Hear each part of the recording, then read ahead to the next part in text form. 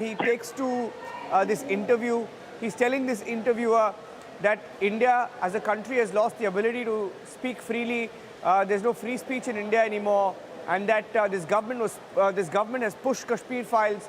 Kashmir Files is a propaganda. Kashmir policy is fascist in nature. Those were the exact words used. That Kashmir policy is fascist in nature. Not once in that interview does he actually talk about the Pandit exodus, the genocide, the massacre. Yeah, the problem is he has been completely won over by the enemy propagandists, the jihadi camp, the left liberal camp. Our problem is that he did not do a background check. So that's the role in the IRB ministry.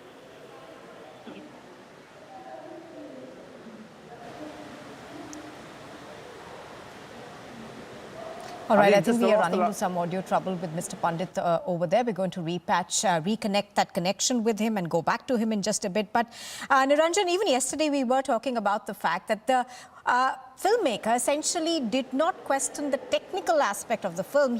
What he questioned was the narrative, and this film and the story of the Kashmiri Pandits is something that needs catharsis, in a sense that, you know, this was the beginning of our acceptance of what actually happened in Kashmir.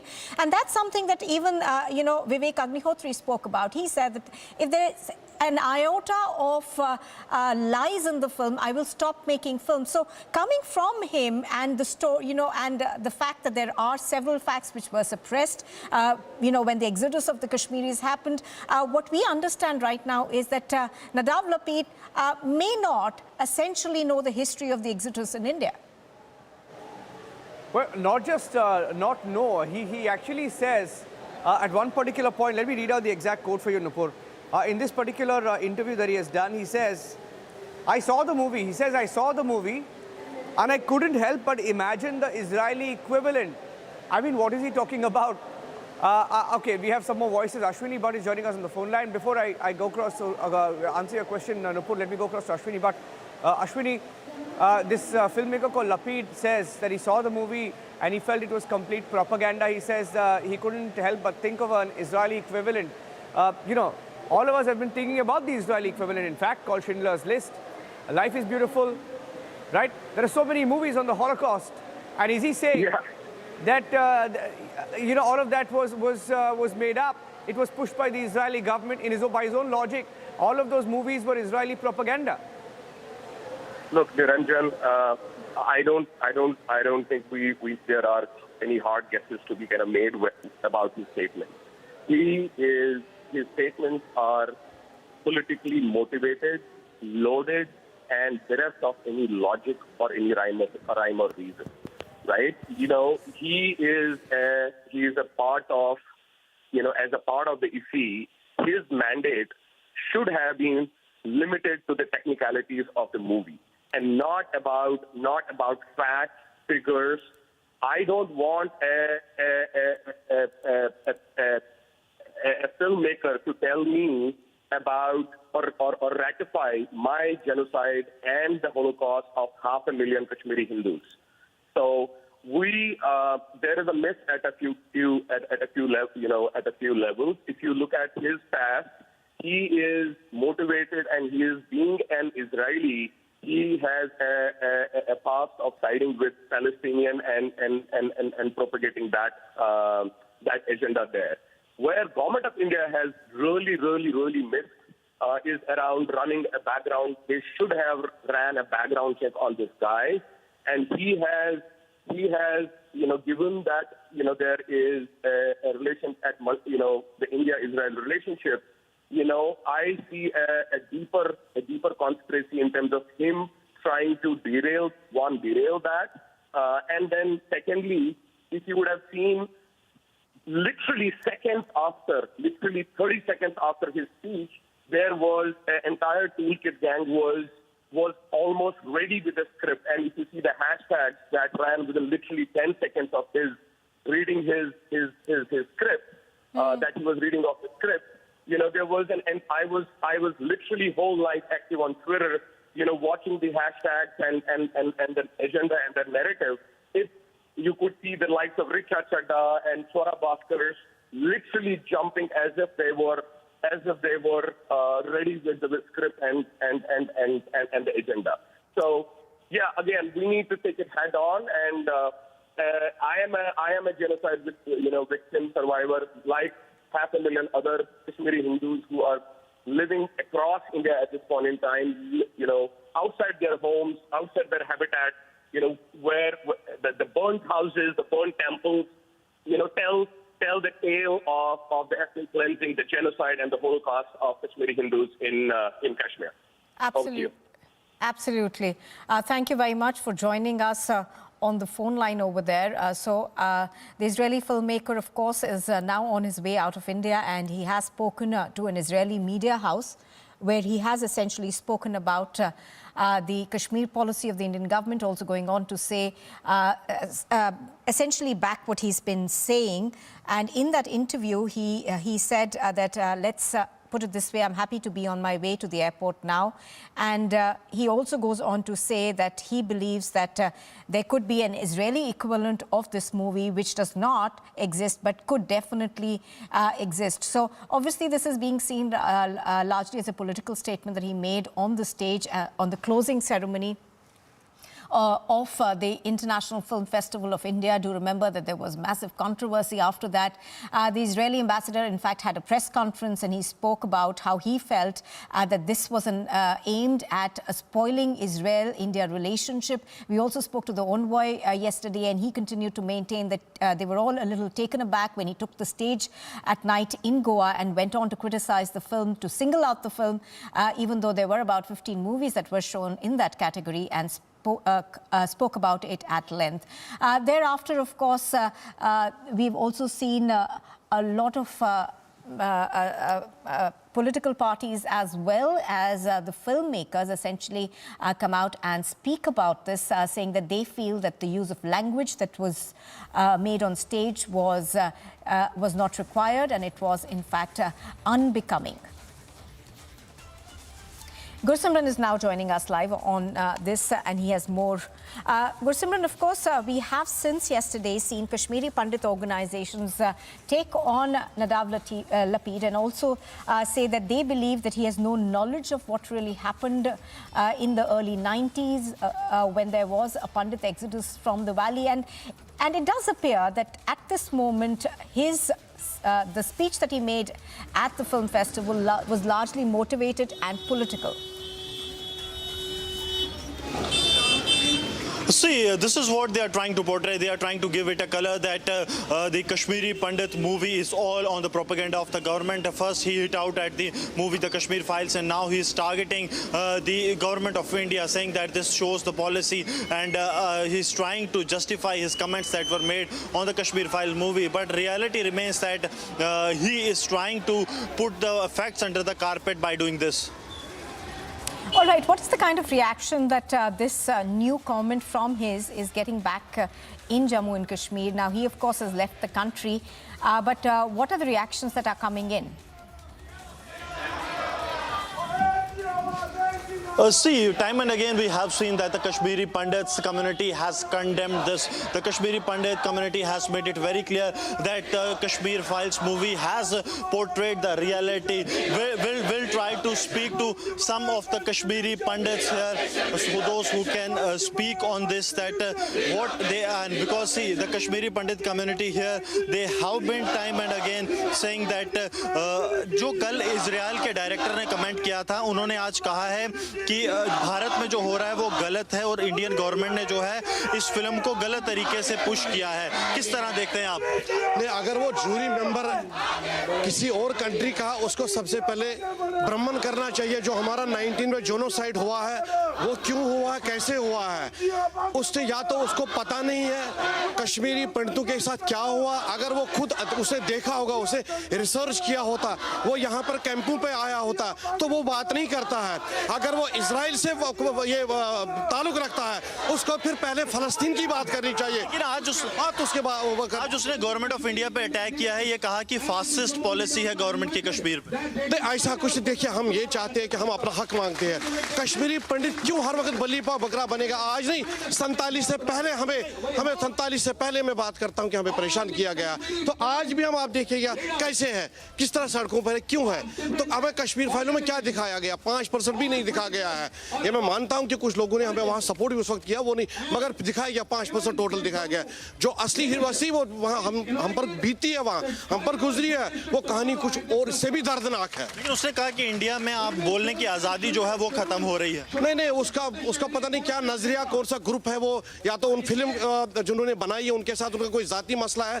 तो बाकी अगर हमारे community पर उसने attack किया, वो बिल्कुल शर्मनाक बात है, हम उसकी निंदा करते हैं। रंजन जी, जो इजरायली डायरेक्टर हैं नदाव लपीड, उन्होंने कहा है आज कि भारत में जो है वो गवर्नमेंट ने अनयूजुअल वे में इसको पुश किया इस मूवी को, और जो गवर्नमेंट की पॉलिसी है fastest policy, government of India पे हिट किया है कश्मीर को लेकर। देखिए, ये गवर्नमेंट ऑफ इंडिया को देखना चाहिए, ये बहुत ही निंदनीय है।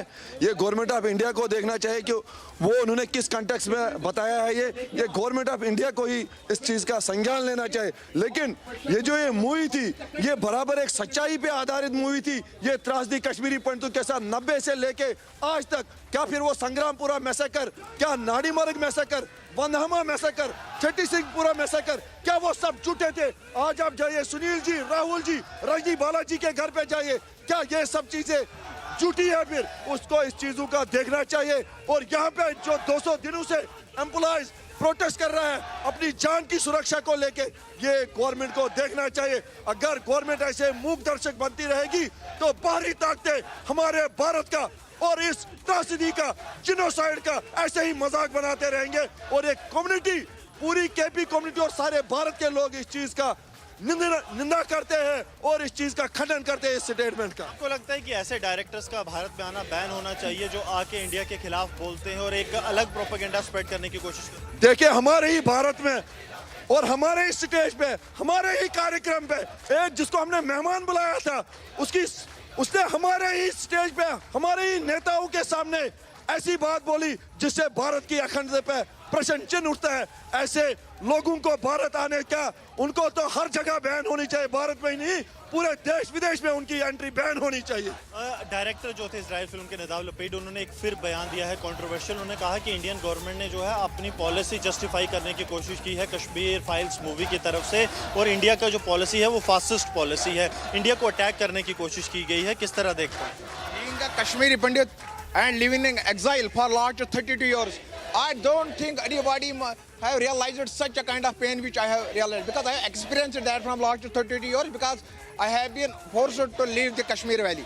और जो उन्होंने जो भी स्टेटमेंट चुरी ने दिए इस तरह के, that was irresponsible and inappropriate statement, and the Kashmiri Pandits across the globe has condemned this statement, and we hope that the jury should immediately tender an apology to the nation and also the Kashmiri Pandits, because it has widely hurt the sentiments and emotions of the Kashmiri Pandits across the globe. The picture, the movie which has been made by the filmmaker here, Kashmir Files, is absolutely true picture.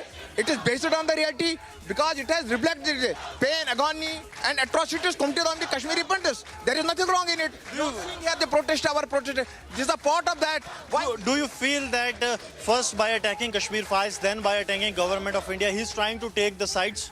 Yes, he's really asking to taking the sides. I hope that government of India should release a communique and ask the jury to tender an apology, or he should ask that he should be. See, Kashmir Files is a very sensitive picture. It has been acknowledged across the world. It has been praised across the world. It's a masterpiece movie. So I think jury should take consideration of all things. Either he must be unaware of the picture, or he must have deliberately done that. We hope that it has hurt the Kashmiri Pandits' sentiments across the globe. I hope that jury should withdraw his word and withdraw his statement and tender an apology to the Kashmiri Pandits community. Do you see that there should be an action on the group that is trying to portray that what happened in 1990s was not wrong? There was nothing that hue and cry is being created. We are waiting for justice for last 32 years. Still, the justice had not been prevailed to the Kashmiri Pandits. I hope those who will speak against the Kashmiri Pandits, who did not know the atrocities of the Kashmiri Pandits, should be taken to the task. Action should be taken such people who did not recognize the Kashmiri Pandits exodus. Kashmiri Pandits have suffered a lot. We have So these are the Kashmiri Pandits staging protests because what they are saying that there is a similar kind of situation that is happening in the Kashmir Valley, and this is continuing since long. We have seen how the things have moved on. We'll try to speak to some more people that how actually they feel. जो Israeli director थे उन्होंने आज जो है government of India पे attack किया है. उन्होंने कहा कि गवर्नमेंट ऑफ इंडिया जो है वो फासिस्ट पॉलिसी यूज कर रही है कश्मीर में और अनयूजुअल वे में उसे प्रमोट किया गया. आप किस तरह से देखते हैं पहले कश्मीर फाइल्स को अटैक फिर गवर्नमेंट ऑफ इंडिया को अटैक? देखिए, मुझे लगता है कि गवर्नमेंट ऑफ इंडिया को क्लियर स्टैंड लेना चाहिए इस पे और उन्हें जवाब देना चाहिए, क्योंकि अगर सब प्रोपेगेंडा होता तो ये कश्मीरी पंडित अभी भी सड़कों पे नहीं होते. 90 में जो हुआ वो सबको पता है. 90 में भी हम लोग सड़कों पे थे, आज फिर पिछले 200 दिन से हम लोग सड़कों पे हैं. तो ये उनके लिए एक क्लियर मैसेज है. आप प्लीज दिखाइए कि लोग यहाँ पे क्यों डिमांड कर रहे हैं, क्यों ये बोल रहे हैं कि घाटी में हालात सामान्य नहीं है, इसीलिए वो लोग आज दोबारा प्रोटेस्ट पे हैं. तो मैं कहती हूँ उनके लिए ये एक मैसेज जाना चाहिए. अगर ये प्रोपेगेंडा है तो ये लोग यहाँ पे क्या कर रहे हैं? मैडम, आप किस तरह से देखते हैं पहले कश्मीरी फाइल्स मूवी को टारगेट किया गया, अब गवर्नमेंट ऑफ इंडिया को जो है इजरायली डायरेक्टर की तरफ से अटैक किया जा रहा है. आपको लगता है कि एक प्लान है डिफेम करने की? बिल्कुल डिफेम करने के लिए प्लान किया जा रहा है, बट हम लोग यहाँ पे सिर्फ अपनी एडमिनिस्ट्रेशन से गुहार लगाने के लिए, हमें उन पे फेथ है. ऐसा नहीं है कि हम उन पे फेथ हो चुके हैं, हमें उन पे पूरा फेथ है. अभी भी वो हमारी बात सुनेंगे. हम लोग अपनी गवर्नमेंट के साथ हैं, हर पल हर वक्त हम अपनी गवर्नमेंट के साथ हैं. बट हमारी कुछ डिमांड्स हैं, हमारी रिलोकेशन की डिमांड है या अटैचमेंट की डिमांड है. बस उस चीज के लिए उनको लुक आफ्टर करना पड़ेगा. इस चीज की डिमांड. क्या कहना चाहेंगे उन लोगों को जो ये कह रहे थे कि एक प्रोपेगेंडा है कश्मीर फाइल्स मूवी? सर, किसी की त्रासदी होती है और किसी का मजाक ठहरा, ये तो दुनिया का दस्तूर है. बट जो हुआ है वो सच्चाई है. ये बोलने की बात है कि हाँ जी प्रोपेगेंडा है. प्रोपेगेंडा किस चीज का? हम इतने सारे लाइव एग्जाम्पल्स हैं. क्या लाइव एग्जाम्पल्स रहना यहाँ पे देखना ये प्रोपेगेंडा है सारा? ये प्रोपेगेंडा नहीं हो सकता. ये सच्चाई है और सच्चाई को जितनी जल्दी मान ले वो लोग उतना अच्छा है. उन लोग.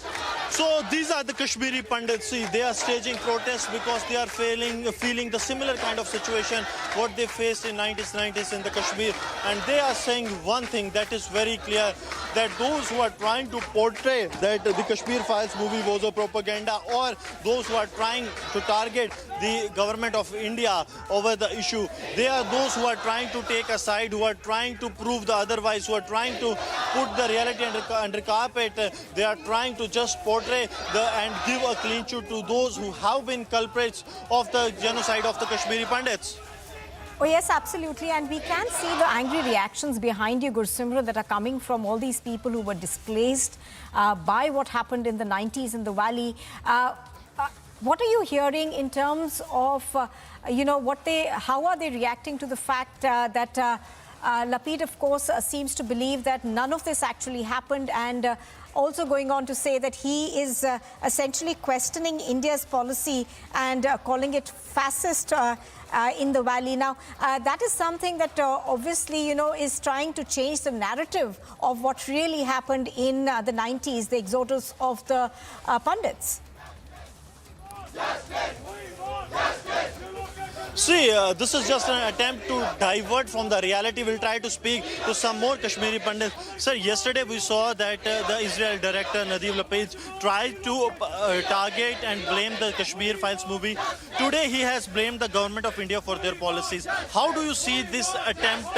Seems like a series of attempts being made, not only to defame the Kashmiri Pandit, but also the government of India. We have already condemned the statement yesterday, and we would like to appeal the government of India to focus more on the protesting Kashmiri Pandit employees rather than stoking a controversy.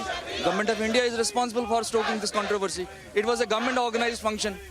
Ministry of Information and Broadcasting, Anurag Thakur, he should be taken to task. So I appeal Government of India to not unnecessarily stoke a controversy and look after these employees who are on roads. So they are saying that the government of India should pay heed to these people who are protesting as well. Yes, yes. Absolutely. Gursimran, do stay with us. I think we've got Utpal Kaul joining us on the broadcast right now. Utpal Kaul, Good afternoon. Now, how do you see this latest statement that has come in from Lapid in an interview to an Israeli media house? He has now said that he not only stands by what he said about the film, but he also has essentially gone on to say that there is a fascist mindset of the Indian government that's at play in Kashmir. Now, do you think that his statements yesterday and the one that he's made today seem more political in nature now? I think this man is totally vulgar, and this Lapid Nadav, it's a shame on him what he has said yesterday and what he has said today. And his two statements are agenda. It's the bigger agenda of our enemy. They are not enemy of Kashmir and Kashmiri Pandits. They are enemy of India. And I am seriously thinking, somebody is using them. It can be even ISI. So it is not only left liberals. He has some more agenda, which he wants to by his statements. He is not a great, nobody knows him, much knows him in Israel. And I have heard his name first time. And he is not talking about, when he said about Kashmir file, it was not on cinematic things, was not on acting, it was not on graphics, it was not on any kind of filmmaking or direction what Agnihotri did. He was not talking about that. But he had one motive to say that what a word he has used, propaganda and vulgar. And I totally say that we totally protest, and we say that that Jews are our friends. Israel is our dear friend, and they know what has happened in Kashmir. But he is the one person who has some personal agenda or agenda on behalf of some anti-Indian forces are behind him to say this. And while he was going to airport, what a nonsense he has written, and that and he tries to show to the Western world and to the world that there is no democracy in India. The way he has given the last statement on way to airport, and we totally condemn him. We don't accept it, and so we are thankful to His Excellency, the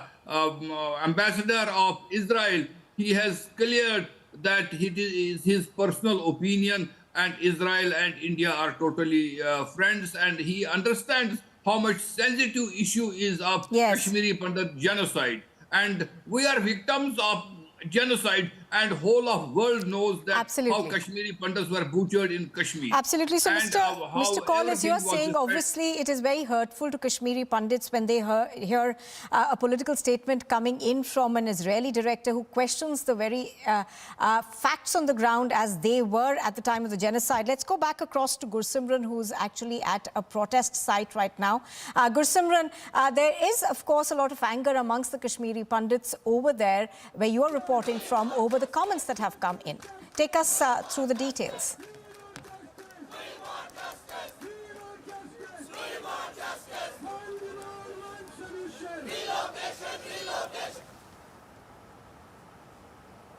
Gursimran, if you can hear me, I think there's a problem with your mic. If you could just switch it off, switch it on again, and we'll come back to you. But pictures on your screen are of a protest that is taking place in Jammu now. This protest, of course, is over certain demands that they've made. Let me go back to Gursimran. Gursimran, you were talking through to those Kashmiri Pandits who are protesting. Back to you. Sir, जिस तरह से Kashmir files को कल target किया गया Israel director की तरफ से, आज उन्होंने गवर्नमेंट ऑफ इंडिया को टारगेट किया है, किस तरह देखते हैं स्टेटमेंट? देखो ना, ये पॉलिटिक्स कह रहे हैं कश्मीर फाइल्स जो था, that was the exact situation of Kashmir, what happened with the Kashmiri Punts, and that was a tip of iceberg. Every whole situation has not given by the Kashmir files. If they will see deeply, they will have to make 100 Kashmir files in respect to the atrocities made with the Kashmiri Punts. And whatever that Mr. Chief of that Zori has said, that is a totally vulgar statement. That is an injustice and an insensitive statement. Kashmiri Pandit and Kashmiri Pandit conference in general condemn that statement, and we are asking whole international community, all the people of India nationalists to condemn his statement, and we are supporting the Kashmir files, and we are sending our protest to that Israel person who has told the fake propaganda that Kashmir was the Do you feel that this is an attempt to defame India internationally? Definitely, they are trying to defame India internationally, and particularly on the Kashmir issue. They say they are manipulating things on Kashmir, on Kashmir, India. That is not there, but India is playing. It is best because Indians nationalists want India, and in Kashmir, the nationalists want, there are the elements who are provoking Kashmiri Muslims there, and Kashmiri Muslims are being provoked by Pakistan and fundamentalists, and we are demanding that government of India should have extreme steps to curb all those elements who are creating disturbance in Kashmir. So they demand that extreme steps should be taken by the government of India to ensure that these elements, those who are trying to defame India internationally, they should be curtailed, because this has become a series of attempts by some of the foreign powers to defame the country, to defame the India in the recent past.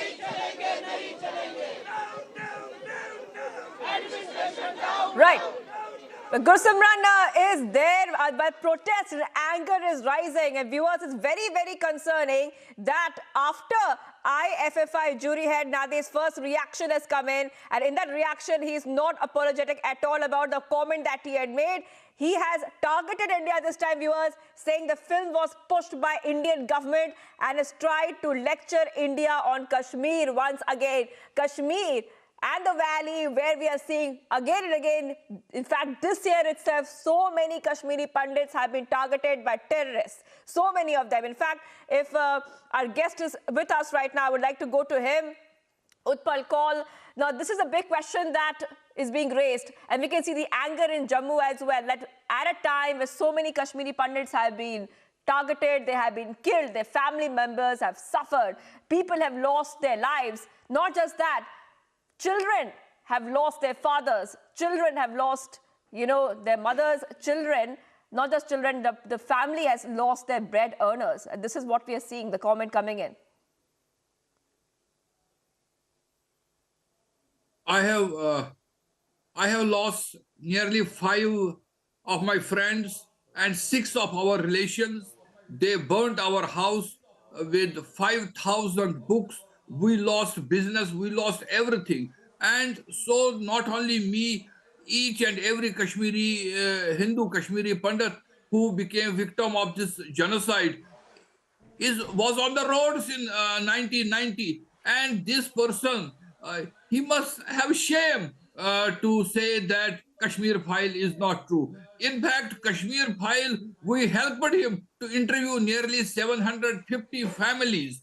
And this interview was done for 2 years. It was a research work for 2 years. And I say that Kashmir file is 800% true. And we cannot be cowed down by this propaganda of this cheap Israeli screenplay writer.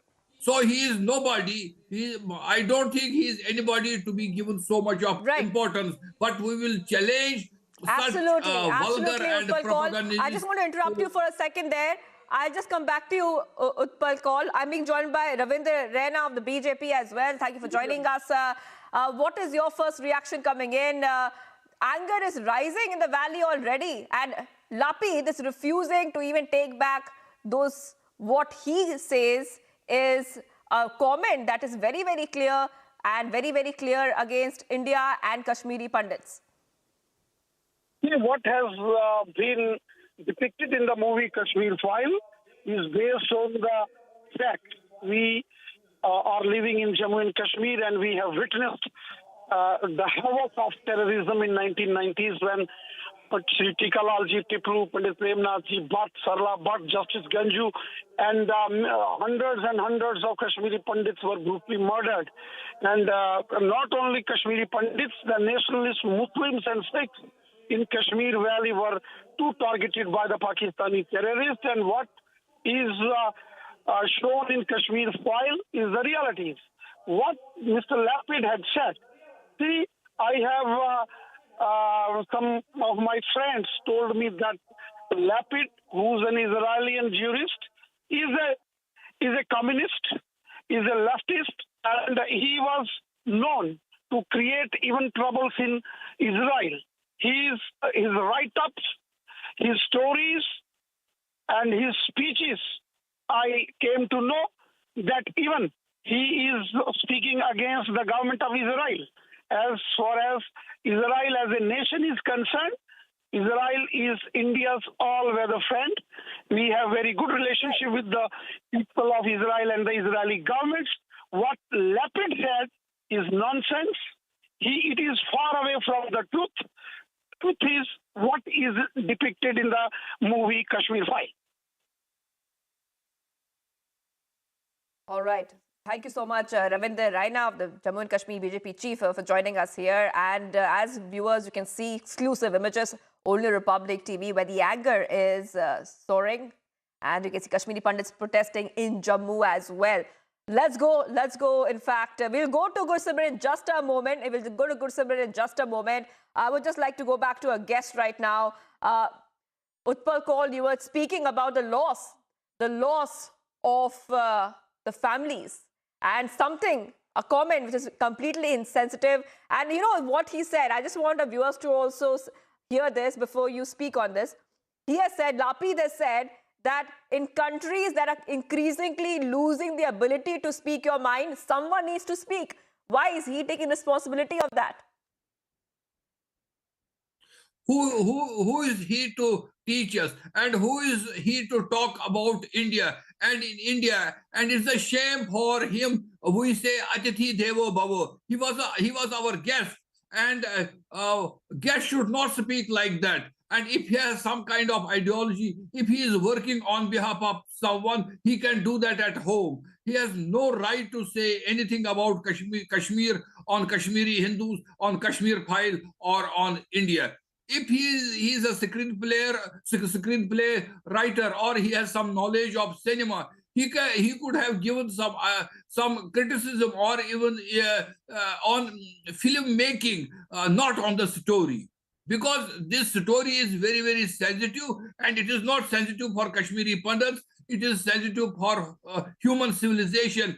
What happened to this microscopic minority community is a shame for terrorists, is a shame for extremists, it is shame for jihadis, and it is shame for Lapid Nadav, who is supporting this jihadi movement. And this is a combination of left liberals and these jihadis, and they are enemies of humanity. They are enemies of modern civilization. They are enemies of India. And they must know that 100% educated, highly civilized community was brutally murdered, killed, and made them to flee their own homeland, which was for them thousands of years. Our temples were destroyed, our houses were, our libraries were burned.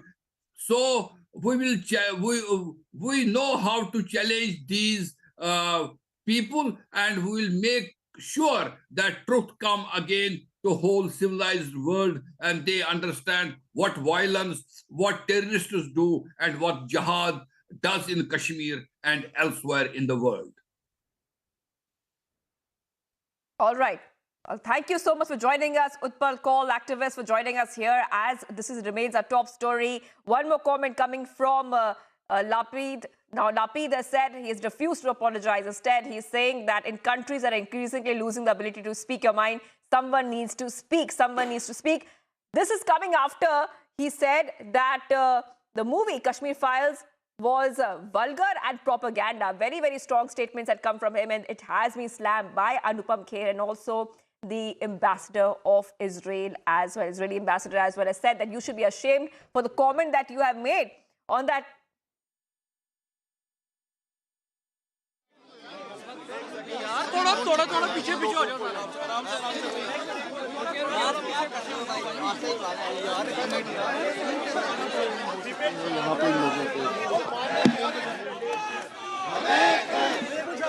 देखिए, एक minute रुको यार। देखिए मैं यहाँ पर अपने भाइयों और बहनों के साथ उनकी जो समस्या है और जिस तरीके से ये पिछले 200 दिन से ज़्यादा हो गए इनको प्रोटेस्ट करते हुए सड़क पर, उनके साथ खड़े होने के लिए आया हूँ मैं। और ये जो क्रूरता है हमारी सरकार की, ये जो अपैथी है हमारी सरकार की, उसको कंडेम करने आया हूँ। जहाँ मैं रहता हूँ वहाँ से तो मैं कर ही रहा हूँ।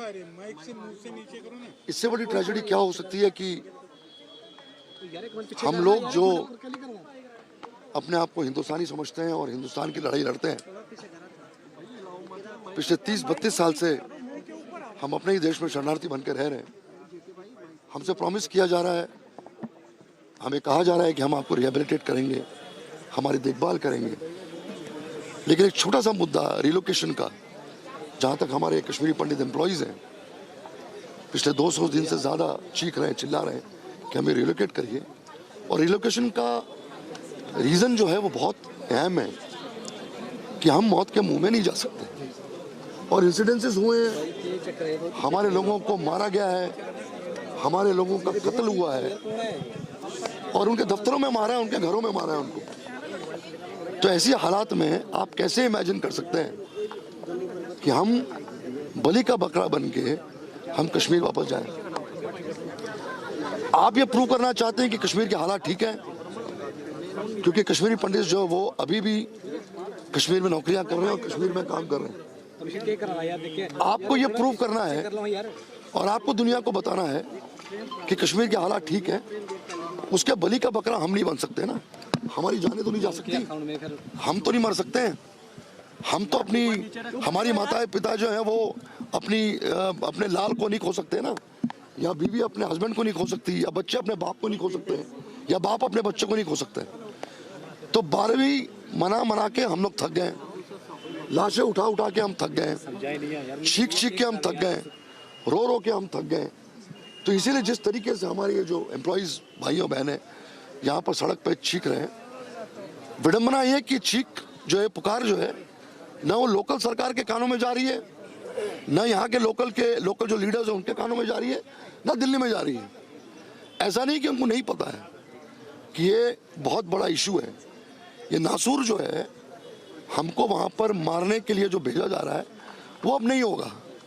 तो मैं आज अपील करने आया हूँ अपने लोगों के साथ बैठकर, हमारे जो गृह मंत्री हैं अमित शाह जी से, हमारे जो प्राइम मिनिस्टर हैं नरेंद्र मोदी जी से, यहाँ के जो एलजी साहब हैं सिन्हा साहब से, मैं तहे दिल से रिक्वेस्ट करना चाहता हूँ इनसे कि आप ज़मीन पर हमारे साथ उतरिए, हमारी समस्याओं को समझिए और देश दुनिया को ये बताने के लिए कि कश्मीर के हालात ठीक हैं, उसके लिए हमें बलि का बकरा मत बनाइए और हमारी लाशें हमें ढोने से बंद कर दीजिए।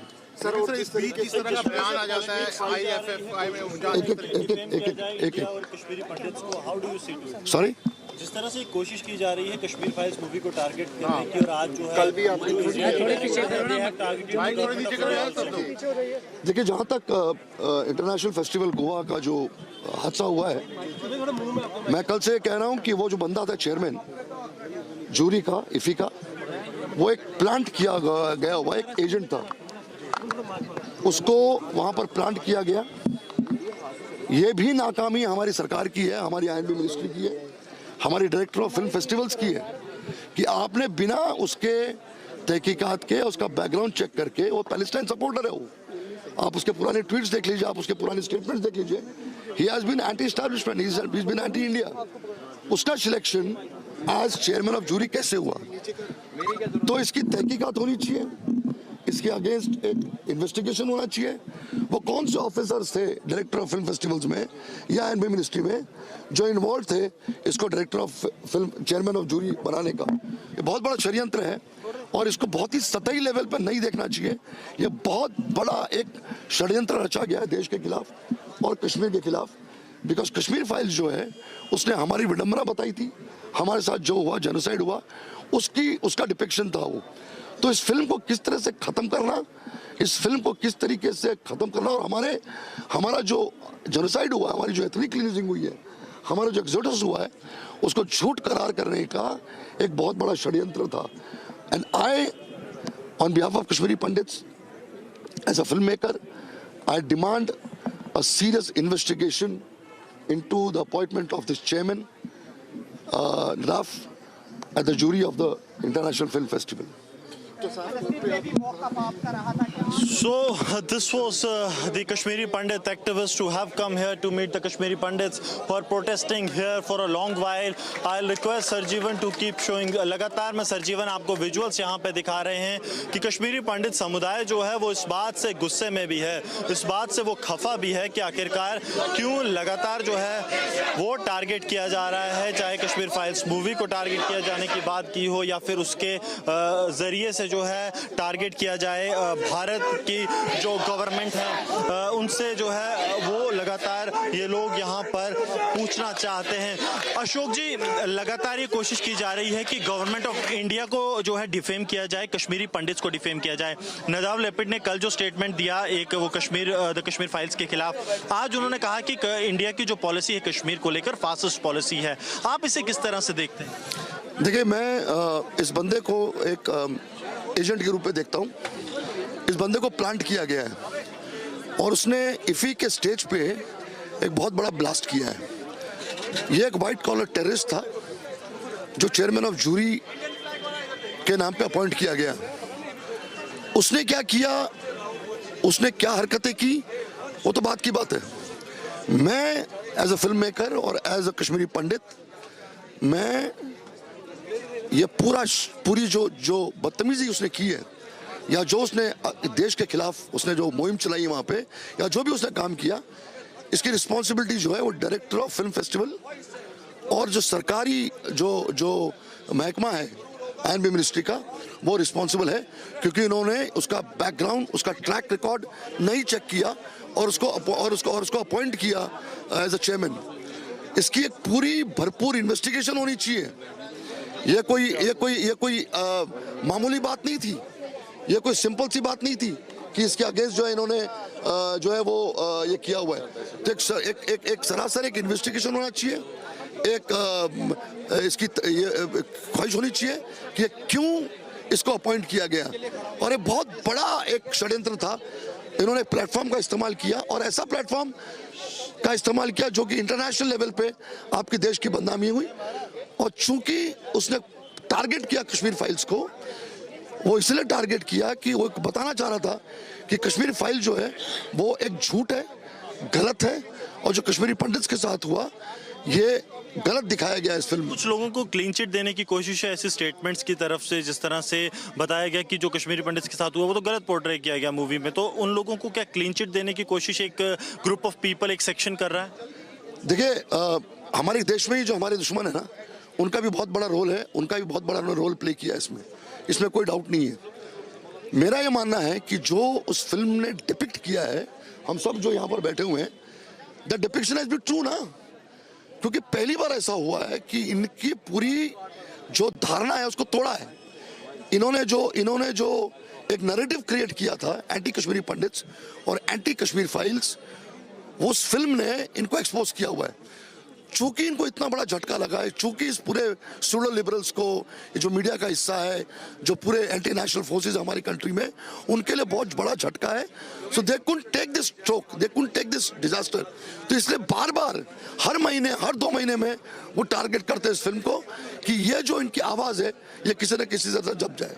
आवाज़ जो है किसी न किसी तरह से पहुंचे। लगातार कश्मीरी पंडित समुदाय जो है वो यहाँ पे विरोध प्रदर्शन जो है वो कर रहा है। ये आप देख सकते हैं कि किस तरह से कश्मीरी पंडित समुदाय जो है वो लगातार विरोध प्रदर्शन कर रहा है। और विरोध प्रदर्शन से ये भी लोग कह रहे हैं कि आखिरकार जो एक कोशिश की जा रही है कश्मीरी पंडित कम्युनिटी को यहाँ पे डिफेम करने की, उसे जो है वो बंद करना चाहिए, क्योंकि सेक्शन एक ग्रुप एक ऐसा है जो ये चाहता है कि लगातार माहौल जो है they want that there is a kind of situation where the Kashmiri Pandits can be defamed. Will try to speak to some more Kashmiri Pandits so that we can have a ground zero idea how they feel. आप मुझे बताइए, लगातार जो target किया जा रहा है, कश्मीरी पंडित्स को कल टारगेट किया गया, आज गवर्नमेंट ऑफ इंडिया को टारगेट किया गया, एक इंटरनेशनल कंस्पिरेसी आपको लगता है कि जो डिफेम करने की है? डेफिनेटली जो लेफ्टिस्ट विंग है उसको तो डिस्कार्ड कर देना चाहिए। आज हम राम राज्य में हैं, आज हमें पूरा विश्वास है अपने यशस्वी प्रधानमंत्री में। ऐसे लोगों को वेलकम कैसे किया जाता है? Assam joker comes from foreign and वो हमारी कम्युनिटी पे बात करता है। ये उन्हें पता होना चाहिए कश्मीर फाइल्स में जो दिखाया गया वो सिर्फ 5% रियलिटी है, 95% दिखाई नहीं गई। आई एम श्योर अगर उस जैसा इंसान ये 95% भी देख ले या हमसे मिल ले, आई एम डैम श्योर वो इस धरती पे एग्जिस्ट ना करे। So this is what the Kashmiri Pandits are saying, that the Kashmir files is just a mere 5% of the reality, and he should come to us and see what the reality is. Yes, back to studios. Right, thank you Gursimran for getting us all the details. Gursimran is getting the ground voices. He is there as Kashmiri Pandits are protesting in Jammu. Exclusive visuals, exclusive reportage by Republic TV there as the Kashmiri Pandits are saying that they should probe. There should be a probe how Lapid became an IFFI jury head. On that note, viewers, we're taking a very short break right now. We continue to be live and breaking and getting you all the top updates right now on this developing story. Coming up on the other side, Delhi liquor gate explodes. Liquor baron Amit Arora is now placed under arrest as trouble mounts for Kejriwal and company. Plus, mega face-off over CAA. DMK files affidavit in Apex Court, says CAA is against Tamilians and secularism.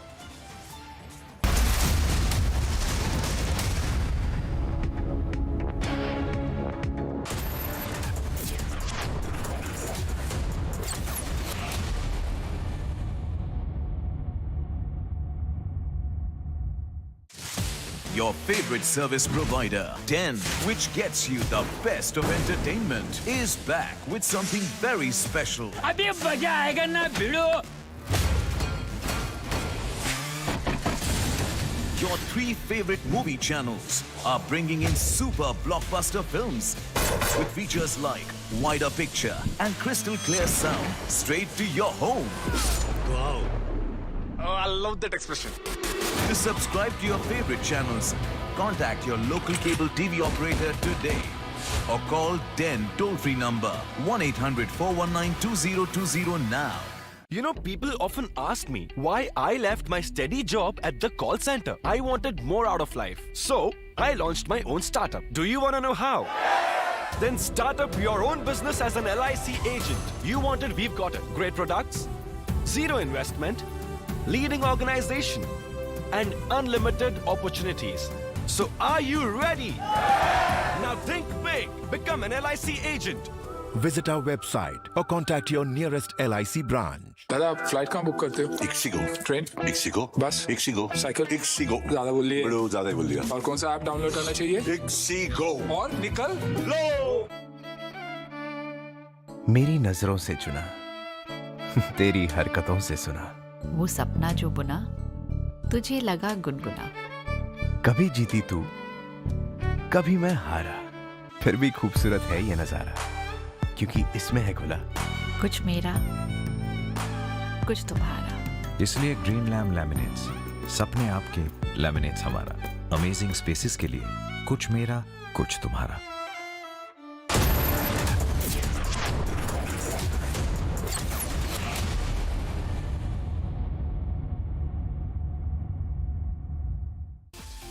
Saldar Major Ajay Anand Sawant, Arjuna Awardee recipient, training cadets in rowing and equitation. Now, a word about drill. Drill inculcates discipline, which is the very bedrock of military life. To those of you who have an aesthetic disposition, Drill movements will symbolize the very rhyme and rhythm of the poetry of a well-ordered life. And that's precisely the primary aim of this institution, to train our cadets in the art of cultivating a way of life, in which the highest and the noblest attributes of discipline, character and courage are not only blended, but also nurtured and nourished.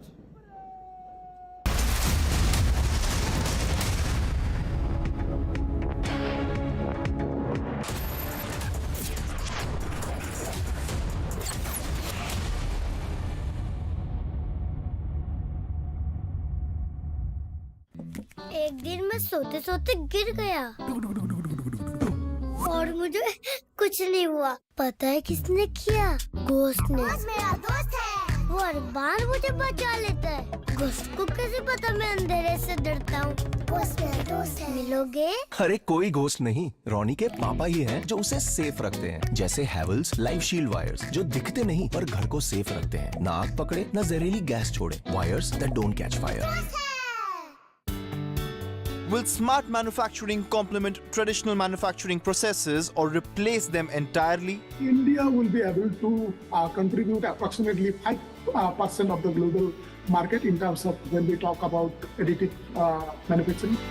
What kind of opportunities does it hold for the BTech students? Amrita University, I would say, is ideal for students who come into manufacturing, additive manufacturing.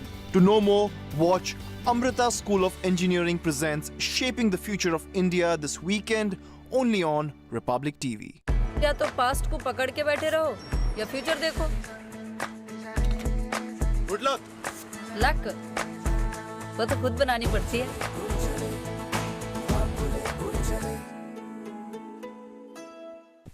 भैया जी हमला। भैया जी 10 गोलियां ले ले।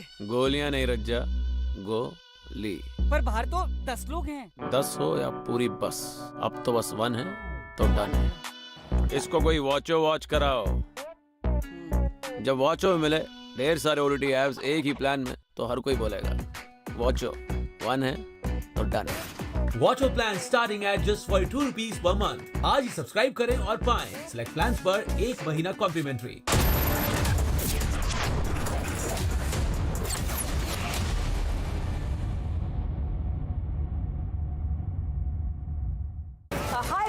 Battle which will decide the nation's political trajectory. Who will break their records and which faces will be the winners? 89 out of the 182 seats go to polls. Stay tuned to India's election news headquarters as Gujarat goes to polls. Live coverage minute by minute all day today on Republic.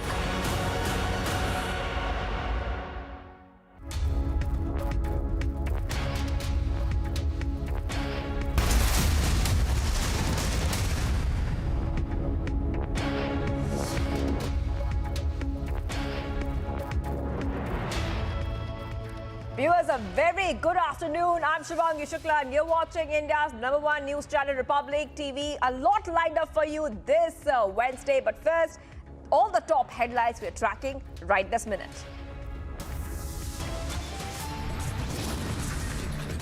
After genocide ran, Israeli filmmaker now goes political targets the Indian government.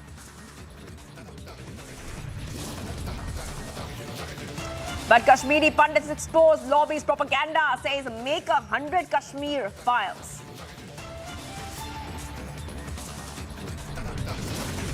AIM's cyber attack case gets bigger. MHA mulls handing over probe to NIA as services still run manually for the 8th day. Delhi liquor gate explodes. Liquor baron Amit Arora is now placed under arrest as trouble mounts for Kejriwal and company. Mega face-off over CAA. DMK files affidavit in Apex Court, says CAA is against Tamilians and secularism.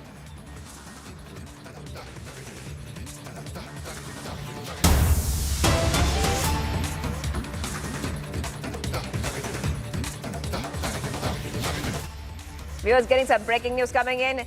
CBI issues summons to Telangana minister and also a TRS MP. They have been asked to appear in Delhi tomorrow. In this case, CBI has one person from Tamil Nadu house in Delhi for impersonating a joint director office. Let's go straight to Shravan Sen, who is getting us more details. Shravan, take us through this big breaking coming in at this point of time.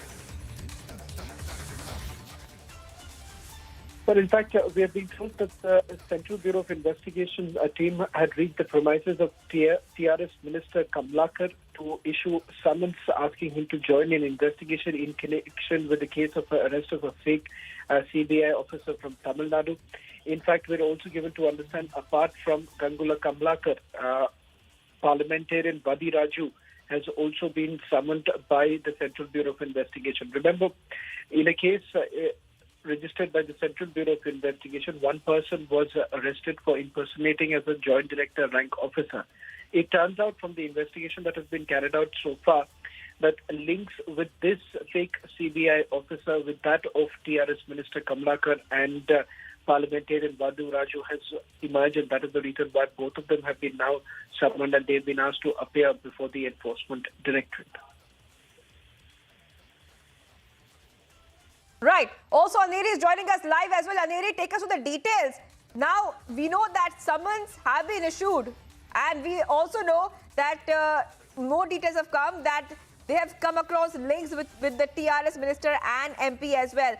So, a lot of details coming out. Just tell us about who this minister is. There are two of them. There's an MP, there's a minister, Gangula Kamlakar and Vadi Raju Ravichandra.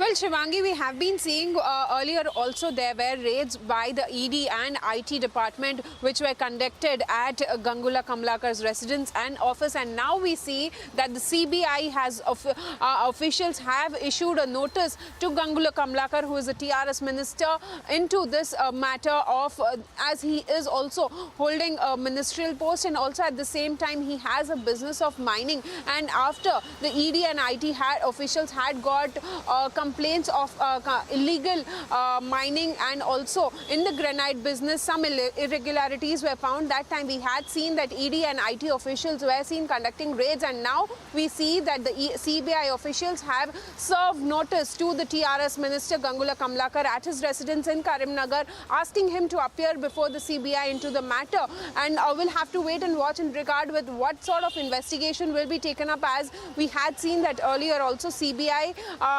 ED and IT officials had conducted raids at his office and at his residence, and now the CBI officials have served notice to the TRS minister Gangula Kamlakar into the matter and asked him to appear before the CBI tomorrow. All right, thank you, Aneri, for joining us with all the details. Exclusive images coming in as CBI has summoned Telangana minister as well, viewers. And they have been asked to appear in Delhi tomorrow. In this case, CBI had one person from Tamil Nadu House in Delhi for impersonating a joint director officer. Sources say they have come across links with TRS minister. So this is going to be one of the top developing story as well that we're tracking on Republic TV at this point of time. Exclusive images coming in as well on this story.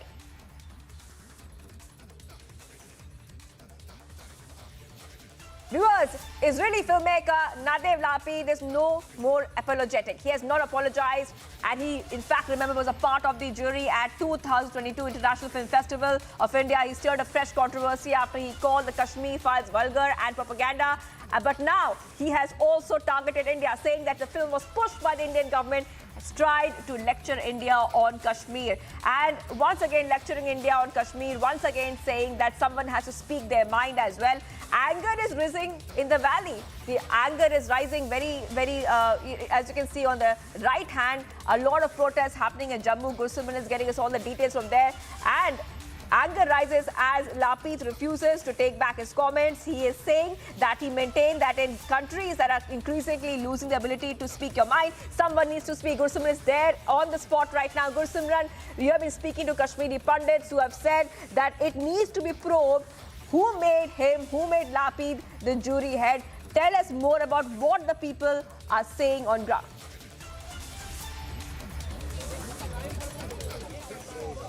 See, right now we are here where the Kashmiri Pandits are staging protests for over 150 days, demanding their relocation to Jammu. We'll try to speak to some of the Kashmiri Pandits.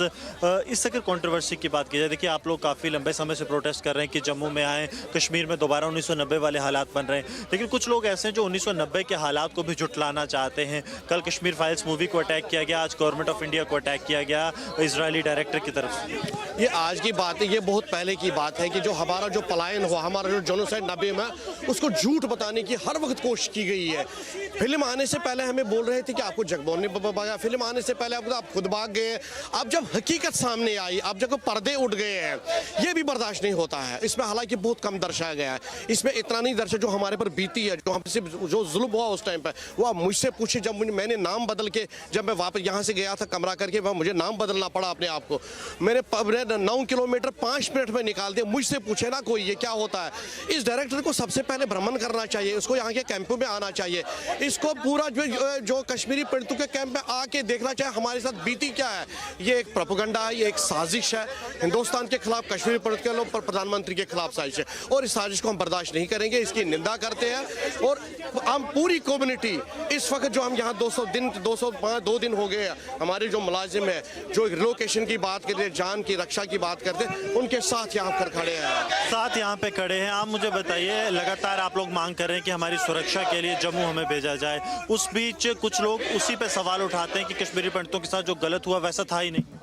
This is absolutely ridiculous statement. You know, on one hand, we are protesting from last 6 and more days, 6 months and more days. So this is like adding insult to the injury. हम ये चाहते हैं कि ये जो statement है, ये जो condemnable statement है, but we are protesting. We are projecting like we are being killed. Target killing is being happened. But on the other hand, this statement comes. This is a ridiculous statement. We wholeheartedly condemn this statement, and we are not like sort of people who are being served in Kashmir. We have planned to serve in the Kashmir, but what in return? What does we get? We get killing. We get target killing. So we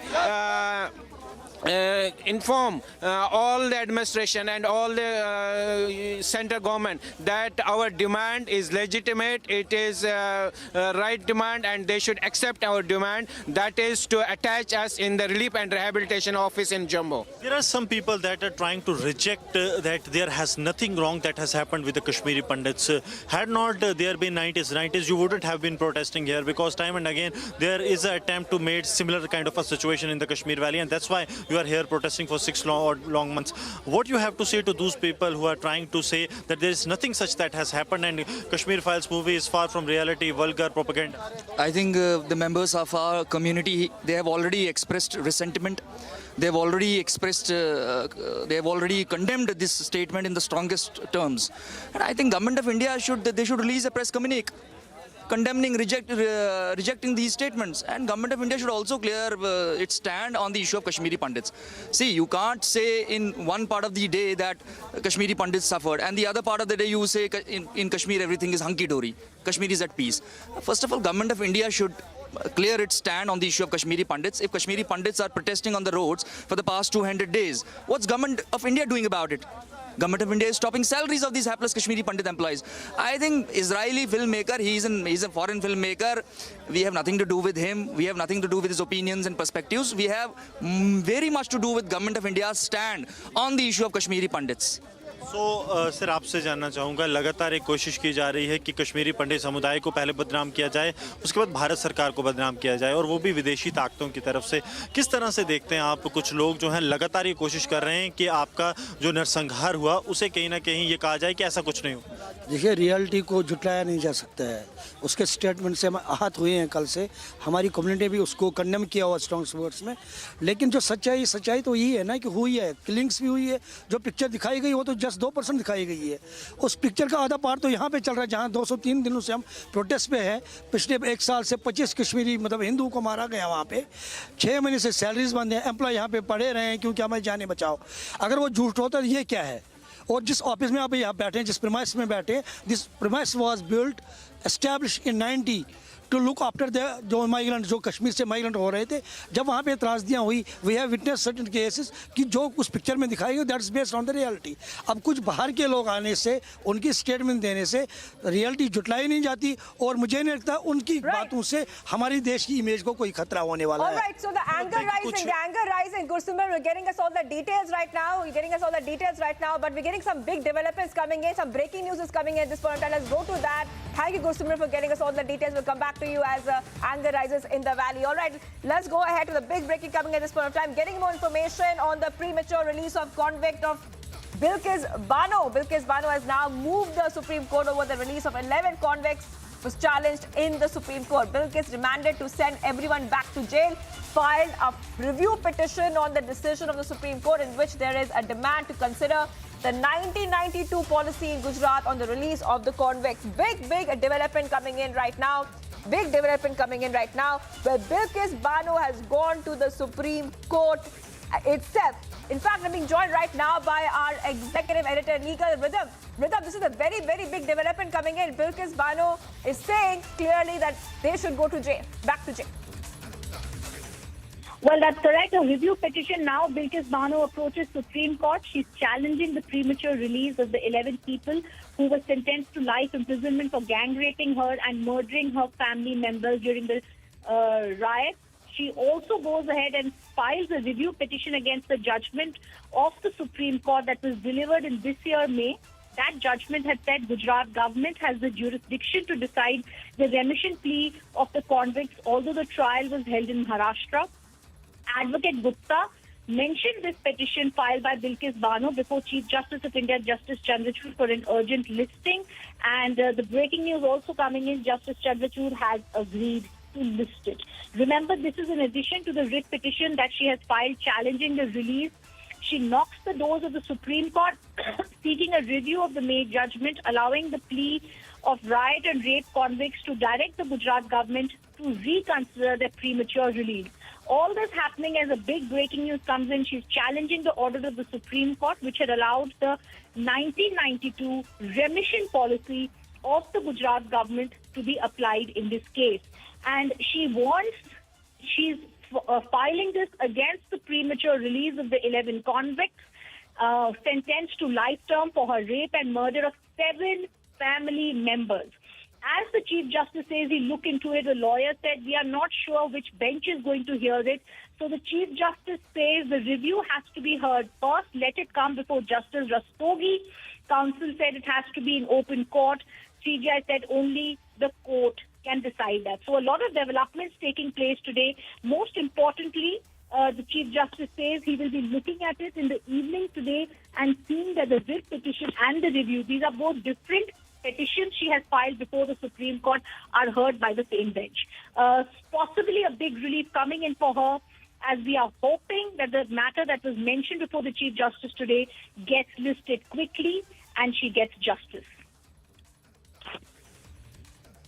Right. And Rhythm, many questions were raised.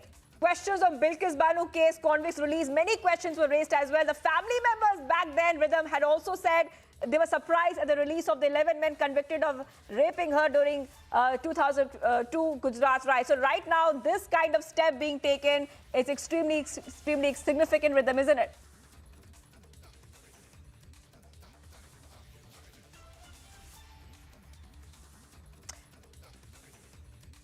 Okay, I'm being joined by Swapnil Kothari on the phone line. Thank you for joining us.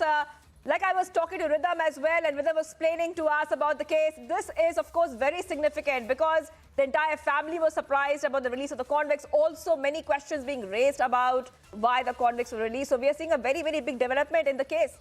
Mr. Kothari. Definitely, if there is a challenge by the person who feels bereaved, or should I say cheated by the court order, sometimes court orders come your way, sometimes they don't, and we have to live with it. As lawyers, we are very much used to it, we are accustomed to it, but when it comes to a client, which I can understand, especially in these kind of circumstances, I can completely understand the discomfiture, the disgrace, the amount of grief that a person would go through. So the challenge is very much appropriate as far as that aspect is concerned. And when all of them are set free, I can understand if some sentence of someone is commuted. commuted for the benefit of your viewers means that it has been reduced. Say if it was a death penalty, it has been reduced to a life imprisonment, or if it was a life imprisonment, it's reduced to 7 years or something of that sort. But when it is completely acquittal, there is a complete acquittal, then it obviously shocks the conscience not only of the nation but also of the person who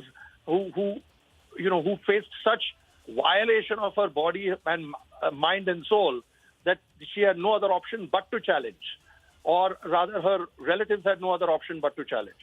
So this is something which is expected, and I hope that the court revisits the case and does not just dismiss it, not because of public sentiment, but because of people or the lawyers who are fighting on her behalf are able to present a new aspect of evidence which was missed by the court. Because only on those, in that limited scenario, does the court revisit a case, or should I use the word reopen a case, or order a reinvestigation. Mr. Kothari, so how fast can we expect the court to take up this case right now? The review petition has been filed on the decision of the Supreme Court. So legally, how fast can we expect the developments to take place? It all depends upon the court's muster and the court registry, depending upon what they are doing, because I believe there are many number of bail applications that are being reviewed. There are some other constitutional challenges that are there before the court, which have been, the Chief Justice, Mr. Dhananjay Chandrachud, has ordered to be prioritized. So, keeping all of that in mind and keeping the bench strength of the judges, the review petitions, I will hope that they will be taken up in due course and hopefully shortly as far as this case is concerned, because this case is definitely of a different nature than what normally the review petitions that come before the Supreme Court are. So I believe that the Chief Justice would look at it a little bit more favorably so as to list it faster. Right. All right. So this is a big news coming in right now, and Swapnil Kothari, advocate, trying to help us understand the case better. Now, Bilkis Bano has gone ahead. She has moved the Supreme Court over the release of 11 convicts. And Bilkis demanded to send everyone back to jail and filed a review petition on the decision of the Supreme Court, in which there is a demand to consider the 1992 policy in Gujarat on the release of the convicts. Swapnil Kothari, if you're still with us, tell us about this 1992 policy in Gujarat on the release of the convicts. How is that related in this case, and how will this really work legally going ahead? Okay, let's go to Rhythm. First. Rhythm, like I was also speaking to Swapnil Kothari, there's a demand to consider the 1992 policy in Gujarat on the release of the convicts. So if you can help our viewers understand how this really plays out legally. Well, now that Bilkis Bano has once again moved the Supreme Court, we have to see how it will continue, because the Supreme Court is now going to be hearing two petitions filed by her. Remember, she was brutally gang raped at that time, and she was 21 years old. The convicts' release was also present there. There was a lot of she has now moved the Supreme Court against the release of the 11 convicts, and the Chief Justice says he will be looking at it. The biggest thing that has to be considered and understood here is that Bilkis Bano has moved the Supreme Court in a review plea against the release of the 11 convicts. She's also filed a writ petition in the case. The Chief Justice has said both of them shall be heard together. Right. And Rhythm, if you could also help us understand about the Bilkis Bano case, the controversy which has erupted from there as well. And like Swapnil Kothari was saying, that this is going to be very, very important, because we are talking about reopening the case here. And in this case, it seems to be a case which needs to be reopened, like Swapnil Kothari was saying, because of the kind of atrocities which we saw in the Bilkis Bano case, Rhythm. Absolutely. This has also been a demand on Republic TV that justice needs to be given to Bilkis Bano. She was a young mother, gang raped by these 11 men. They were held responsible also for killing her 6-year-old daughter, reportedly smashing the girl to the ground, hacking to death several members of Bano's family, and she had been left fatally bleeding on the road at that time. These 11 people convicted in the 2002 Bilkis Bano rape case had walked out of Godhra sub-jail under the Gujarat government's remission policy. And the reason senior state officials at that time stated is they considered remission as the convicts had completed 14 years imprisonment, which is the term given for life sentence. Now, a prisoner's age, nature of the crime, behavior are some of the factors they had stated they had looked into. And across India, when we saw this kind of release, and now that she's moving the Supreme Court, it's very clear that they're trying to see how soon this matter can be listed and how soon can she get released, because the remission policy of the Gujarat government is now also being looked at and being contested as to why they were given this relief under the Gujarat government's remission policy.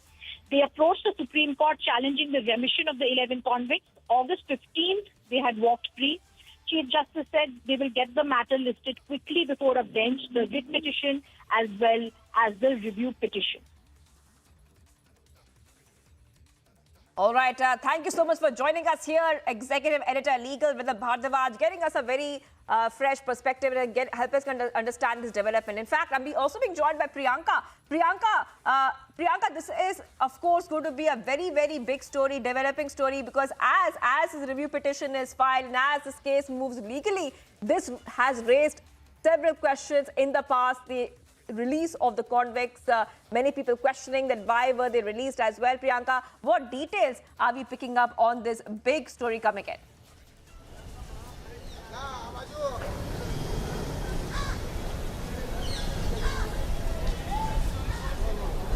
Well, absolutely. As Rhythm also very rightly put out, the entire legal procedure that had been followed in this entire matter, because we had seen just a few months ago when under the remission policy, all of these convicts in fact had been let go. These were the same convicts who had in fact gang raped Bilkis Bano, who had smashed her infant's head on the pavement in front of her. Her entire family had also been attacked in front of her as well. So these are the kind of the events of the crime that was registered against these convicts, of which they were convicted. Now, post which we are seeing that of course the petitioners had also approached the Supreme Court, and they had asked questions as far as why this remission policy under which the government of Gujarat in fact had given this kind of leeway to these convicts. And of course we had seen that Bilkis Bano is now also approaching the Supreme Court and asking for this case also to be looked at by the Maharashtra court as well, and not in the Gujarat High Court, because remember, during the time of this entire matter that was being heard before the court, before the conviction of the convicts in fact had also taken place, we had seen that Bilkis Bano had also asked for this court hearing to be shifted from the Gujarat High Court to the Bombay High Court as well, and that is what had been also opposed by the accused at that time, the convicts then, and of course had also there was a lot of political dialogue also about this, claiming that this is something that is being done by these activists who are also linked with Bilkis Bano. But as of now, we do see that Bilkis Bano has also approached the Supreme Court and is asking questions as far as the remission policy is concerned. In fact, in the earlier hearing that had gone on in the Apex Court, we had seen that a reply had been asked for to the Gujarat government, to the AG, to actually file a reply to actually give a communication as far as what points of the remission policy had been applied and why exactly these convicts had been given this kind of freedom under the remission policy as well. So all of those replies had to be filed by the government of Gujarat, and we are seeing that they had also mentioned about how the entire procedure had been followed and that there were no loopholes in the procedure, is something that had been said by the government of Gujarat representative in the Apex Court as well. And now we are seeing that, of course, a fresh set of hearing that is also expected as far as Bilkis Bano is concerned, who has now also approached the Apex Court. And we had seen that the government of Gujarat had also been maintaining that these are the convicts who have already paid the, who have in fact already served the sentences, and that they can be let go under the remission policy. And those were the questions that had been asked for by the activists as well that had earlier approached the Supreme Court, then including the several other activists, including these who had been with Bilkis Bano while the entire investigation of the 2002 riots had also been going on. And they had also raised this question as to why the government of Gujarat had also given the in fact let go all of these convicts under the remission policy as well. The entire remission policy had also been questioned as far as the AG is also concerned, and the reply had been been sought for. And now we will have to wait and watch as to how this hearing also pans out in the apex court. Shivangi. Right. So Priyanka is helping us understand the case as well, getting in more information on the premature release of convicts of Bilkis Bano case. And like Priyanka was telling us, Bilkis Bano has moved the Supreme Court over the release of 11 convicts that was challenged in the Supreme Court. And Priyanka, let's talk a little bit about the day when all the 11 convicts had walked out of the sub-jail. They were released after the Gujarat government allowed the release under its remission policy. So when that happened, what were the reactions which had come in that point of time, Priyanka? Because it created a lot of stir, especially in Gujarat.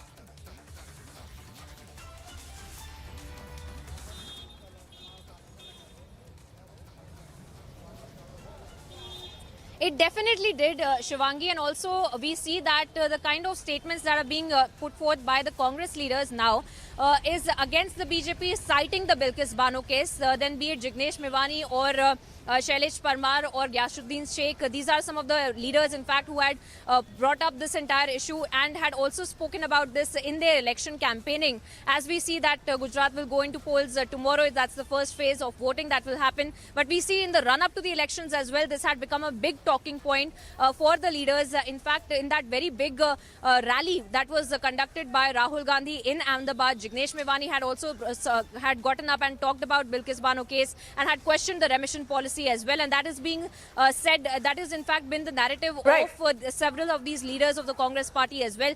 However, the BJP had no answers as far as the remission policy is concerned. They had completely taken the silent line. In fact, we had seen that in Godhra as well. C.K. Raulji, who is an MLA, who was an MLA in fact, and had been at the recommendation committee in fact for this remission policy to be under which these convicts had been let go of. He had also come out and defended it, and he had also said that these were good boys who have already served their sentences. Priyanka. So there was a lot of controversy, at least in Gujarat, where we had seen that the politicians in fact had also gotten involved, and they had been pushing this narrative. And like Priyanka, you are telling us this is happening. This is of course happening just a day before the polling. First phase of polling in Gujarat will take place. So very, very significant there. Thank you, Priyanka, for getting us all the details. We have to take a very short break right now. Much more coming up on the other side. We continue to be live and breaking. Starting off with what's happening there. Kashmiri pundits have exposed the lobby's propaganda. Says make 100 Kashmir files.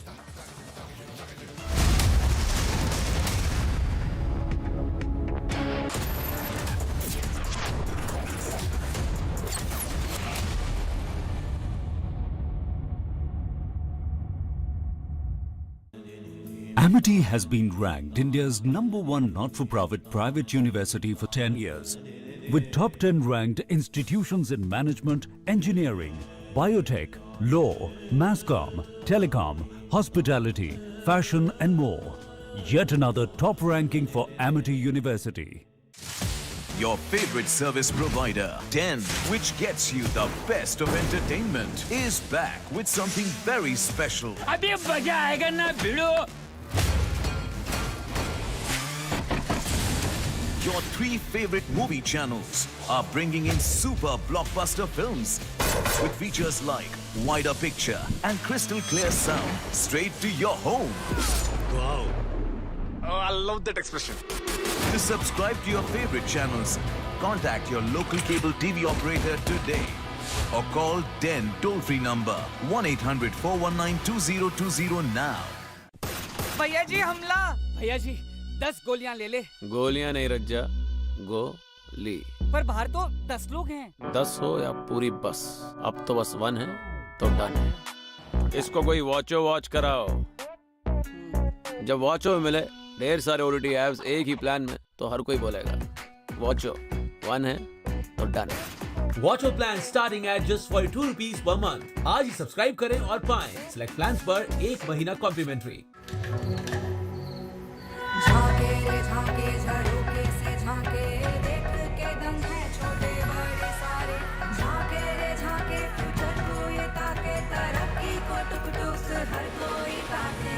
झाके रे झाके.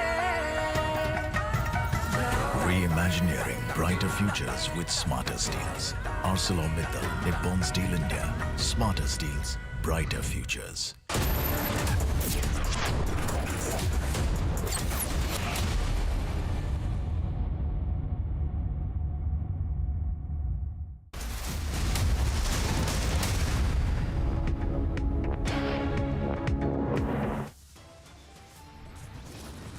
After genocide rant, Israeli filmmaker Lapid now reveals political angle to comment. Lapid echoes lobby's intolerant line, attacks Indian government, says no free speech.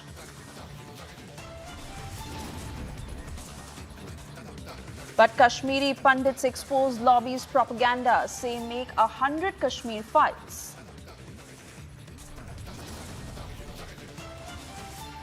AIMS cyber attack case gets bigger, IP addresses from foreign country now under scanner. Bilkis Bano knocks on the doors of the Supreme Court, says send rapists back to jail.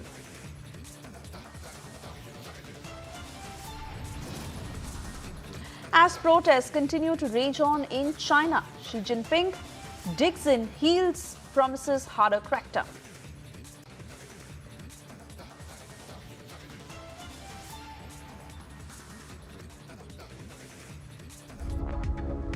Good afternoon and thank you for tuning in. You're watching the news at 1:30. I'm Suesha Salman joining you live on the broadcast. We continue to get you more breaking news in live and breaking this minute inputs that are just coming in of mega CBI raids in Jammu and Kashmir across 13 locations in Jammu. This is in connection with irregularities in finance, accounting, recruitment scam. Yes, this is the FA recruitment scam in connection with which the CBI is conducting raids at 13 locations. 13 locations across Jammu to be precise, where the raids are being carried out, and those are the first pictures on your screens of the raids that are underway. Cutting across to my colleague Gursimran, who's joining us live on the broadcast. Gursimran, give us more details of the raids that are underway.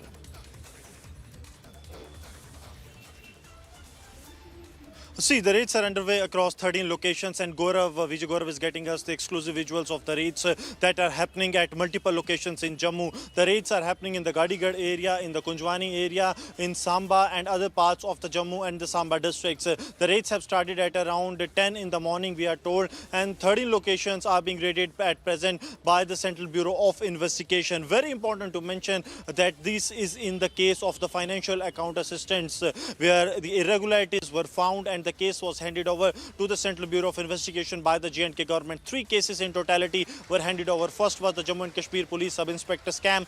Second was the JE Civil scam. And third was the Financial Account Assistant scam that was handed over to the Central Bureau of Investigation. And now the CBI is carrying out the raids at the location. Some of them are the employees of the J&K government who were involved in these raids that are being carried out.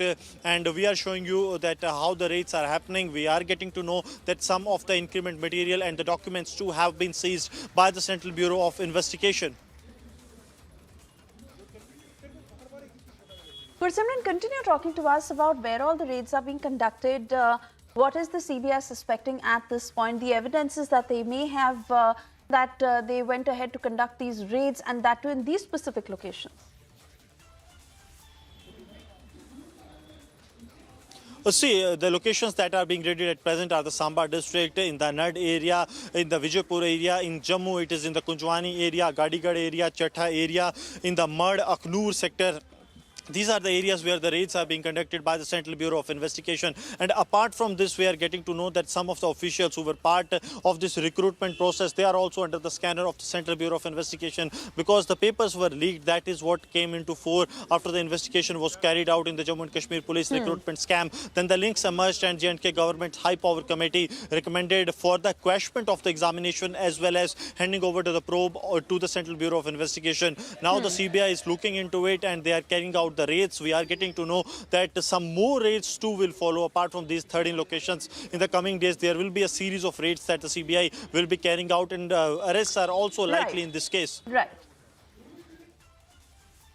All right, Gursimran, we continue to track every development very closely. For the moment, I want to thank you for joining us. We'll keep coming back to you for further updates. Also now playing out this next report on the AIMS cyber attack and how the probe. 3 AIMS first and primary backup servers were corrupted, and later it was found that it was a cyber attack and ransomware attack. Right now, I am outside AIMS hospital, and it's been more than 1 week since the AIMS system has not been restored. According to AIMS administration, the e-hospital data has been restored and network is being sanitized before services could be fully restored. Now, as I am outside AIIMS hospital, the rush in the hospital has significantly increased since 1 week, because as online appointment is not working, patients are rushing directly to the AIIMS hospital for checkups, for OPD services, for blood reports, for several other appointments in the laboratories and other places, other departments in the hospital. Now we have got to know that the AIIMS administration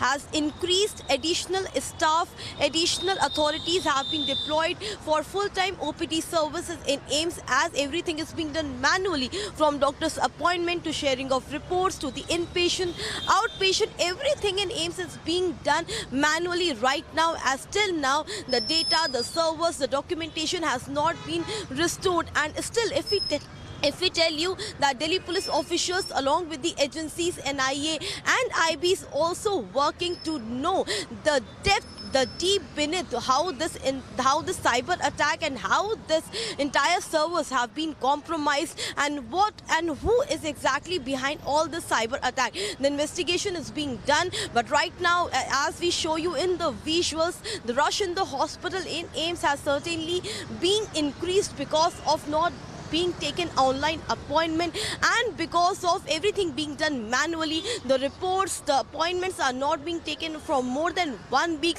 and the patients are really stressful, as the rush can clearly be seen in the hospital.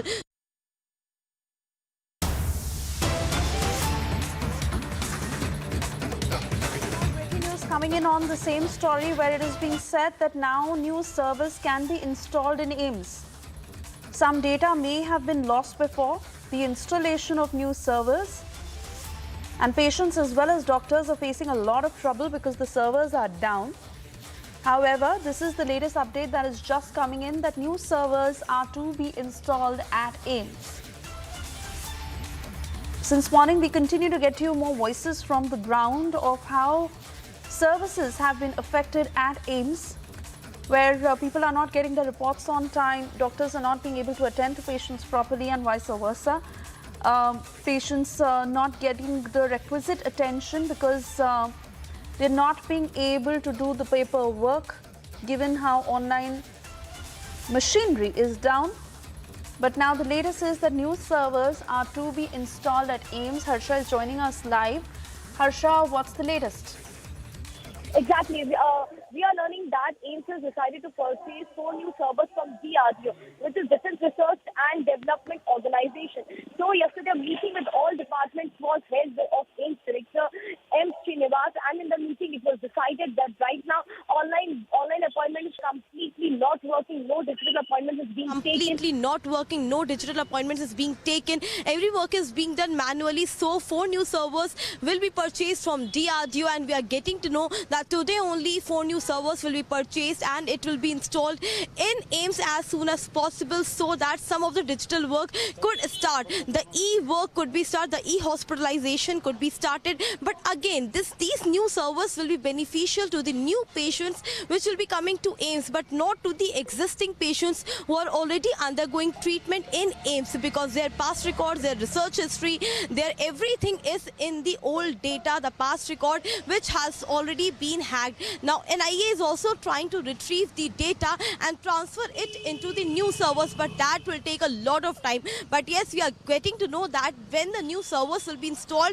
which AIIMS is purchasing from DRDO, then the online appointment will be taken. The OPD services can work online through the UHID card detail numbers of the patients. Further appointments, further reports can be given to them. The servers will be installed in OPD, IPD and emergency servers, because as we know that in AIIMS a huge number of patients rush directly to the emergency. Therefore OPD, IPD and emergency section are those sections where the new servers which are being purchased from DRDO, those will be installed. So this is the latest information which we are getting in from AIIMS, that today onwards new servers will be purchased purchase, and already agencies are trying to retrieve the data, but faculty members are facing lot of problem because all the past history of the patients are in the old data, and till now it has not been retrieved. The volume, the data, the document of the AIIMS are too much high, and as we know, in AIIMS, if we talk about a large number of VVIP patients, documentation is already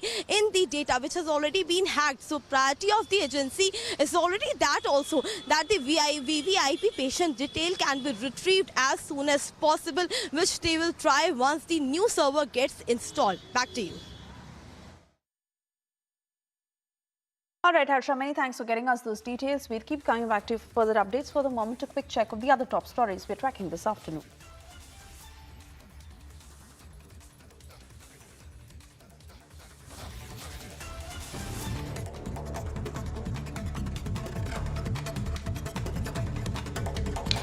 DMK has filed an affidavit in the Supreme Court against CAA, with the affidavit stating that the act went against Tamils as well as India's secular fabric by discriminating on the basis of religion. The affidavit further states that the CAA was against Indian Tamils from Sri Lanka as it did not bring Tamil refugees under the ambit of the law. Sixth arrest has been made in connection with the liquor gate in New Delhi, with Amit Arora, a person seen in a sting by the BJP, arrested and questioned by the CBI. Amit Arora has been reported to be a director of at least 13 companies, along with a company named Buddy Retail, believed to have an important role by the CBI. A polygraph test is conducted on Aftab Poonawala in connection with the Shraddha murder case. Aftab is reported to admit that the murder was planned and that he did not have any regrets killing Shraddha. Hindu organizations demand an anti-love jihad bill to be introduced in Karnataka in the wake of Shraddha's murder. Protests have been planned by organizations across Karnataka over demands for the bill, with an organization also expected to introduce a bill on love jihad.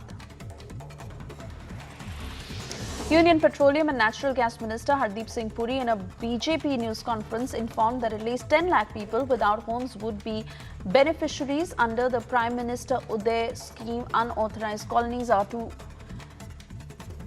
affect at least 50 lakh people, and 1.35 crore citizens are to benefit from the redevelopment plan.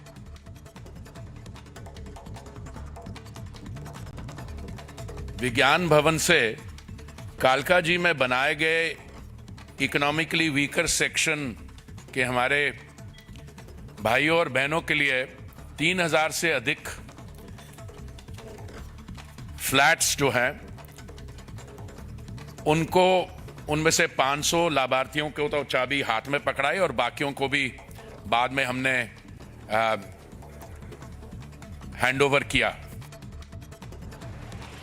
Spear Corps of the Indian Army, along with Manipur police, arrested one cadre of PLA from Jiribam in Manipur. The cadre has been handed over to the police for further investigation.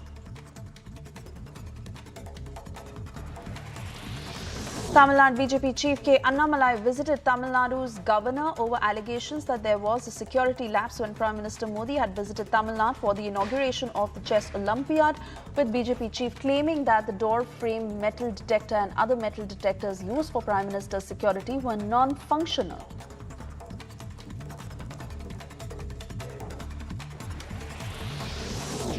Special Task Force of Haryana Police seized 13 quintals and 14 kilograms of poppy husk in Ambala, with the narcotic team reported to have been brought from Rajasthan. 2 people have been arrested in connection with the case. In a joint operation with BSF, Punjab Police recovered 5 AK-47 rifles, 5 pistols and 9 magazines from Firozpur.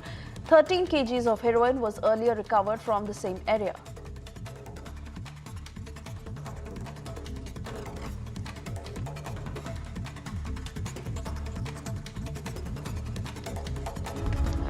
With that, it's time for us to slip into a very short commercial break. Also, a quick check of what's lined up on the other side, because Bano knocks on the doors of Supreme Court, saying send rapists back to jail.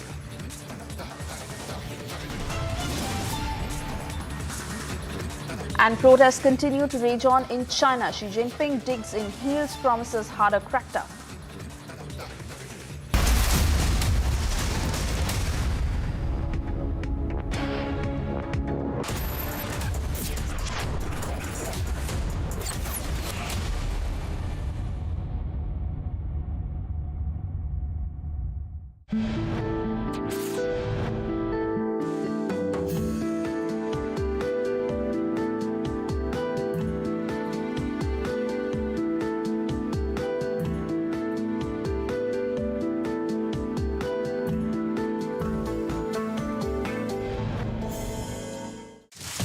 your favorite service provider. 10, which gets you the best of entertainment, is back with something very special. अभी मजा आएगा ना भिड़ो.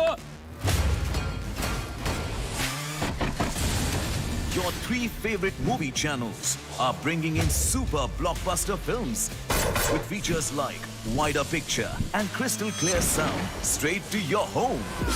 Wow. Oh, I love that expression.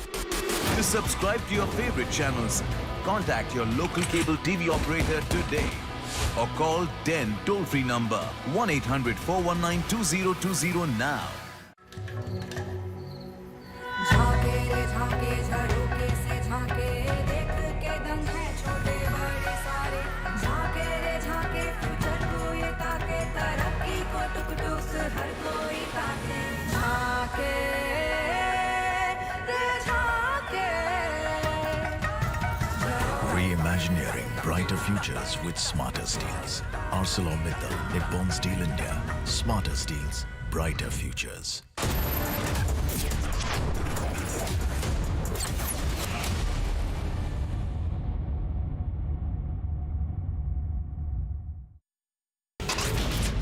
Chief Minister Basavaraj Bommai, as we'd been reporting earlier, is set to visit Belgavi on the 2nd of December. Bommai will visit the bordering village of Belgavi.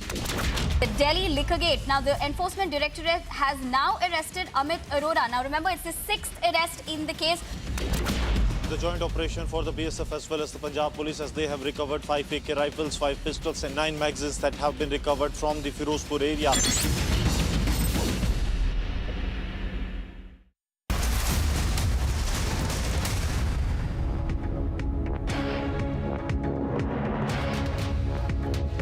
Thank you for staying with Republic, and the story that continues to dominate the headlines. Israeli filmmaker Nadav Lapid, who was a part of the jury at the 2022 International Film Festival of India, stirred a massive controversy after he called the film Kashmir Files vulgar and a propaganda. This happened yesterday. Now, the Israeli filmmaker has targeted India. He said that the film was pushed by the Indian government, and he's also tried to lecture India on Kashmir. Getting you more voices on the same, listen in.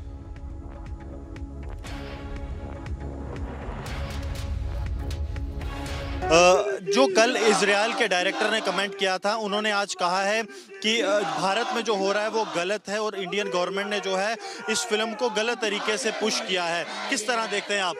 नहीं, अगर वो jury member किसी और country का, उसको सबसे पहले भ्रमण करना चाहिए. जो हमारा 19 में जोनोसाइड हुआ है वो क्यों हुआ है, कैसे हुआ है, उसने या तो उसको पता नहीं है कश्मीरी पंडितों के साथ क्या हुआ. अगर वो खुद उसे देखा होगा, उसे रिसर्च किया होता, वो यहाँ पर कैंपों पे आया होता, तो वो बात नहीं करता है.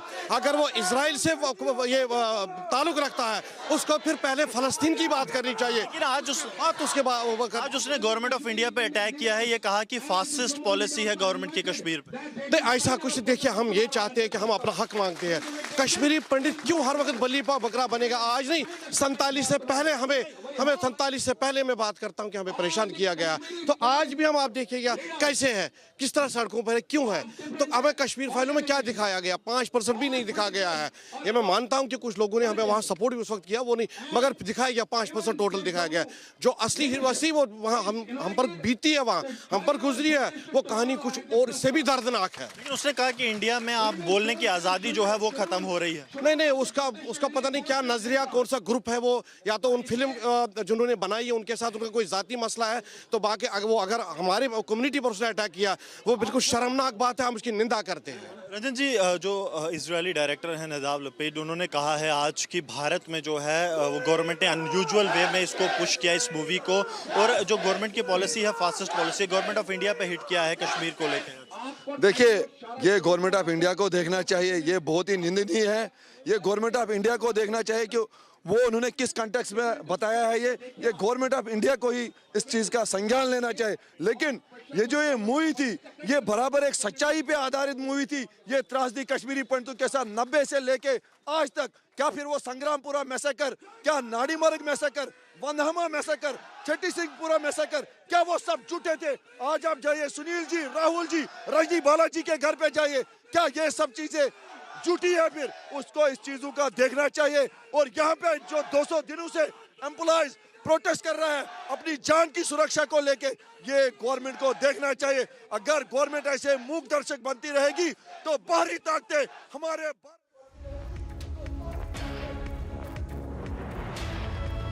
And remember, this spark that is only getting bigger. Bajrang Dal staging protests over the comment made by the Israeli filmmaker, and anger that is growing across the nation over the insult to Kashmiri Pandits and the insensitivity towards the pain of what Kashmiri Pandits had to go through. Kashmiri Pandits staging protests demanding a probe into what the Israeli filmmaker has said and how he was allowed to say this in the first place. Who is he to lecture India on Kashmir? Remember, he's gone on to defend his comment. He's also gone on to say that someone had to speak on it. And he said that it is the reigning government that had promoted the film. But you see how anger is now spreading across the country, sporadic protests that we see in several parts. And pro-Hindu groups staging this protest, that's the Bajrang Dal, demanding a probe into what the Israeli filmmaker had said.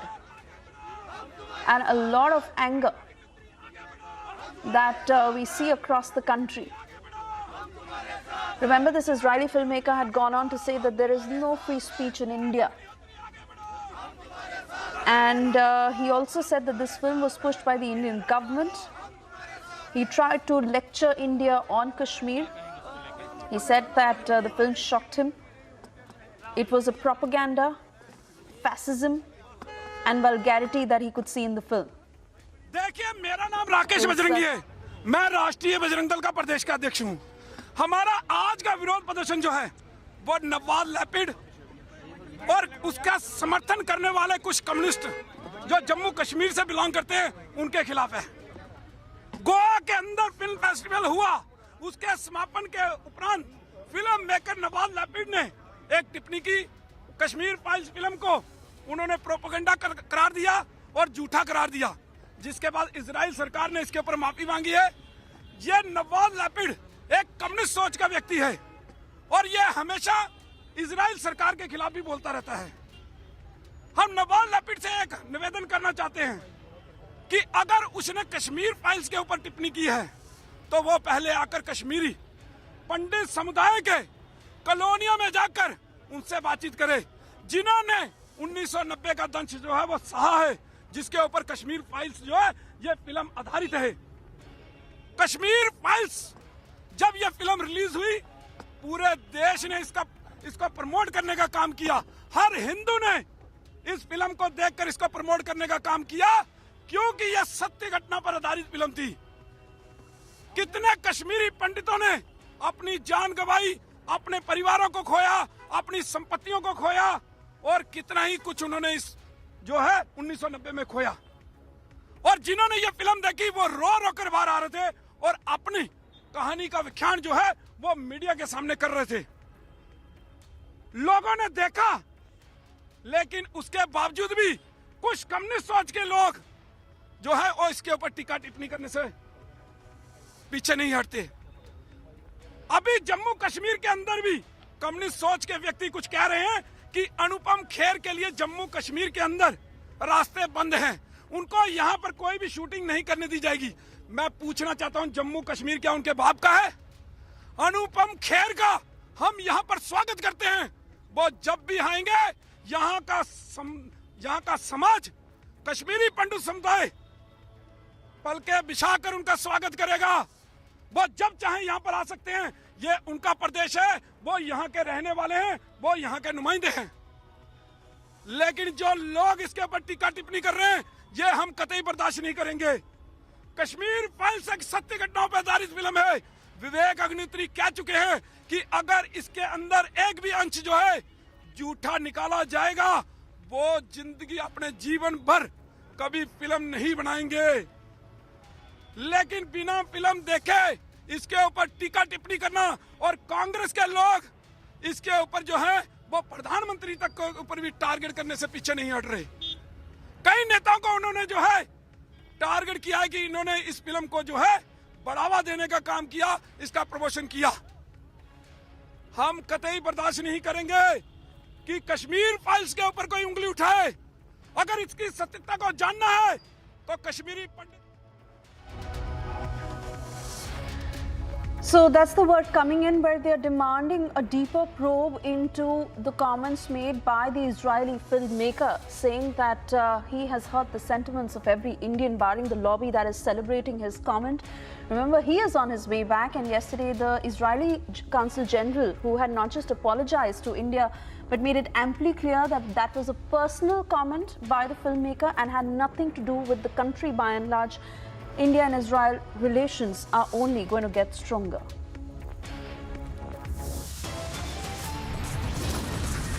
We're slipping into a very short commercial break. The other big stories we're tracking for you this afternoon: AIM's cyber attack that is getting bigger. IP addresses from foreign country that are now under the scanner.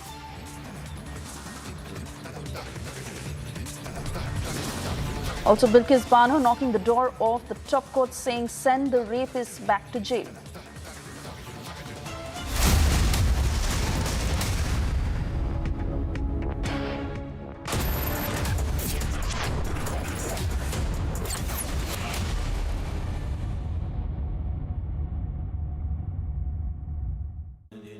Amity has been ranked India's #1 not-for-profit private university for 10 years.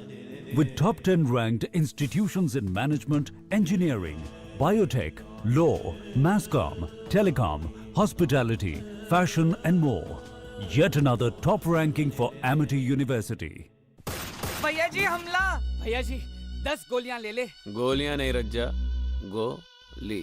पर बाहर तो 10 लोग हैं। 10 हो या पूरी बस, अब तो बस 1 है तो डन है। इसको कोई वॉच कराओ। जब वॉचो में मिले ढेर सारे OTT ऐप्स एक ही प्लान में, तो हर कोई बोलेगा वॉचो 1 है तो डन है। वॉचो plan starting at just 42 rupees per month. आज ही सब्सक्राइब करें और पाएं सिलेक्ट प्लान्स पर 1 महीना कॉम्प्लीमेंट्री। IXIGO दादा IXIGO नहीं एक्सीगो नहीं इक्सीगो। नाम में क्या लगा है बिड़ू, सीधा बोल देने का।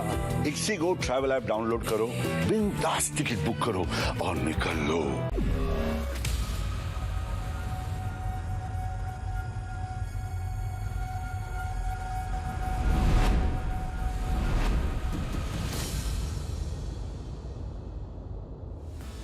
आइए नए उत्तर प्रदेश की क्षमता और असीमित अवसरों से सफलता की नई कहानी लिखें। यूपी ग्लोबल इन्वेस्टर्स समिट 10 से 12 फरवरी 2023। नए भारत के ग्रोथ इंजन उत्तर प्रदेश में निवेश करें।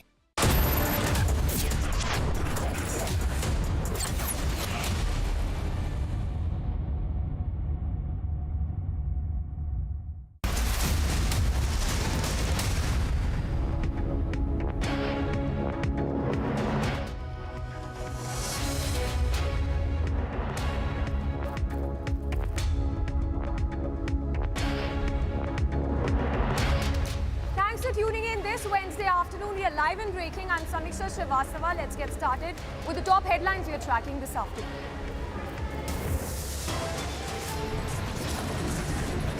After genocide rant, Israeli filmmaker Lapid now reveals political angle to the comment. Lapid echoes lobby's intolerant line, attacks Indian government, says no free speech.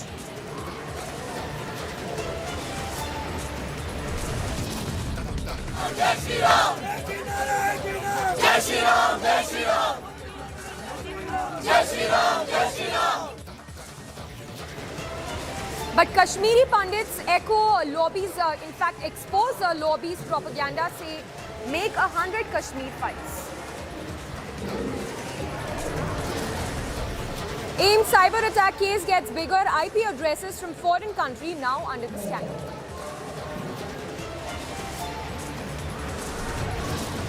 Bilkis Bano knocks on doors of Supreme Court, says send rapists back to jail.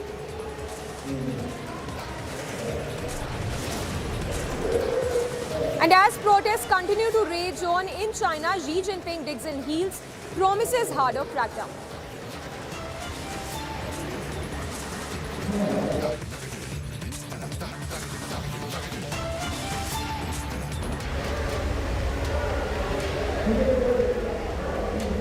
All right, straight up starting with a big news break coming in, a statement made by Amit Shah. In fact, while speaking to the PTI, Amit Shah said that there's going to be an even bigger crackdown on radicalization, which has been increasing, of course, across the country, be it the Coimbatore blast, the Mangaluru blast, and even the anti-hijab protests for that matter. In fact, these statements were made by Amit Shah while he was speaking to the PTI, saying that the government is mulling anti-radicalization cells, not just in Gujarat, but pan-India. So these are the remarks. A big statement there coming in from Amit Shah, where he said that the centre is mulling anti-radicalization cell, and that even calling on other states that the need of the hour is to have anti-radicalization cells in several states. We have our executive editor for politics, Aishwarya Kapoor, joining us. Aishwarya, help us read into this big statement there coming in from the Union Home Minister on anti-radicalization cells being mulled by the centre as well as some states. Well, at the end of the day, there have been 3 different reports, and I repeat, there have been 3 different reports which have been submitted to the Home Minister in the period of last 12 to 16 months, which have, in some way or the other, have propagated this idea that the government needs to do this centrally. You cannot always depend on different state governments and then having different political ideologies. Nation first needs to be there, and anti-radicalization cells are going to be a subpart or the preliminary part which will help identifying those individuals who are trying to recruit for terrorism. Because at the end of the day, which starts with complete radicalization, ends with terrorism. So there are not 1 but 2 different reports which have been submitted to Government of India on this very particular issue in the last 12 to 16 months. And that's why when we say that the Home Minister has indicated, this is after an in-depth discussion and in-depth reports being submitted to the central government on this very specific issue. Because government and then the departments have submitted this report that if you depend on state governments, the political differences between political parties is going to hamper this process, and hence it needs to come in the central chapter. It needs to be done by the central government, and that's why the Home Minister is indicating, because radicalization is only step number 1, but it needs to be nipped in the bud right there, because what starts with radicalization at the end of the day results in multiple issues, out of which terrorism is also one. And hence the Government of India wants to handle this centrally, wants to tackle this centrally, and understanding that yes, this is a challenge. Radicalization is a challenge. When you have neighbors like Pakistan, when you have countries like China who are helping Pakistan, so the Government of India understands that the kind of foreign support, foreign aid which also comes in, and this is only a sub-part of it. We have seen that how Government of India in the last 8 years has cracked down on the FCRA licenses on those particular agencies and those particular so-called NGOs who have been working in anti-government activities, because all of this is connected. All of this is a part of a big spider web, and hence the Government of India is tackling its individual tentacles separately, giving a clear indication that radicalization shall not be allowed, and Government of India is going to centrally and very, very aptly handle this. Back to you, Mr. Rose. Well, absolutely, Aishwarya. Just one last question before we let you go. Talking about the jihadi network, which is pretty much active in the south of India, give us a broader sense as to how this, there has been, of course, a crackdown on the radical outfits, and also the very fact that when we talk about the Mangaluru blast, even the Coimbatore blast for that matter, the role, of course, of the jihadi network cannot be denied. Aishwarya stays with us, but we have Manjinder Singh Sirsa of the BJP joining us. Sir, if I can get your first response, a big word reaction there coming in from Amit Shah, making that big statement that there is pretty much a possibility of anti-radicalization cells, not just in Gujarat, but in several other states. That is very true. ये तो सच है, हम सब लोग जानते हैं. ये तो जमीन पर बार बार देखा गया किस तरह रेडिकलाइज करने की कोशिश की जा रही है, और गुजरात में ही नहीं, अब तो जगह जगह पे ऐसी कोशिशें की गई, और उनको निरंतर सरकार जो उनसे डील भी कर रही है. तो मुझे लगता है ये तो एक बड़ा जेनरिक स्टेटमेंट है, जो हो रहा है उसी को लेकर उन्होंने बताया. Also, do you think this would be a step in the right direction, given the fact that we have several of these blasts, be it the Mangaluru blast, be it the Coimbatore blast, and even the anti-hijab protests for that matter, when the jihadi role cannot be denied, there is, of course, a rampant radicalization which is jeopardizing the peace and security in the country. Definitely it is. So this is the biggest concern, and that's the thing that the Home Minister has categorically said, कि हम इस देश विरोधी गतिविधि को कतई बर्दाश्त नहीं करेंगे।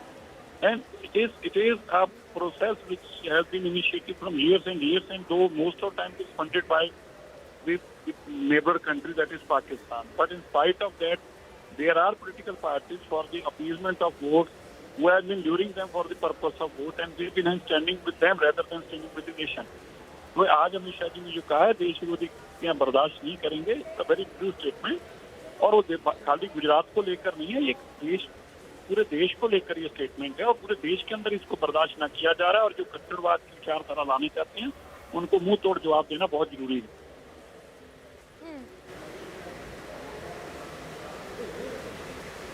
All right, thank you for your response. So BJP's Manjinder Singh Sirsa saying that if anti-radicalization cells are made, in fact are made operational in several states across the country, it would be a step which is pretty much necessary and would be a step in the right direction. This of course in the backdrop of increased radicalization which has been happening at a very rampant pace, be it the jihadi network which is active in several of the south states, be it Coimbatore, be it Karnataka and even Tamil Nadu for that matter.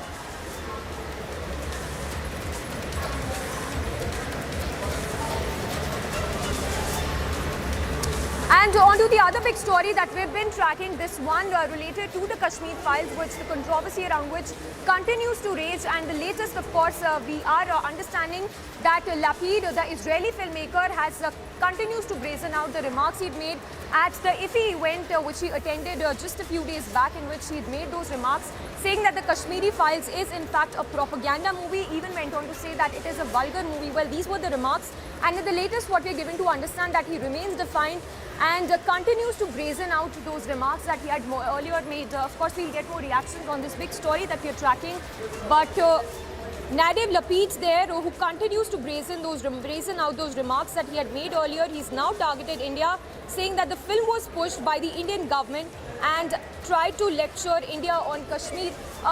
We have a reaction coming in from filmmaker Ashok Pandit. Let's listen.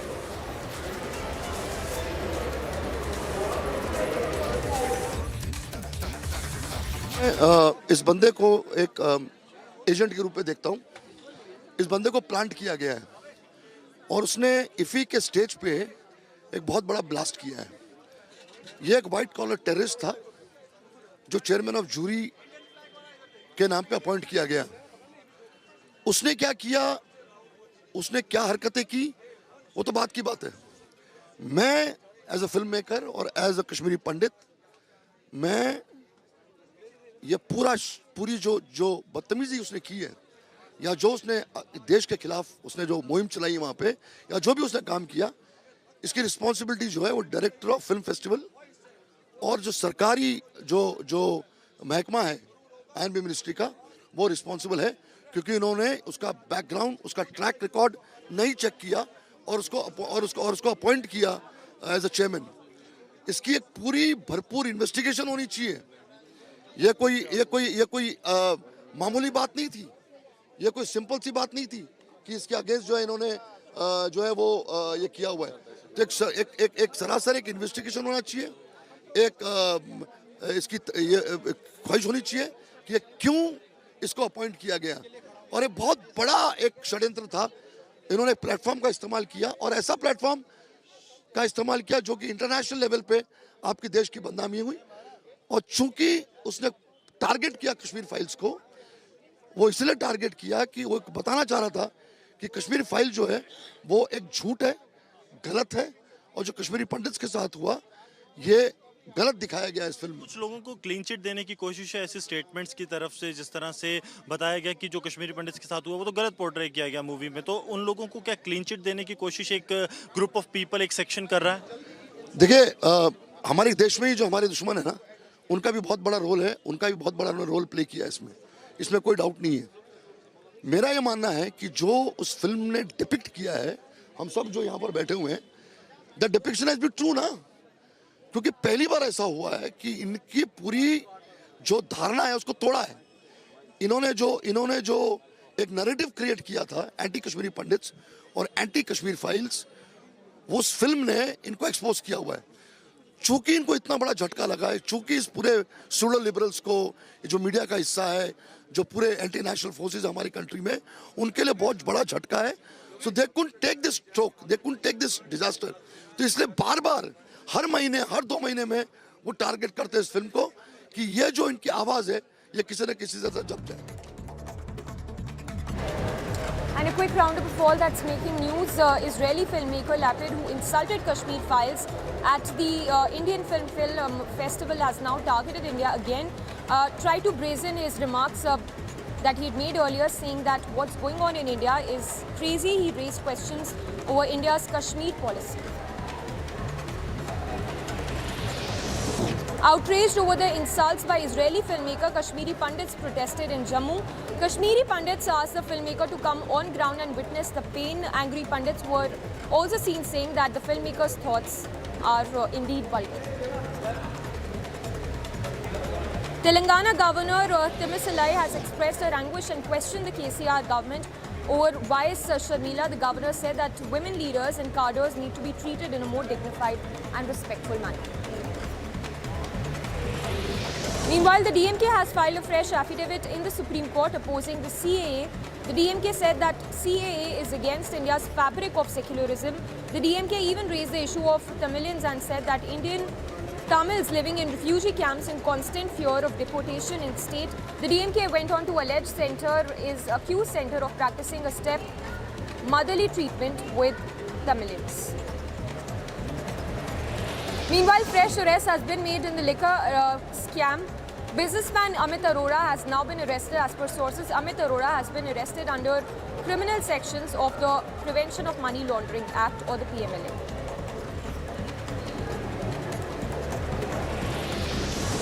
The CBI has given a summons to the Telangana Minister Kamlakar and TRS MP Vadiraju Ravichandra. Both the leaders have been asked to appear in Delhi tomorrow. Earlier, the Telangana minister was raided by the IT department.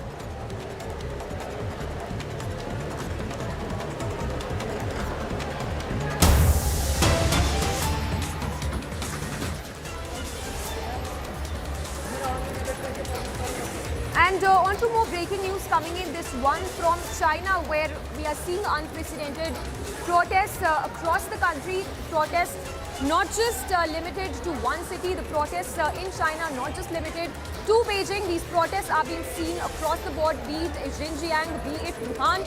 So these protests that are taking place over the country's zero COVID policy. So protests we've never seen before in decades. The protests that are taking place across China, not just in Beijing, not just in Xinjiang, but in Wuhan as well. People coming out on the streets, but the Chinese government there cracking down on these dissenting voices. In fact, the Chinese government has pledged to crack down on these dissenting voices, saying that there would be a brutal crackdown. In fact, the scenes also that we are seeing across from China are unprecedented, because people are being trashed. In fact, not just the people of China, journalists who are reporting on these protests are also being trashed and roughed up by the Chinese officials.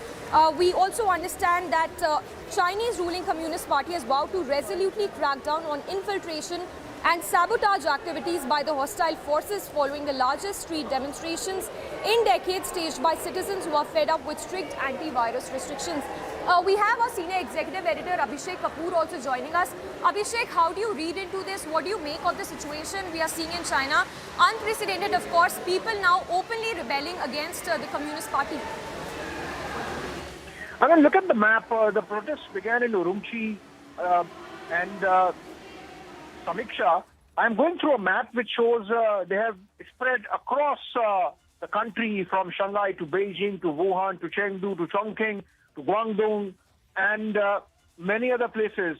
If you go by number of protests, so for example, there have been 9 protest sites in Beijing, 6 in Shanghai, 6 in Xinjiang, 5 in Sichuan, 5 in Guangzhou, 2 in Hubei. I mean, this is absolutely right word you used. It's unprecedented. This is never before. And I think the Chinese regime is really taken aback that just a month after the National Congress, in which Xi Jinping was effectively anointed the General Secretary of the Chinese Communist Party for another 5 years, which means that in the month of Jan or Feb, he would be taking over for third term as president of China.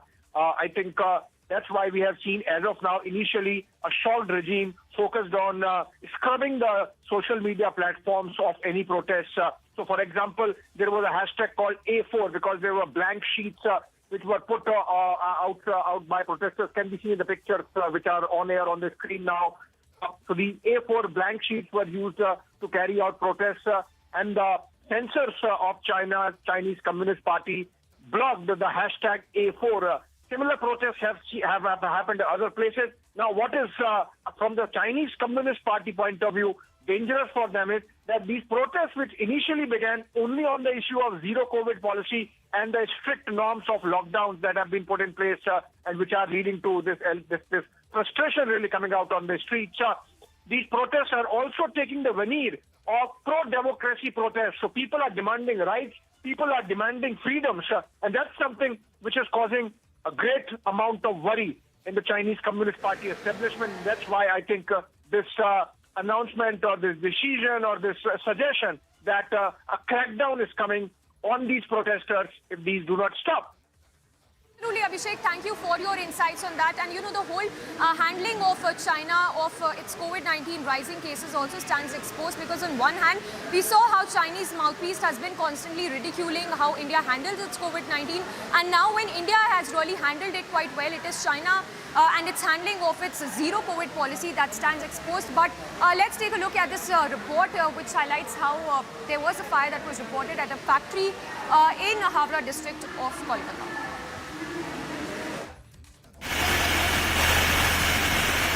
Around 7 a.m., a massive fire broke out in a plastic factory in Lilua area in Havra district of West Bengal. The factory was filled with raw materials which escalated the spread of the fire. As a result, thick smoke engulfed the nearby areas. As per initial report, some people were inside the factory while the fire broke out, but all were safely rescued and no casualties were reported. According to the fire department, 4 fire tenders tried to douse the fire. It is also alleged that no fire extinguishing system was installed inside the factory. Fire officials have stated that a detailed investigation has been launched, but the reason of the fire is yet to be confirmed. Bureau Report, Republic TV.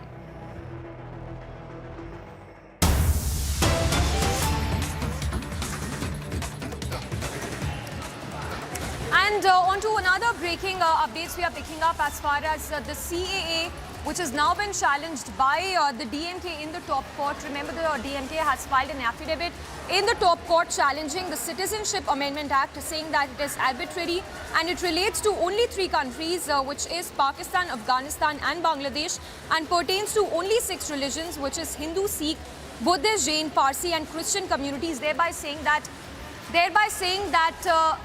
the Tamilians who've been persecuted in Sri Lanka have not been included in the Citizenship Amendment Act. In fact, we exclusively spoke to Narayan Tirupati on what the stand of the opposition is when it comes to DMK filing that affidavit in the top court. Let's listen into what he had to say.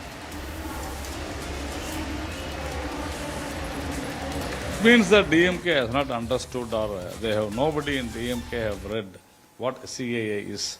The CAA very clearly says it is for the people who have suffered in the hands of Pakistan during our partition. And it is basically, it is linked towards the Nehru-Liaquat Ali Khan Pact. And it is very clear, the law says very clearly. And I don't know why this DMK is trying to create this as an issue. Because no Muslim or no Christian or no Indian citizen, they are going to get affected in this. But whereas trying to confuse this with the Sri Lankan refugees is also wrong. Because we all need to understand that in 1960s, it was Lal Bahadur Shastri Sirimao Pact. We had brought thousands of Sri Lankan refugees here. It is the DMK and the Congress responsible for the genocide of 1.5 lakhs Tamils in Sri Lanka. So the DMK has got no moral right to talk about this CAA. And it is very clear. Let them go to court. We are not worried about DMK going to the court. In fact, at least now the court will give a clarity. At least now the DMK will understand that they are doing a mistake. And as far as now the present Sri Lankan refugees are concerned, we need to understand that it is between two different countries. So, and the rehabilitation work is on the progress, and it was the DMK and the Congress which started that work. So, they should understand what law is. Unnecessarily creating politics, because they have a very failed law and order problem in Tamil Nadu. These people are trying to create all these kind of disturbances. So BJP's Narayan Tirupati there coming down heavily on the DMK, saying that the DMK has not really understood the finer details of the Citizenship Amendment Act. Remember, in this affidavit that has been filed by the DMK in the top court states that the CAA is arbitrary and that the Tamil refugees have not really been included in the Citizenship Amendment Act. That's primarily what the argument is of the DMK. Varshini also joining us for more on that. Varshini, take us through the political reactions you've been picking up, not just from the DMK but from the AIADMK as well when it comes to that affidavit that has been filed by the DMK in the top court. Well, if you see, the AIADMK is also very, upset with the kind of political game that they say DMK is playing. When we spoke to a few of the AIADMK officials, they say that this is definitely not on the agenda of DMK government, since it was not mentioned anywhere during the campaign, election campaigning, and also it has been 18 months that it has taken after they came to power, and they have not mentioned anywhere about what their step is going to be on CAA, or will they stand against it, will do anything. There was nothing mentioned. So all of a sudden, if they're coming up with such an affidavit at the Supreme Court, they say it's completely, entirely based on political agenda and nothing else. And the AIADMK also accuses DMK for being responsible for the genocide of lot of Sri Lankan Tamil years ago, and also mentioning about how no, this is definitely not something that has been on the cards for DMK to make sure, but rather it's just a big eye watch that they are doing to deviate from the issues that are currently in the state of Tamil Nadu, the issues that the people are facing, the issues that the law and order issues that is also happening in the state. So AIADMK has also strongly come down on DMK filing an affidavit in the Supreme Court against the CAA amendment. All right, Varshini, thank you for those details. So Varshini getting us those details of the affidavit that has been filed by the DMK in the top court. Meanwhile, moving on to more news then, India and US carried out jointly a military drill in Uttarakhand's Oli. Piyush Mishra, my colleague, filed this ground report from Uttarakhand's Oli. Indian Armed Forces are showcasing as to how do they bring the patients here at this field hospital. Right when you can see as to how after doing the rescue operations, a casualty, an injured person is being brought here for the primary treatment. And after this, the injured person is taken inside this very hospital, and this is how the army personnel who are here at this field hospital take out that particular injured person for the primary aid. So this is happening during the joint exercise which is taking place here in Oli of Uttarakhand, which is very much near to Tapovan, and through this exercise it is also being showcased what steps do the armed forces follow whenever any kind of casualty happens, and this is happening in accordance with the human assistance and disaster relief operations.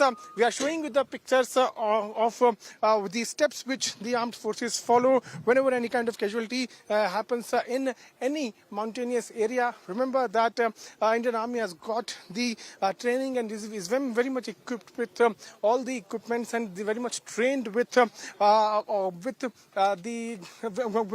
trained in guarding the mountainous areas. So these are the primary treatment.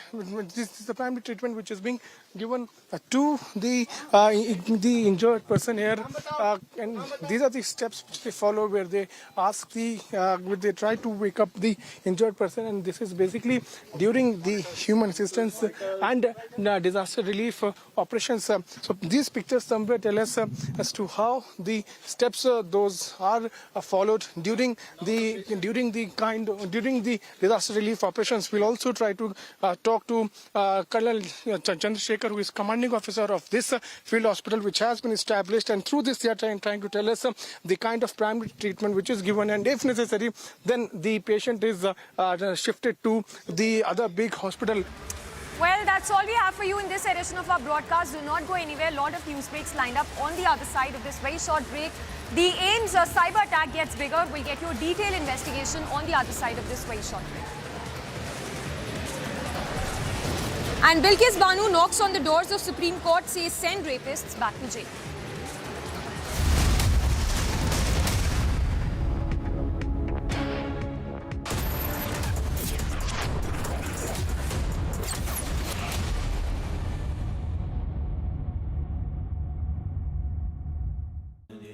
Amity has been ranked India's #1 not-for-profit private university for 10 years, with top 10 ranked institutions in management, engineering, biotech, law, masscom, telecom, hospitality, fashion and more. Yet another top ranking for Amity University. Your favorite service provider, Den, which gets you the best of entertainment, is back with something very special. अभी मजा आएगा ना भिड़ो. Your 3 favorite movie channels are bringing in super blockbuster films with features like wider picture and crystal clear sound straight to your home. Wow. Oh, I love that expression. To subscribe to your favorite channels, contact your local cable TV operator today or call Den toll-free number 1-800-419-2020 now. या तो past को पकड़ के बैठे रहो या future देखो. Good luck. Luck वो तो खुद बनानी पड़ती है.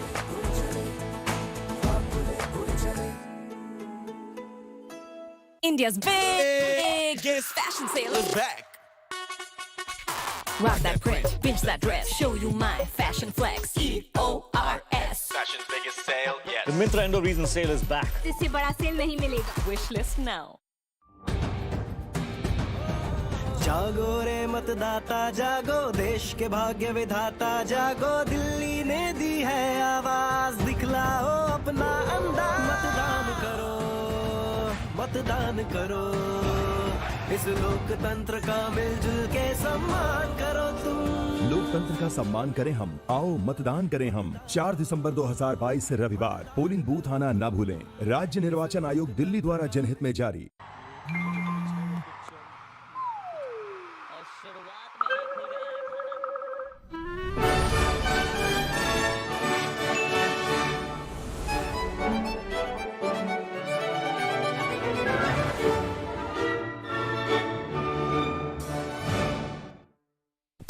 भैया जी हमला. भैया जी 10 गोलियां ले ले. गोलियां नहीं रज्जा, गोली.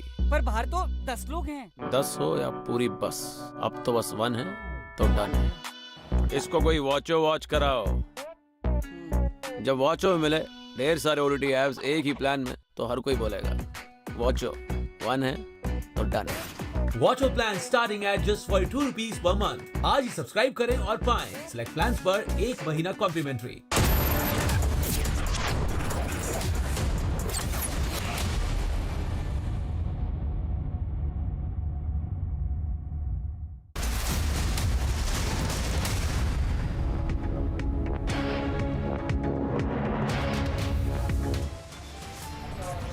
After genocide rant, Israeli filmmaker Lapid now reveals political angle to comment. Lapid echoes lobby's intolerant line, attacks Indian government, says no free speech.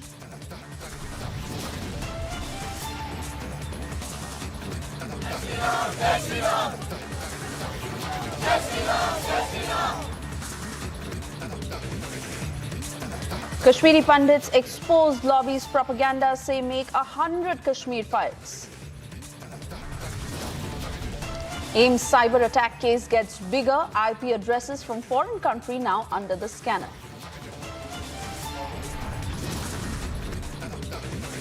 Bilkis Bano knocks on doors of Supreme Court, says send rapists back to jail.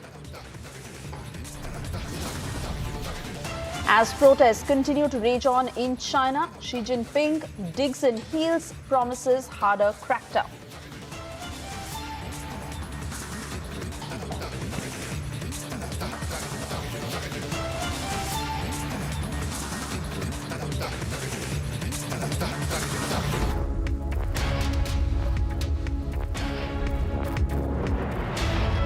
Thank you for staying with Republic. You're watching the news at 2:30. I'm Suesha Samt, and the story that continues to get bigger. Israeli filmmaker at the International Film Festival of India made that very controversial comment on the film Kashmir Files, where he went on to call the film vulgar and a propaganda. This has now erupted in protests across the country for hurting Kashmiri sentiment. He continued today where he said that there was no free speech in India. He targeted the government by saying that this was a film that was pushed by the Indian government. He also went on to lecture India on Kashmir. Several voices that continue to come in as we see sporadic protests across the country. But last night on the debate, Arnab Goswami in conversation with the director of the Kashmir Files, Vivek Agnihotri. Let's listen in to what he said.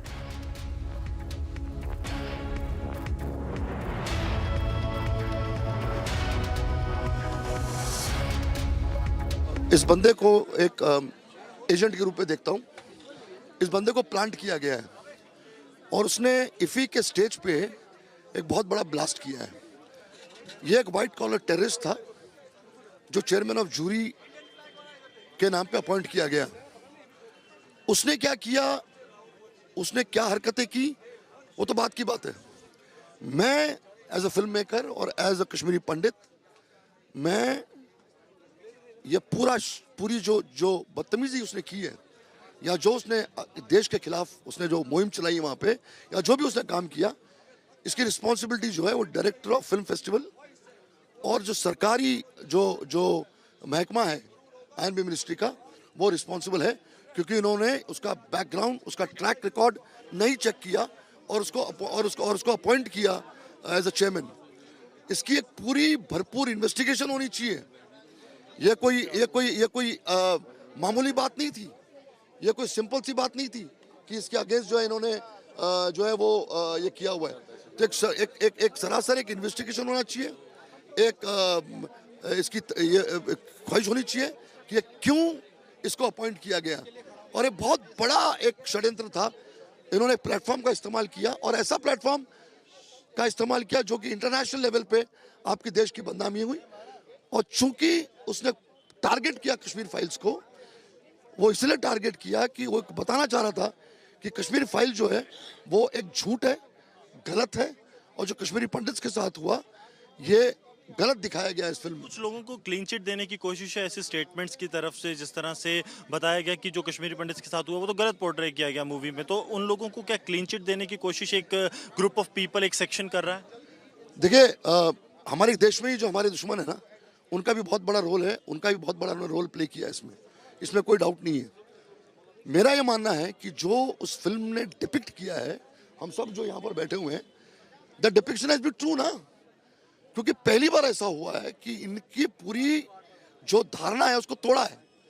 इन्होंने जो एक narrative create किया था anti Kashmiri pandits और anti Kashmir files, वो उस film ने इनको एक्सपोज किया हुआ है। चूंकि इनको इतना बड़ा झटका लगा है, चूंकि इस पूरे सूडो लिबरल्स को, जो मीडिया का हिस्सा है, जो पूरे एंटी नेशनल फोर्सेस हमारी कंट्री में, उनके लिए बहुत बड़ा झटका है। So they couldn't take this stroke, they couldn't take this disaster. तो इसलिए बार बार हर महीने, हर 2 महीने में वो टारगेट करते हैं इस फिल्म को कि ये जो इनकी आवाज है ये किसी न किसी से जब जाए। And we're joined by a special guest on this broadcast, Israeli journalist Yeshaya Rosenman, now with us. Thank you, Yeshaya, for speaking to Republic this afternoon. My question to you is, can Nadav Lapid just wash off his hands from this entire controversy after coming to India as a guest, as the jury head, and lecture our country on Kashmir? How is he doing this? He says there is no free speech in India. Could he have made the statement that he did if there was no free speech in India? Exactly, Your that is the Consul sheer General has apologized. Your country heads have apologized, and they're sorry for Lapid's comments. Is it not his responsibility to apologize? He's now on his way back after saying whatever he did, after hurting the sentiments of so many Indians. Yes. So you asked whether his responsibility to apologize. He is a profoundly irresponsible person, so he will not apologize. He lives off these controversies. Basically, he doesn't care about India. India was just his target this time. He could have next time targeted, Israel like he usually does, or evangelical Christians, or people who are critical of Islam, or any other of the targets that will make him beloved in the audience that he is preaching, that he wants to hear this, who are his radical film colleagues in Europe. They are the ones who finance his films. They are the ones who give him prizes. Mostly, he has done collaborations with France and Germany. Those are the target audiences. He represents nobody, almost nobody in Israel, other than the radical film makers like himself. Our ambassador has apologized. The average Israeli like myself has no idea who he is. I had to Google his name to figure out who he is. Yeshaya, I want you to stay on with us because we get a lot of voices from India. Most importantly, the filmmaker of this film, The Kashmir Files, who's gone on to throw an open challenge to Mr. Lapid, saying that if any part of this film is untrue, he's willing to give up his entire career of filmmaking. He was in conversation with Arnab Goswami last night. Let's listen in. Was this part of a toolkit? I was amazed at the way in which the words vulgar and propaganda were picked up within seconds of the statement by Nadav Lapid. I still don't understand it. What do you think? Oh, 100% it's part of a political agenda, political campaign, and it's a very well coordinated campaign. And this has been going on for quite some time now. They have been trying this, the so-called, whom I call urban Naxal, you call Tukle Tukle again, somebody calls them Toolkit Gang. But in the end, they are all the same, known by various names. So all these people have been conspiring with international media, international filmmakers, and they want to create a narrative. They want to, slowly they are building momentum against 2024 elections. So this is part of that. And yesterday they used a creative platform. Let him complete. Let him complete. No, Ahmad Ayaz, let him complete. Ahmad Ayaz, आपको कुछ कहना उनको खत्म करने देना, please. No. आप उनको बोलने दें. No, when he says that it has been a conspiracy, was it also a conspiracy? Was it not a conspiracy when once you made a one-sided and biased picture about Kashmir? Yes, every film is one-sided. I mean, a Superman movie doesn't show that Superman is good and bad both. So everything is one-sided. Genocide was also one-sided. All Hindus were killed. That was also one-sided. But anyway, see, the problem is, Arnab, two very constitutional questions have arisen. That every jury member signs a bond with the government of India. This is a government of India function. So every jury member has to sign a bond that they will not express their personal opinions about any film, good or bad, and they will not say anything which hurts the integrity or sovereignty of the nation or demeans the status of the awards. Right? This guy came and he said, all of us, and later on a lot of jury members said, no, we were never part of it. We were shocked and surprised that this guy said this. Second, using the word vulgar. I mean, this is appalling. This is appalling, Arnav. I do not understand how can anybody use the word vulgar. Tell me, Nadi massacre, was it propaganda? The courts at Suomoto reopened that case. Killing of our Air Force commandos, was that propaganda? Was that vulgar? Girja Devi's case, BK Ganju film has 5 incidents. All 5 incidents are well recorded, showing these barbaric murders and gang rapes and cutting a live woman on saw machine. Do you think this is propaganda? I challenge all these people in the ecosystem, whoever Mr. was speaking before me, I challenge everybody. Tell me something. You prove one event, one dialogue, one scene, one shot of this film is not 100% true. I'll stop making films. But if you cannot prove it, then you stop this fake narrative against India and Hindus.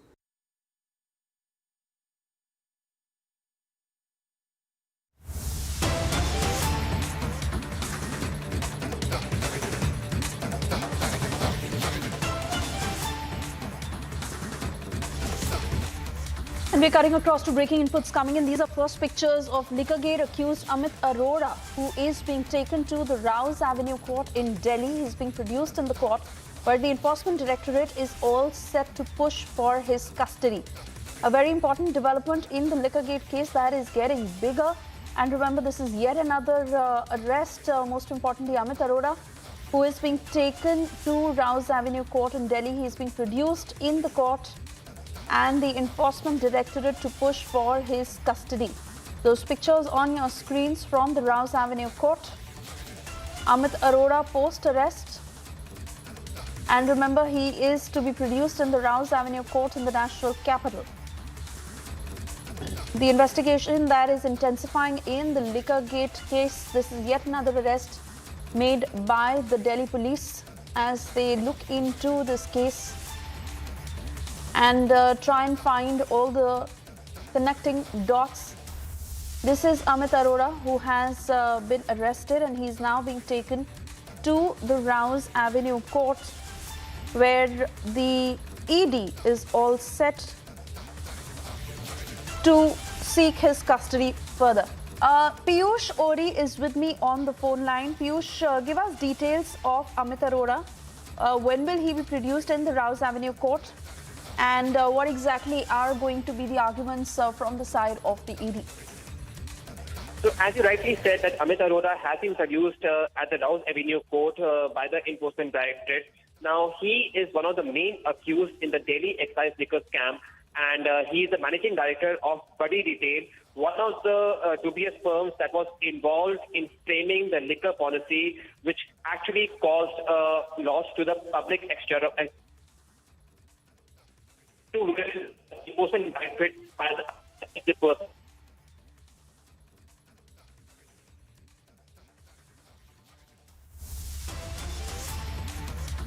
All right, that line is not very clear. We'll try and reconnect with Piyush at a later point. But most importantly, those pictures on your screens, Amit Arora, post his arrest, and he is to be produced in the Rouse Avenue court, where the ED is all set to seek his custody.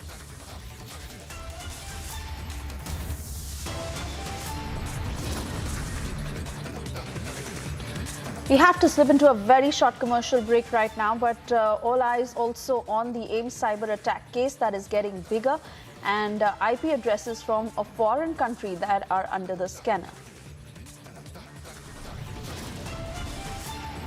Also, a big development, Bilkis Bano has knocked the doors off the top court, saying send her rapists back to jail.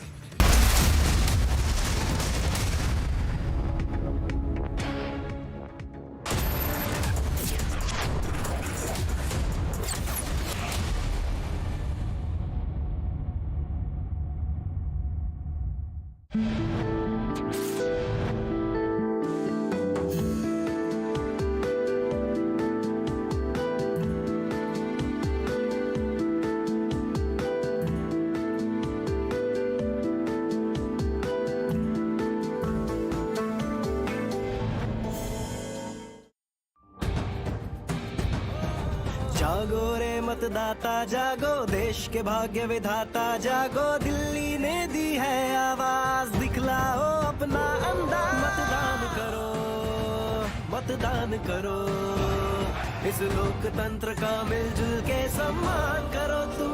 लोकतंत्र का सम्मान करें हम, आओ मतदान करें हम। 4 दिसंबर 2022 रविवार, पोलिंग बूथ आना न भूलें। राज्य निर्वाचन आयोग दिल्ली द्वारा जनहित में जारी। Your favorite service provider, 10, which gets you the best of entertainment, is back with something very special. अभी मजा आएगा ना भिड़ो। Your 3 favorite movie channels are bringing in super blockbuster films with features like wider picture and crystal clear sound straight to your home. Wow. Oh, I love that expression. To subscribe to your favorite channels, contact your local cable TV operator today or call 10 toll-free number 1-800-419-2020 now.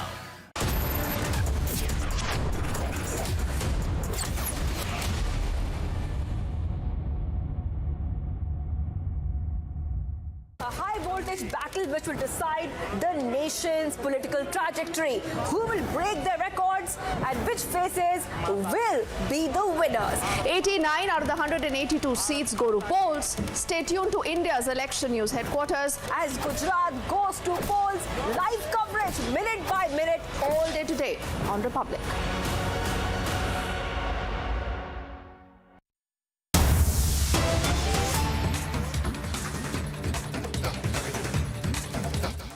And more breaking news coming in. Madras High Court quashes one FIR registered by DVAC against former Minister SP Velu Mani on corruption charges and refused to quash another case. The corruption charges related to tenders given during his tenure as the PWD minister has been quashed, whereas the accumulation of asset charges against him will be carried. Earlier, the former AIADMK minister SP Velu Mani had pleaded to the court to quash both the DVAC FIRs. We're trying to get in touch with my colleague Varshini, who's picking up more details on the same, but this is the latest that is just coming in for former Minister SP Velu Mani on corruption charges. As he had appealed to the court to quash both the DVAC FIRs,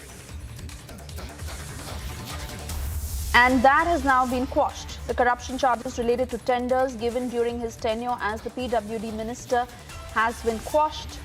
It's coming in as a big relief to the minister. Madras High Court has quashed one FIR against SP Velu Mani. Cutting across to Varshini, who's joining us live on the broadcast. Varshini, tell us more what happened in the court and certainly a sense of relief for the minister.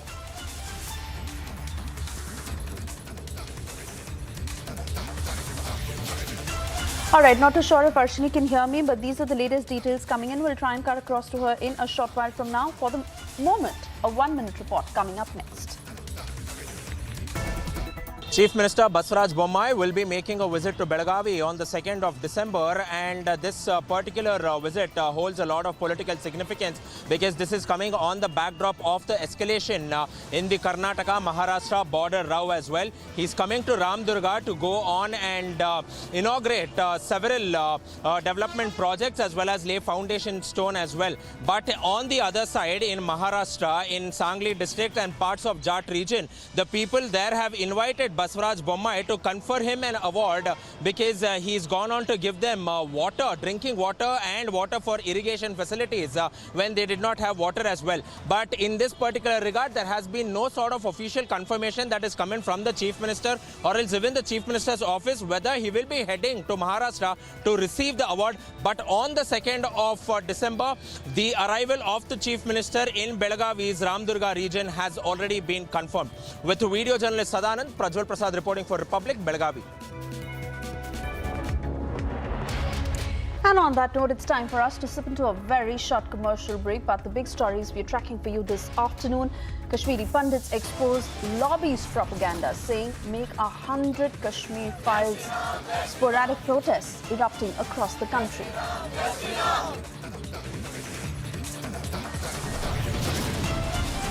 And protests continue in China. Xi Jinping digs in heels, promises harder crackdown.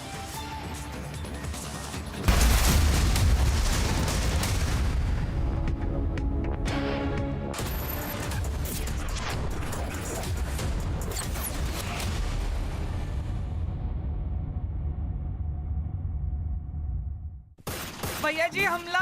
भैया जी 10 गोलियां ले ले। गोलियां नहीं रज्जा, गोली। पर बाहर तो 10 लोग हैं। 10 हो या पूरी बस, अब तो बस 1 है तो डन है। इसको कोई वॉच कराओ। जब वॉचो मिले ढेर सारे ओटीटी ऐप्स एक ही प्लान में तो हर कोई बोलेगा वॉचो 1 है तो डन है। वॉचो plan starting at just 42 rupees per month. आज ही सब्सक्राइब करें और पाएं सिलेक्ट प्लान्स पर 1 महीना complementary. Will smart manufacturing complement traditional manufacturing processes or replace them entirely? India will be able to contribute approximately 5% of the global market in terms of when we talk about additive manufacturing. What kind of opportunities does it hold for the BTech students? Amrita University I would say is ideal for students who come into manufacturing, additive manufacturing. To know more, watch Amrita School of Engineering presents Shaping the Future of India this weekend, only on Republic TV. Dadu. Yes? What does premium mean? Beta, premium you can say is like petrol. The car will keep going till the time it has petrol. Once petrol is over, the car stops. But Dad, this time even if the petrol is over, our car won't stop. How come? With LIC's Jeevan Labh, even after the premium payment tenure is over, the policy's benefits continue. That means our journey of happiness will continue non-stop. LIC, हर पल आपके साथ.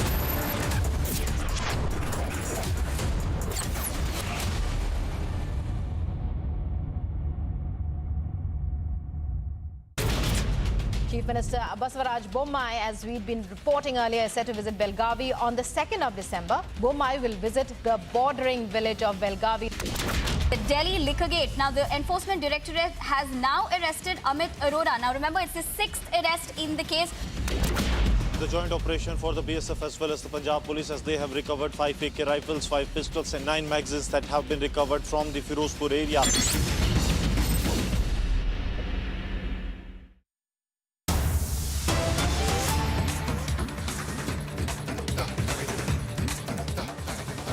And we're now getting you pictures of an avalanche that has been reported in Lahore Spiti from Himachal Pradesh.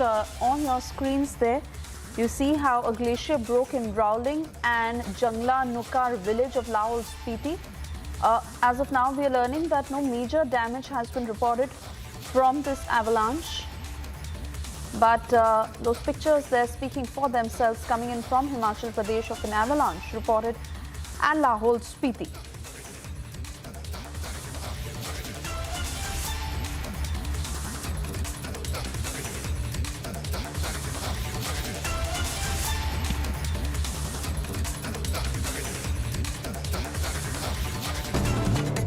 And on to other big stories we're tracking this afternoon. Israeli filmmaker Nadav Lapid, who insulted Kashmir files at IFI, has now targeted India. While speaking to an Israeli media house, Lapid said that what's going on in India is crazy. He raised questions over India's Kashmir policy.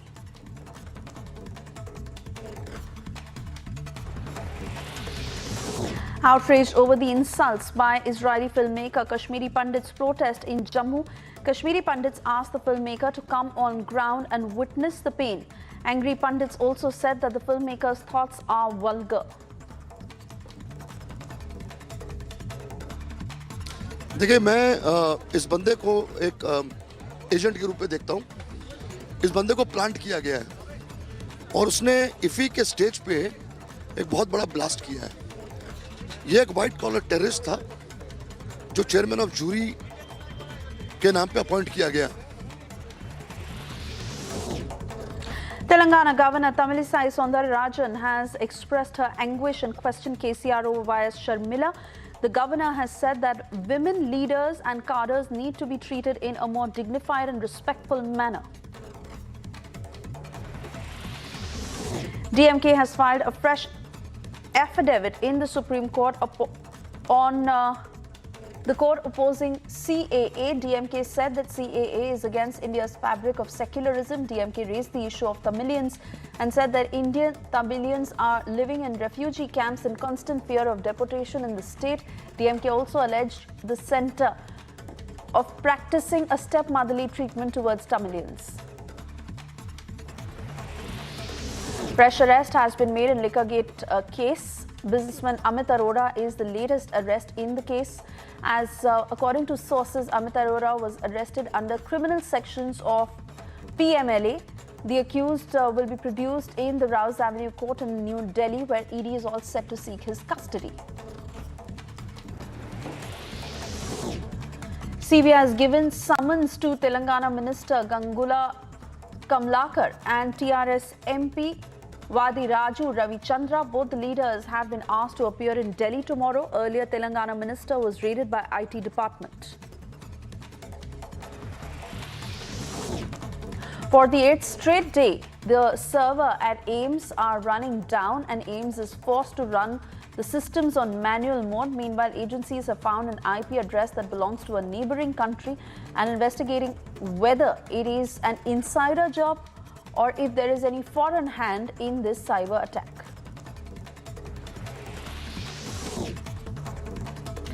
Ahead of the MCD elections, BJP has released its manifesto that includes promises of bringing all services of the civic body online within 100 days and 100% garbage processing. Today, Union Minister Hardeep Singh Puri briefed about BJP's master plan for MCD. He said that as many as 10 lakh people in the economically weaker sections will get homes with the help of the central government. 50 lakh people will benefit from the PM Uday scheme and get their houses regularized. The third major scheme is land pooling.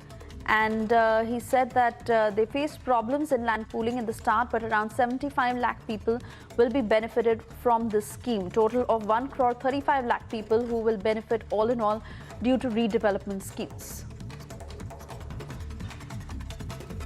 विज्ञान भवन से कालका जी में बनाए गए economically weaker section के हमारे भाइयों और बहनों के लिए 3000 से अधिक फ्लैट्स जो हैं उनको उनमें से 500 लाभार्थियों को तो चाबी हाथ में पकड़ाई और बाकियों को भी बाद में हमने हैंडओवर किया.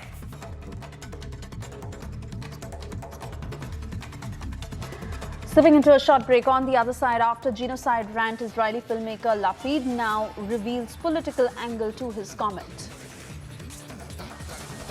Also, the AIM cyber attack case that is getting bigger. IP addresses from foreign countries are now under scanner.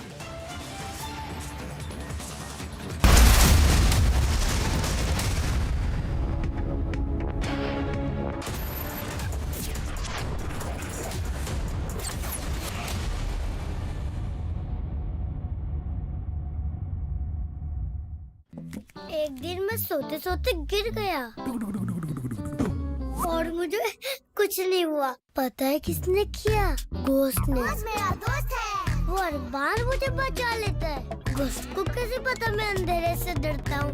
Ghost मेरा दोस्त है. मिलोगे? अरे कोई घोस्ट नहीं, रोनी के पापा ही हैं जो उसे सेफ रखते हैं. जैसे हैवेल्स लाइफ शील्ड वायर्स जो दिखते नहीं पर घर को सेफ रखते हैं. ना आग पकड़े न जहरीली गैस छोड़े. Wires that don't catch fire. झाके रे झाके झरोखे से झाके हैरत से आंखें अपनी सी दुनिया नई रंगी लागे. ख्यालों की खिड़की से मन कूदे भागे. झाके रे झाके झरोखे से झाके दंग है छोटे बड़े सारे. झाके रे झाके हर कोई ताके तरक्की को टुक टुक हर कोई ताके. झाके रे झाके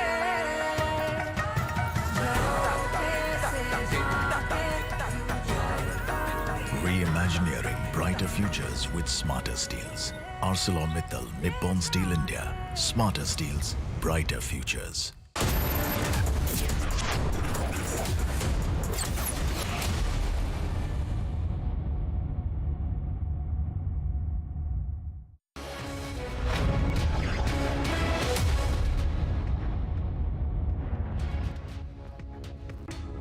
Viewers, it's time for Superfast 50. I'm Shivangi Shukla. Let's get started. Major protests broke out in Jammu by Kashmiri Pandits following remarks with Israeli filmmaker Nadav Lapid at the 53rd IFI festival in Goa, with the Pandits condemning the claim that Kashmir fast was vulgar and propaganda. सबसे पहले भ्रमण करना चाहिए जो हमारा 19 में जोनोसाइड हुआ है वो क्यों हुआ है, कैसे हुआ है. उससे या तो उसको पता नहीं है कश्मीरी पंडितों के साथ क्या हुआ. अगर वो खुद उसे देखा होगा, उसे रिसर्च किया होता, वो यहाँ पर कैंपों पे आया होता तो वो बात नहीं करता है. अगर वो इजराइल से ये ताल्लुक रखता है उसको फिर पहले फलस्तीन की बात करनी चाहिए. Polygraph test conducted on Aftab Poonawalla in connection with the Shraddha murder case. Aftab reportedly admitted that the murder was planned. He did not regret killing Shraddha.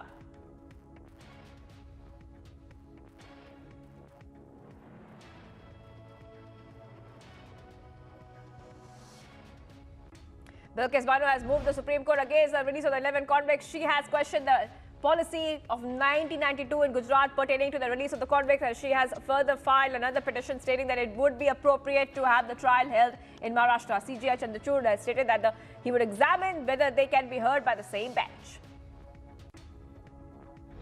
DMK has filed an affidavit in the Supreme Court against CAA. The DMK has alleged that the CAA is against Tamils from Sri Lanka as well as India's secular fabric by discriminating on the basis of religion. 6th arrest has been made in connection with the liquor gate case. Amit Arora, a person seen in a sting released by the BJP, has been arrested. Amit Arora is allegedly a director in at least 13 companies, including a company named Buddy Retail, which is under the CBI radar. On the 8th day and following the cyber attack on AIMS, agencies are investigating whether mirror servers were being used to give a fake location of an IP address found to have originated from a neighboring country. Following a cyber attack at the Medical Institute in New Delhi, e-hospital data in AIMS in New Delhi has been restored. The process is reported to have been taken time due to large number of servers and computers in use. 2 system analysts have been suspended. In fact, as well, that's a report that has come in as well as the AIMS case gets more complex right now. The servers are still down and DRDO has been asked to help.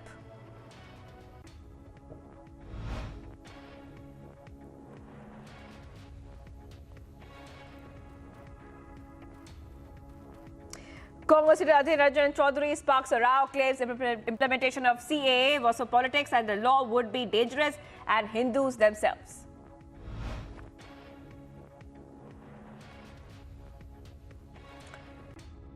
Modi ये CA कानून 3 साल पहले पारित हो चुके हैं। अगर दम जिसके पास है वो चालू करा रहा हो। ये तो सेंट्रल कानून है, ये सेंट्रल लेजिस्लेशन है। मोदी सरकार के पास ये उनकी जेब में है। सीए लागू कराने किसने रोका है? वो क्यों नहीं लागू कर सकते? सीए अगर लागू होगी ना, ज्यादा हिंदू लोगों का खतरा बनेगी। ये मैं आज से आप इसको संज्ञान में ले लेना चाहिए कि ये जो सीए है और जो एनआरसी है, ये बस चुनावी ये औजार है।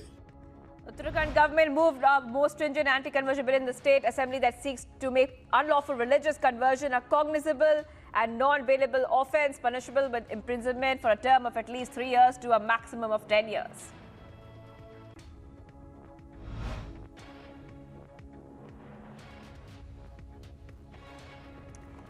Speaking on the incident of firing, Assam CM Himanta Biswa Sarma stated that he did not approve of police firing on civilians that should be resorted to only against terrorists and criminals. The Chief Minister further said that the governments were committed to securing the lives of the people and that vehicles were moving freely between Assam and either of the states. Speaking on whether on the setup of the anti-radicalization cell in Gujarat will be implemented in other states, Home Minister Amit Shah stated that it was a good initiative and that the CAA would be implemented here first, with the Home Minister stating that the cells and mechanism had to be decided and that the entire world was concerned about radicalization.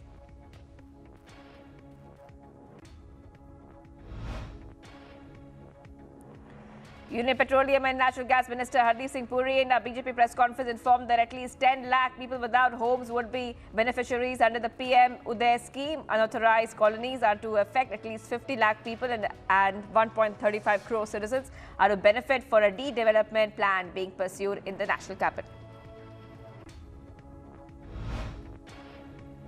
The IG of BSF in Jammu, D.K. Bura, has spoken about how the BSF had foiled attempts of border incursion in the Union territory this year and that all terrorists in connection with the incident had been killed.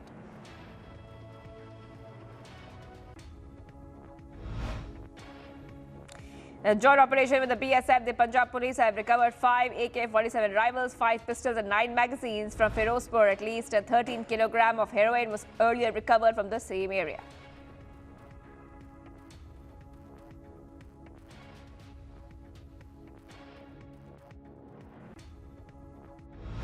विज्ञान भवन से कालका जी में बनाए गए economically weaker section के हमारे भाइयों और बहनों के लिए 3000 से अधिक फ्लैट्स जो हैं उनको उनमें से 500 लाभार्थियों को तो चाबी हाथ में पकड़ाई और बाकियों को भी बाद में हमने हैंडओवर किया।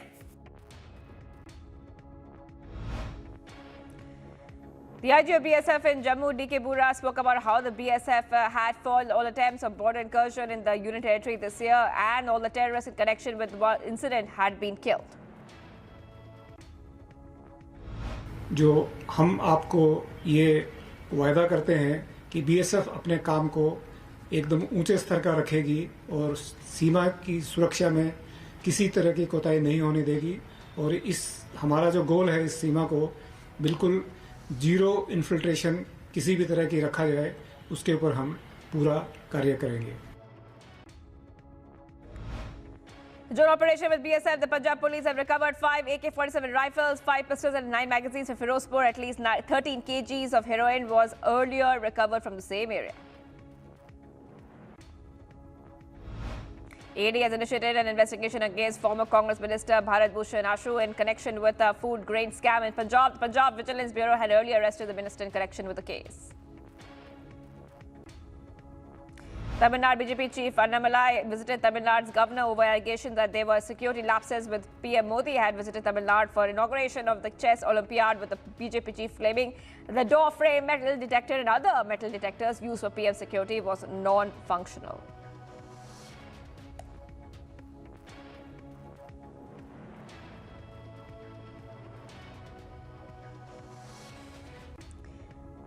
Six casualties have been reported after a fire broke out due to a short circuit in an inverted factory in Firozabad in UP. At least 18 fire tenders were deployed at the site of the incident.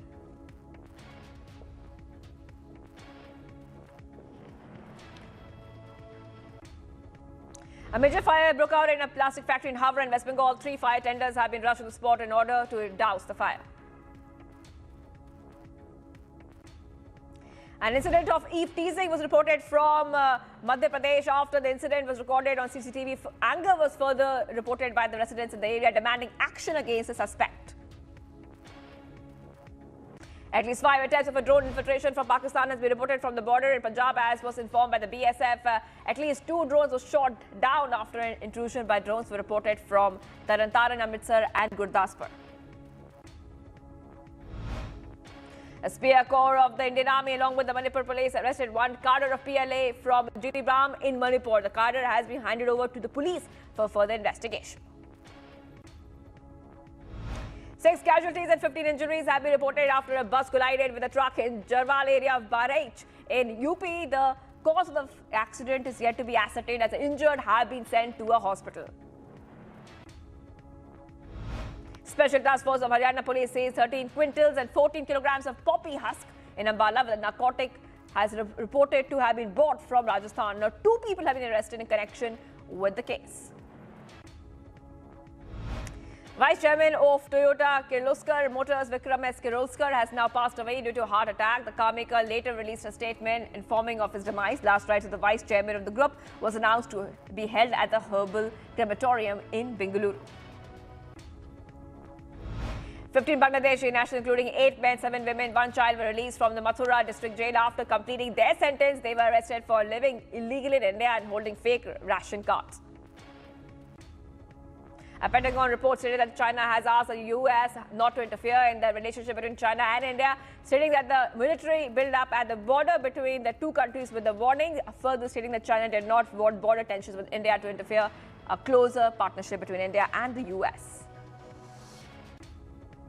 French butchers and sausage makers protested outside the France's lower house of parliament over soaring prices of energy, that they need to refrigerate meat.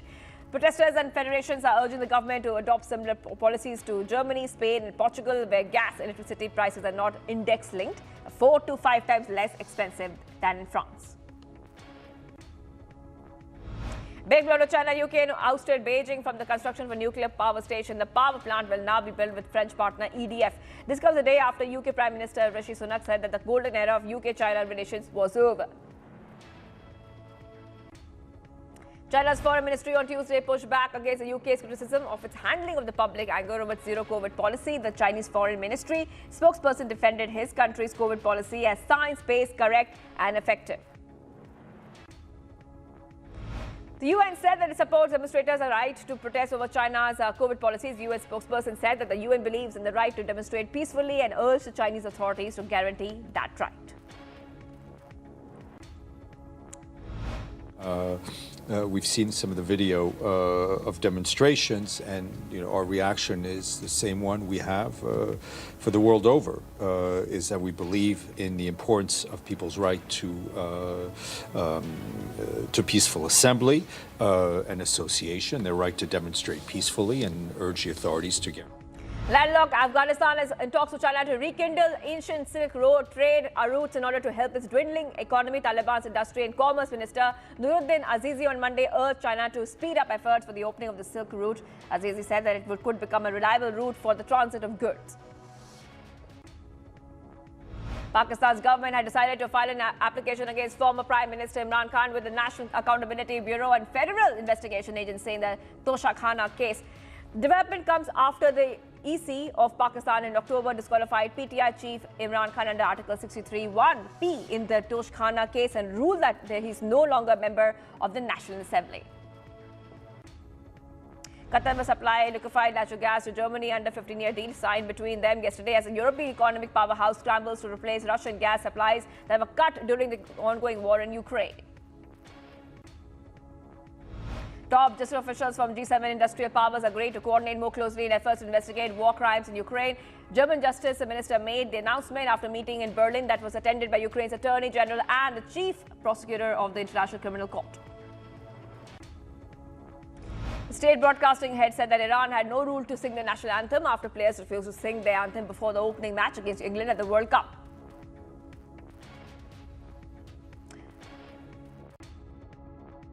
There is not any rule in Iran for the players to read or to companion with the anthem of country. We had many matches that the players didn't read it, and we had many matches that read it. That's not the rule in Iran. As you saw in the against Wales, the Iranian players they read the anthem of Iran, and did so. Twitter rants are set to grow longer. The microblogging site's character limit might soon expand to 1,000 characters from its previous limit of just 280 characters. Musk has shown interest in the idea of increasing the character limit on a number of occasions since its controversial takeover of the platform.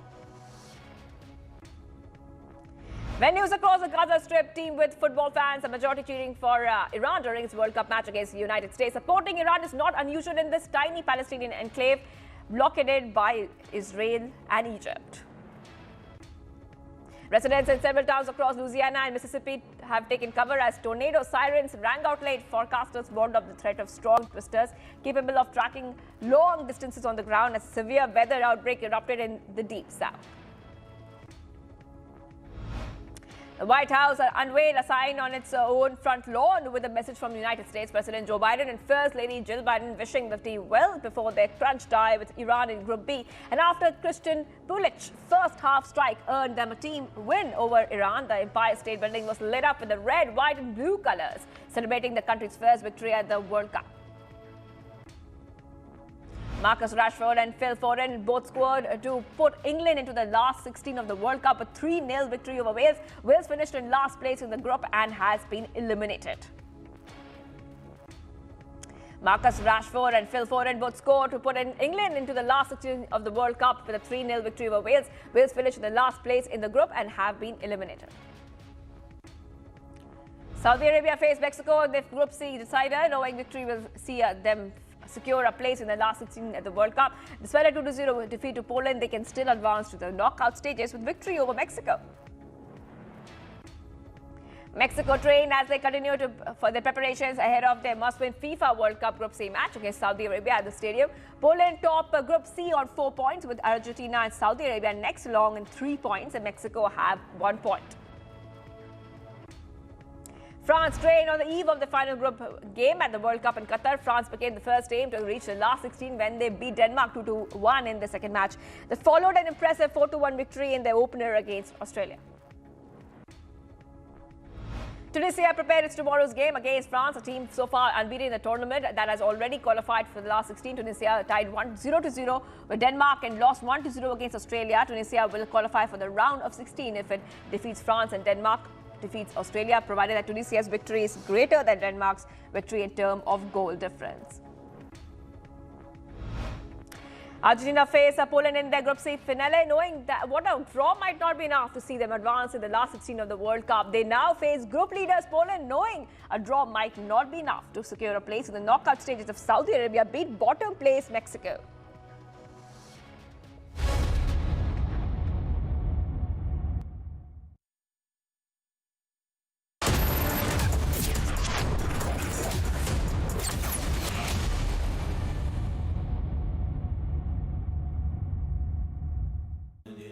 Amity has been ranked India's #1 not-for-profit private university for 10 years, with top 10 ranked institutions in management, engineering, biotech, law, masscom, telecom, hospitality, fashion and more. Yet another top ranking for Amity University. UP global investor summit 2023 के जरिए उत्तर प्रदेश वैश्विक निवेश के एक बड़े केंद्र के रूप में उभर रहा है। ग्लोबल इन्वेस्टर समिट की कर्टन रेजर सेरेमनी में जापान, इजराइल और सिंगापुर समेत दुनिया के कई देशों के प्रतिनिधियों से सकारात्मक फीडबैक मिला। आर्थिक विकास एवं समृद्धि की नई ऊंचाइयां प्राप्त कर रहा उत्तर प्रदेश इंफ्रास्ट्रक्चर, IT, रक्षा सहित अन्य क्षेत्रों के लिए निवेश का उत्कृष्ट गंतव्य स्थान बनकर उभर रहा है। Your favorite service provider, 10, which gets you the best of entertainment, is back with something very special. अभी मजा आएगा ना भिड़ो। Your 3 favorite movie channels are bringing in super blockbuster films with features like wider picture and crystal clear sound straight to your home. Wow. Oh, I love that expression. To subscribe to your favorite channels, contact your local cable TV operator today or call 10 toll-free number 1-800-419-2020 now.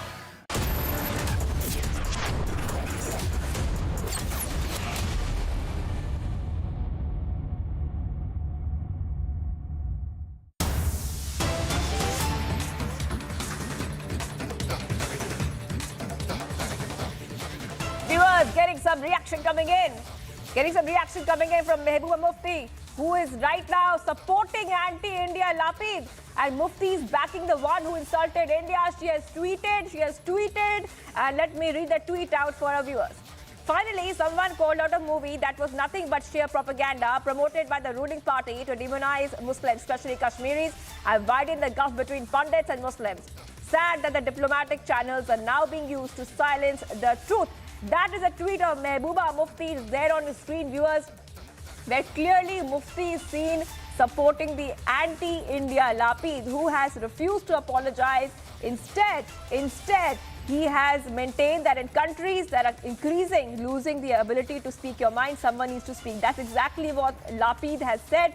He has refused to apologize for the comments he had made on the movie, The Kashmir Files. But right now, we are seeing a tweet, a reaction come. And in this reaction, which you see on your screens, from Mehbooba Mufti, it's written, finally somebody called out a movie that was nothing but sheer propaganda promoted by the ruling party to demonize Muslims, especially Kashmiris, and widen the gulf between Pandits and Muslims. Sad that diplomatic channels are now being used to silence the truth. That's a tweet of Mehbooba Mufti, where she has made another a very shocking tweet there coming from her.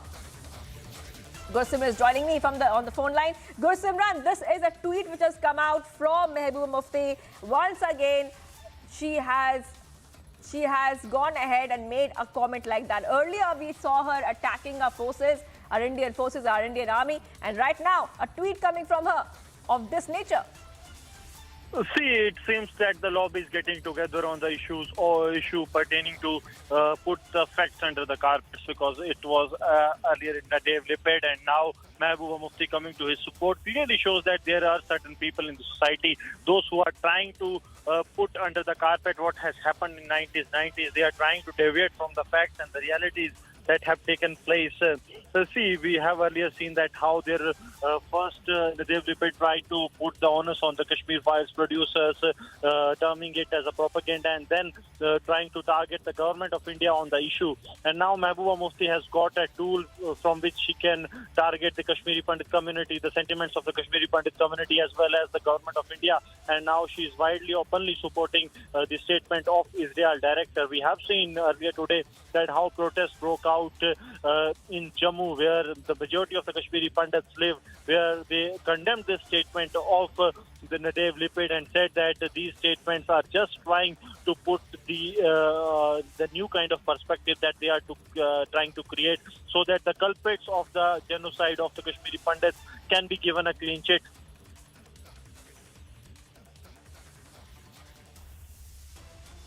Right, Gursimran. So this comment which has come in is after IFI jury head Nadav Lapid that called Kashmir Files vulgar. He has called it vulgar. And you're also covering those protests in the valley where after we have seen so many cases of Kashmiri Pandits being targeted by terrorists. And right now, even after that, Mehbooba Mufti is backing Lapid in such an atmosphere where the people in the valley are feeling unsafe.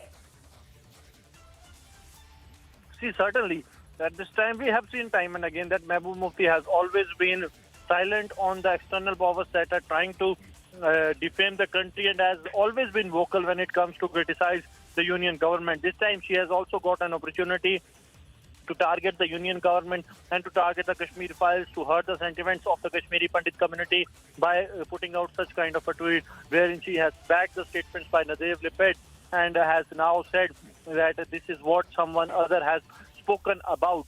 So this shows that there is a certain set of people, those who have a similar kind of ideology, to defame the Kashmiri Pandits, to defame the government of India on the issue, and to give clean sheet to those who have committed the atrocities in 1990s, and that has been continuing for a long period of time. All right, thank you, Gursimran, for joining us on the phone line here. Very, very shocking statement coming out from Mehbooba Mufti yet again. Viewers, getting some more breaking updates coming in at this point of time. A glacier has broken in Lahore Spiti. No major damage is reported from the glacier. This is the new breaking news development we're getting for you right now, coming from Himachal, where the visuals of that are also on your screen right now. And a big glacier has broken in Lahore Spiti. It happened in a village of Rowling and Jangla Nukkar village of Lahore Spiti. But no major damage has been reported so far from that incident which has taken place, viewers. The visuals of that you can see on your screen as well. There was an avalanche in Lahore Spiti which had also occurred at the same time. But we are also learning a glacier has broken in that area of Lahore Spiti. And but as of now, as we get more details about what we can expect next, we are learning that no major damage has been reported so far. Of course, we have to wait and watch about fresh updates coming in, whether there has been any kind of incident of some kind of a damage. But avalanches in Lahore Spiti are quite common as well, viewers. Multiple avalanches have hit Lahore Spiti in the past few months, and time and again. On that note, it's time for a very short break, viewers. Much more coming up on the other side. We continue to be live and breaking. Viewers, AIM's cyber attack case now gets bigger. IP addresses from foreign countries now under the scan. Plus, Bilkis Banog knocks on doors of Supreme Court, says send rapists back to jail.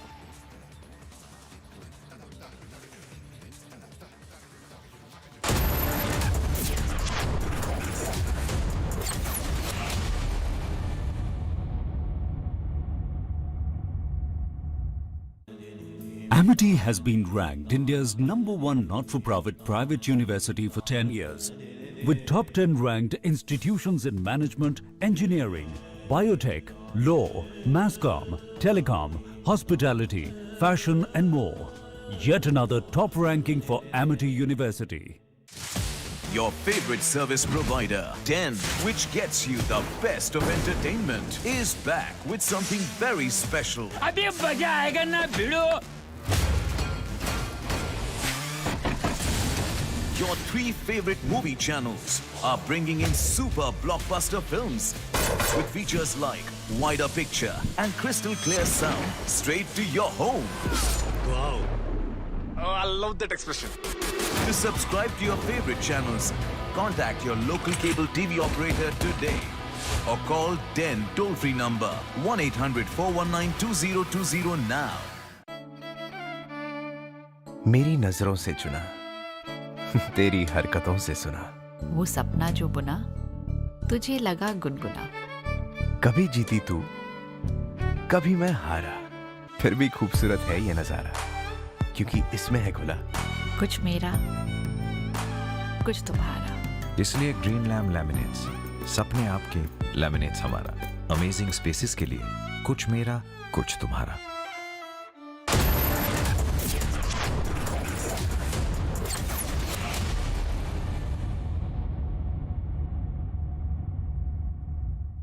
Gujarat goes to polls on the 1st of December. 89 of 182 seats will vote.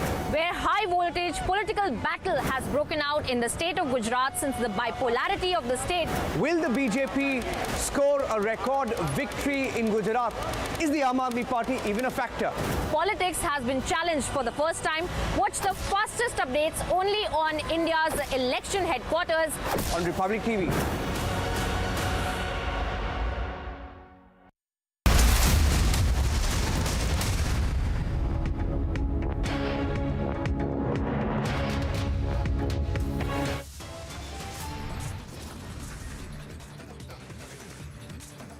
After genocide rant, Israeli filmmaker Lapid now reveals political angle to the comment. Lapid echoes lobby's intolerant line, attacks Indian government, says no free speech.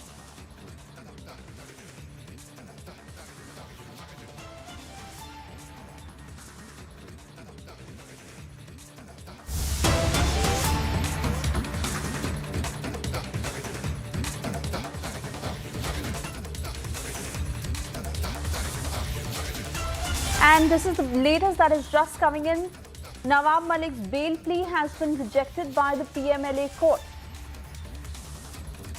No relief for Nawab Malik, former Maharashtra minister, where his bail plea has been rejected in the PMLA court. We are trying to get details on the ground of what exactly happened inside the court. But this is the special court that has rejected Nawab Malik's bail plea. We'll have Alicia join us shortly to give us more details of what transpired at the PMLA court. But straight away bringing you these details at 2:28 p.m. Nawab Malik's bail plea has been rejected by the PMLA court. This was in the money laundering case, where the former Maharashtra minister was hoping to get bail, and the court has now pronounced the bail, order on the bail plea, which has been rejected. Alicia is with us on the broadcast. Alicia, tell us more of what happened in the court. Well, yes, it's a special PMLA court which has rejected the bail application that was filed by Nawab Malik in a money laundering case that was registered by Enforcement Directorate. Moreover, this was a case that was registered against the D gang, which also shows the involvement of Nawab Malik, whether the property that was landed off a Goa compound wala in Kotla, and there were several statements that has also been recorded in the same case. Moreover, Nawab Malik, who was also called in for the summer, and after 11 hours of questioning, Nawab Malik was arrested, and there was a bail application that has also been filed right after the charge sheet that was filed by Enforcement Directorate in the same money laundering case. But today, where the court has already pronounced the order, which they have looking the matter like very serious and taking the matter into very serious consideration, where the bail application that was filed by Nawab Malik has been rejected by the special PMLA court. But Alicia, also give us a sense of what happened in the court, because there have been lengthy arguments on both sides. as we understand, and the matter that was reserved on the 14th of November, but now his bail plea has been rejected. Well, yes, we know that when it comes to the case, and there were several of the evidence and the witness statements that was put forward by the enforcement directorate, clearly showing the Nawab Malik, the involvement of Nawab Malik in this entire, the connection with whether it is from the Hasina Parker, and also there is a relation of some of the other relatives as well, which has come forward, and also been in a power whether Nawab Malik has misused his power, been in the ministry, is what has been transpired during the course of investigation. And that is something has been put forward before the court. While the case that was registered against the many of the members of the D gang, there was also the questioning that happened with Nawab Malik, where he was called in for the questioning. It was around 11 to 12 hours of questioning that happened, and right after that the arrest was made. He was placed under arrest because there are several certain evidence that has transpired before the enforcement directorate, and they have several evidence that has come forward, after which it was relevant for Nawab Malik to get arrested. And it's been almost a year now where Nawab Malik is under the judicial custody. So they were all actually waiting, where the Nawab Malik legal team was waiting for enforcement director to file a charge sheet. And we even saw in the charge sheet there are several of the things that has been transpired, the involvement of Nawab Malik with Hasina Parker and other D gang members. So after which, considering each and every point that has been put forward by the enforcement directorate, where the special PMLA court, Justice Rokade has pronounced his verdict, where the plea has been rejected. Right. Alisha, I want to thank you for getting us all these details.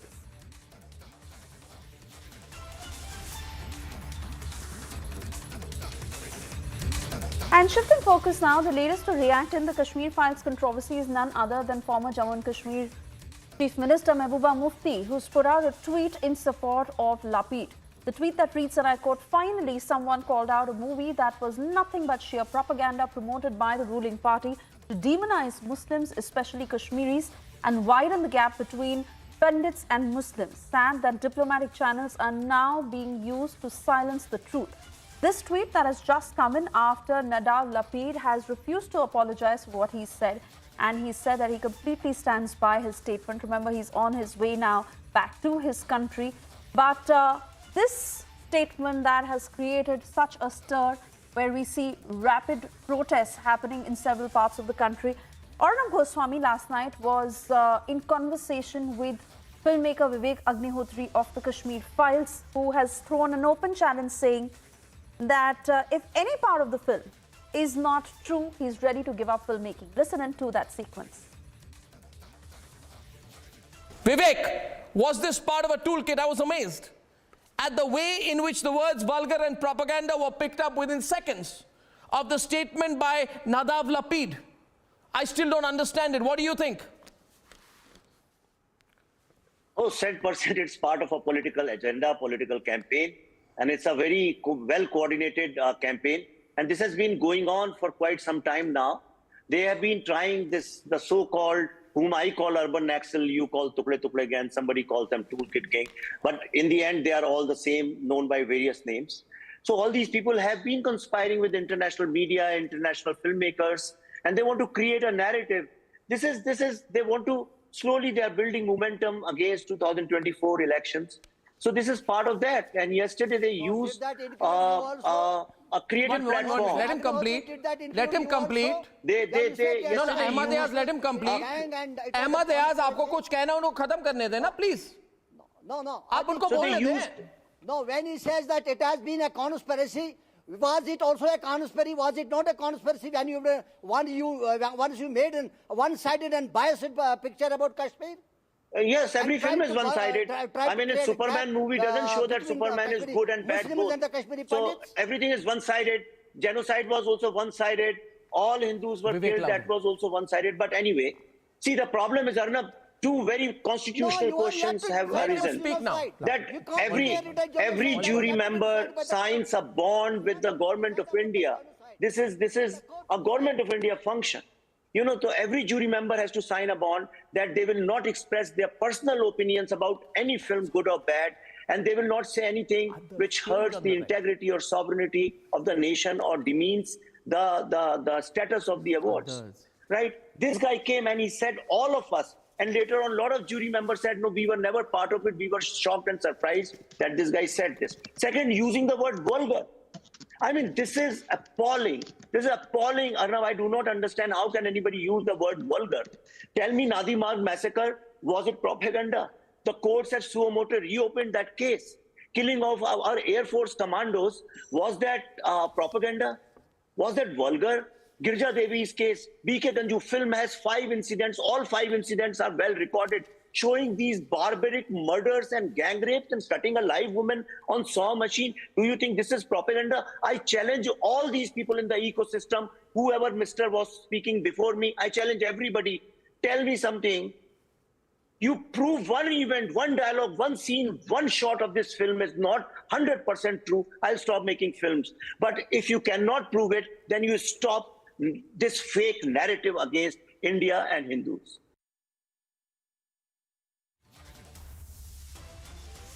And well, that was the filmmaker speaking on the entire controversy. Protests that we see erupt in several parts of the country of how Kashmiri sentiment stands completely hurt. The Israeli filmmaker, who had no business to interfere in internal matters or make such a comment, and that he must apologize. Let's listen into some of the voices coming in from these protests. इस बंदे को एक agent के रूप में देखता हूँ. इस बंदे को प्लांट किया गया है और उसने इफी के स्टेज पे एक बहुत बड़ा ब्लास्ट किया है. ये एक वाइट कॉलर टेररिस्ट था जो चेयरमैन ऑफ जूरी के नाम पे अपॉइंट किया गया. उसने क्या किया, उसने क्या हरकतें की, वो तो बात की बात है. मैं एज अ फिल्म मेकर और एज अ कश्मीरी पंडित, मैं ये पूरी जो बदतमीजी उसने की है, या जो उसने देश के खिलाफ उसने जो मुहिम चलाई वहाँ पे, या जो भी उसने काम किया, इसकी रिस्पॉन्सिबिलिटी जो है वो डायरेक्टर ऑफ फिल्म फेस्टिवल और जो सरकारी जो महकमा है आईएनबी मिनिस्ट्री का, वो रिस्पॉन्सिबल है, क्योंकि इन्होंने उसका बैकग्राउंड, उसका ट्रैक रिकॉर्ड नहीं चेक किया और उसको अपॉइंट किया एज अ चेयरमैन. इसकी एक पूरी भरपूर इन्वेस्टिगेशन होनी चाहिए. ये कोई मामूली बात नहीं थी, ये कोई सिंपल सी बात नहीं थी कि इसके अगेंस्ट जो है इन्होंने जो है वो ये किया हुआ है. तो एक सरासर एक इन्वेस्टिगेशन होना चाहिए. एक इसकी ये ख्वाहिश होनी चाहिए कि क्यों इसको अपॉइंट किया गया. और ये बहुत बड़ा एक षड्यंत्र था. इन्होंने प्लेटफॉर्म का इस्तेमाल किया और ऐसा प्लेटफॉर्म का इस्तेमाल किया जो कि इंटरनेशनल लेवल पे आपके देश की बदनामी हुई. और चूंकि उसने टारगेट किया कश्मीर फाइल्स को, वो इसलिए टारगेट किया कि वो बताना चाह रहा था कि कश्मीर फाइल जो है वो एक झूठ है, गलत है, और जो कश्मीरी पंडित्स के साथ हुआ ये गलत दिखाया गया इस फिल्म में. कुछ लोगों को क्लीन चिट देने की कोशिश है ऐसे स्टेटमेंट्स की तरफ से, जिस तरह से बताया गया कि जो कश्मीरी पंडित्स के साथ हुआ वो तो गलत पोर्ट्रे किया गया मूवी में. तो उन लोगों को क्या क्लीन चिट देने की कोशिश एक ग्रुप ऑफ पीपल, एक सेक्शन कर रहा है? देखिए, हमारे देश में ही जो हमारे दुश्मन है ना, उनका भी बहुत बड़ा रोल है, उनका भी बहुत बड़ा रोल प्ले किया इसमें कोई डाउट नहीं है. मेरा ये मानना है कि जो उस फिल्म ने डिपिक्ट किया है, हम सब जो यहाँ पर बैठे हुए हैं, the depiction has been true ना. क्योंकि पहली बार ऐसा हुआ है कि इनकी पूरी जो धारणा है उसको तोड़ा है इन्होंने. And Kiran Vattal now joins us on the phone line. Kiran, your response to all that has been happening ever since that Israeli filmmaker made that comment, and he's not willing to back down. He stands by his statement, this at a time when the Israeli government and the Israeli Council General have apologized and said that his opinion is entirely personal. But you see the usual suspects supporting him. That includes Mehbooba Mufti, who's just tweeted saying it is a sheer propaganda. Actually, if you see this bloody Israeli filmmaker is a bloody terrorist. But the difference is only he's without arm and he's using his language. And the genocide we had with our Hindu community in Valley, and during the 90s and onwards, still it is going on. That selective killing is going on, and that's why they are all over the world. They are just countering that our genocide, and they are not admitting the facts on the ground. He has never visited to Kashmir. He should go to Kashmir and see how the things are going on.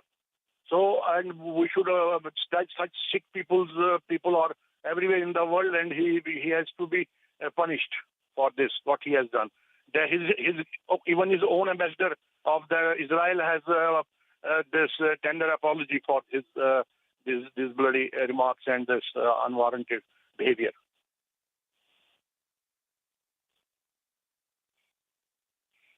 All right, Kiran Vatal there speaking to Republic. Thank you for joining us. A lot of voices that have been coming in when we see so many protests across the country for how sentiments of Kashmiri Pandits have been hurt. I also want to bring in Gursimran, who's joining us live from Jammu. Gursimran, Mehbooba Mufti's tweet, very much unexpected lines. It's literally like someone has to speak against Kashmiri Pandits, and she'll go on to reiterate that, and that exactly through this tweet where she's called the film a sheer propaganda. And literally when one talks about the Tukre Tukre gang or the Toolkit gang, those same usual suspects who emerge every single time. See, the set of people that has always been to question on the sovereignty and integrity of the country, those who always raise question on the forces, they have come together once again. This time Mehbooba Mufti has used the Nadav Lapid statement on the Kashmiri Pandits to target the union government, and also saying that someone has spoken the I'm truth. sorry, I'm having to interrupt you here. Please stay on with us. We're trying to get more voices. Sushil Pandit is with us on the phone line. Sushil Pandit, your response to what Mehbooba Mufti has just put out in her tweet, where she's called the film a sheer propaganda. Mehbooba Mufti is propaganda personified herself. Mehbooba Mufti bats for jihad, and Mehbooba Mufti, whether in power or in opposition, has a single-minded focus of helping jihad in Kashmir. So today, even if an ignorant or a prejudiced mind speaks a word or two, she would grab them happily because she stands exposed in her role as a jihadi. She knows that in Kashmir what happened was a Hindu genocide, and it cannot be covered. It cannot be shoved under the carpet anymore. It is there for everyone to see. But because she herself is steeped in it, complicit in it, she and her father engineered it. Mufti Muhammad Saeed, the then Home Minister of India, under his watch we had to run for our lives. And till date, nobody has been punished. No court cases have gone on. Not even an acknowledgement has come about our genocide. So the culprits, those who are guilty of this heinous crime, will keep croaking about it till such time they have been punished, they have been called out. An Indian state has failed in acknowledging our genocide and punishing those who are responsible for us. Mehbooba Mufti, Mufti Muhammad Saeed, Farooq Abdullah, Umar Abdullah, Abdul Ghani Lone, all these people are responsible for our fate, and till date they have not been punished for it, not have been called out for it. And so every conceivable occasion they will crawl out of the woodwork and proclaim that everything is fine in Kashmir. The only problem is with those who are speaking the truth. This will continue because Indian state is complicit in it. Right, Sushil Pandit, thank you. Our Prime Minister... Yes.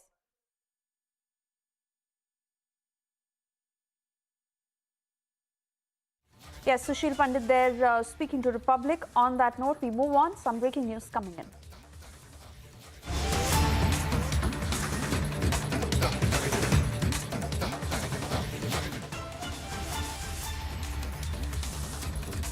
Details just coming in from Karnataka of Nasir Pasha, who is the PFI state president. He has now filed a petition challenging the centre's ban on PFI, which is dismissed in the Karnataka High Court. After the centre had banned the Popular Front of India, PFI State President Nasir Pasha had filed a petition challenging that ban, and this plea has now been dismissed in the Karnataka High Court. We're trying to connect with my colleague Prajwal, who will be able to get us details of what exactly transpired in the Karnataka High Court. But this is certainly now for the Popular Front of India that continues not just to remain banned, but also a big setback where the Karnataka High Court has straightaway dismissed their plea.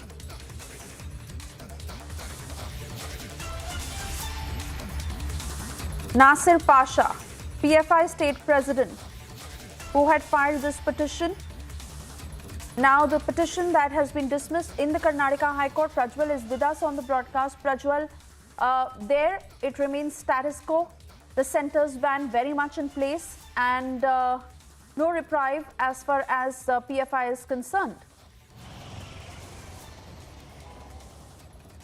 Absolutely. Now, Karnataka High Court has gone on to dismiss the plea of Nasir Pasha, who is the president for the PFI, the banned outfit in the state of Karnataka. So, therefore, Justice M. Nagaprasanna has gone on to dismiss this plea because on the 28th of September, the central government had clearly gone on to give an order that with immediate effect, the PFI organization will be banned across the entire nation. And now it is being understood that Nasir Pasha had gone on to challenge this, and the case was in front of the High Court. But now the latest verdict, which has been passed at 3, that is just a bit now before it is being understood that this plea has been dismissed.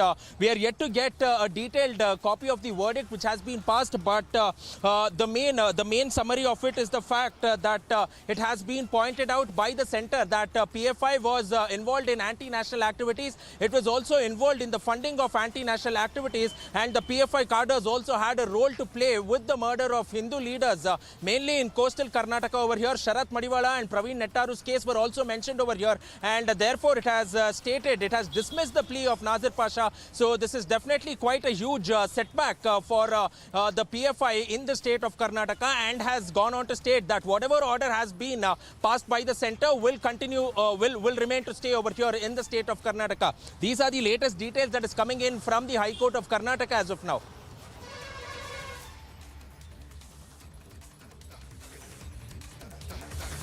All right, Prajwal, thank you for getting us those details. And shifting our focus to more breaking news coming in on the Karnataka-Maharashtra border dispute, where Maharashtra Minister Chandrakant Patil is all set to visit Karnataka on the 3rd of December. He will meet pro-Marathi activists and has also sent a letter to the Chief Secretary of Karnataka about his visit. Prajwal, if I can come back to you, give us details of Chandrakant Patil's visit and what exactly is planned when it comes to meeting with pro-Marathi activists, because both sides are really trying to gather strength as the matter is set to be heard in the top court. Absolutely.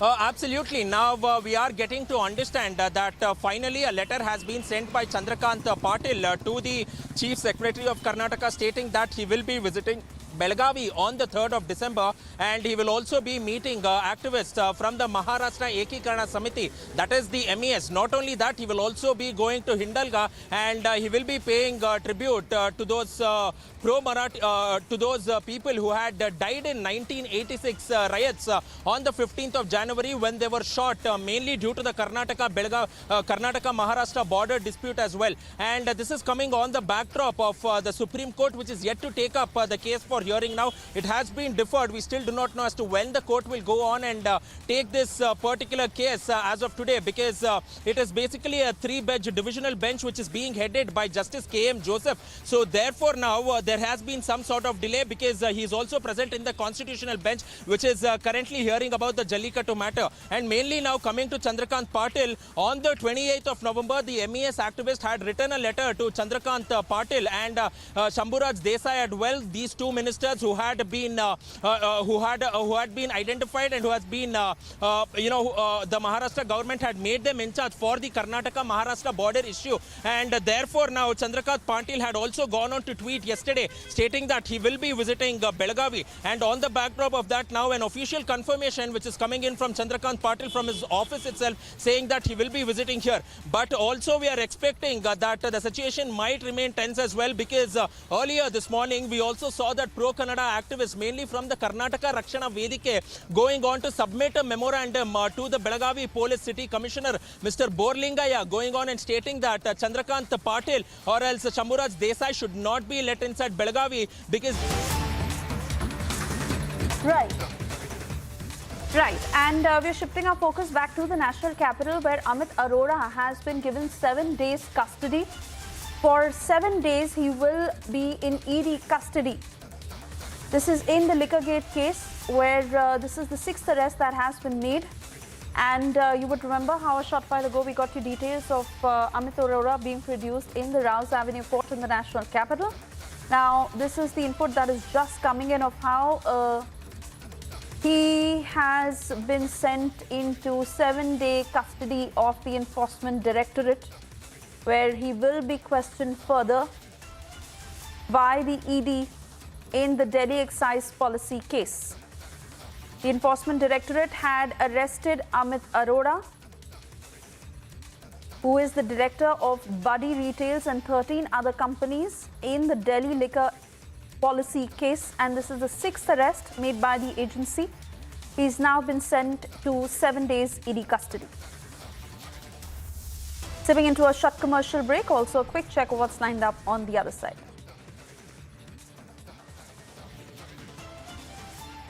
Bilkis Banu knocks the door off the top court, says send rapists back to jail. Also, protests continue in China. Xi Jinping digs in heels, promises harder crackdown.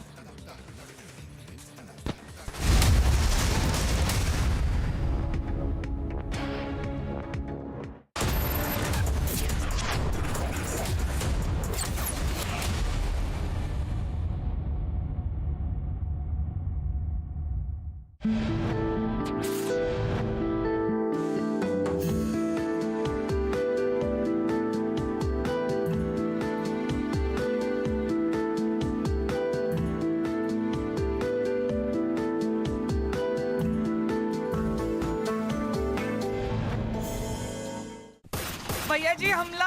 भैया जी 10 गोलियां ले ले। गोलियां नहीं रज्जा, गोली। पर बाहर तो 10 लोग हैं। 10 हो या पूरी बस, अब तो बस 1 है तो डन है। इसको कोई वॉचो वॉच कराओ। जब वॉचो में मिले ढेर सारे ओटीटी ऐप्स एक ही प्लान में, तो हर कोई बोलेगा वॉचो 1 है तो डन है। वॉचो plan starting at just 42 rupees per month. आज ही सब्सक्राइब करें और पाएं सिलेक्ट प्लान्स पर 1 महीना कॉम्प्लीमेंट्री। यार Ajay, look at your dad. हम इस उम्र में ऐसे रहेंगे क्या? बिल्कुल रहेंगे, अगर पापा जैसी सही प्लानिंग की तो। जैसे कि मेरे पापा ने इन्वेस्ट किया LIC के जीवन अक्षय में, जो दे रहा है इमीडिएट और guaranteed annuity at regular intervals, जिंदगी भर के लिए। वाह, पर हमें तो इस एज तक वेट करना पड़ेगा ना? बिल्कुल नहीं, हमने तो अभी इन्वेस्ट किया है LIC के न्यू जीवन शांति में, जो हमें देगा डिफर्ड एन्युटी, मतलब कुछ साल बाद से रेगुलर इनकम। आई सी। LIC के एन्युटी प्लान्स दे एन्युटी ऑप्शंस और नियमित इनकम पाने में फ्लेक्सिबिलिटी भी। LIC हर पल आपके साथ।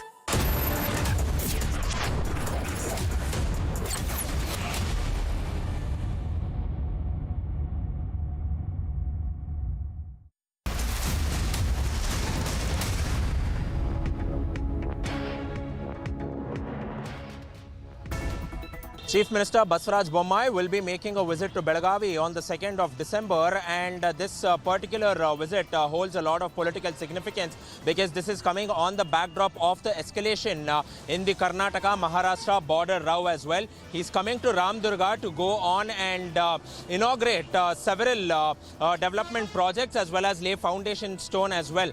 But on the other side, in Maharashtra, in Sangli district and parts of Jat region, the people there have invited Baswaraj Bommai to confer him an award because he's gone on to give them water, drinking water and water for irrigation facilities when they did not have water as well. But in this particular regard, there has been no sort of official confirmation that is coming from the Chief Minister or else even the Chief Minister's office whether he will be heading to Maharashtra to receive the award. But on the 2nd of December, the arrival of the Chief Minister in Belagavi's Ramdurga region has already been confirmed. With video journalist Sadanand, Prajwal Prasad reporting for Republic, Belagavi.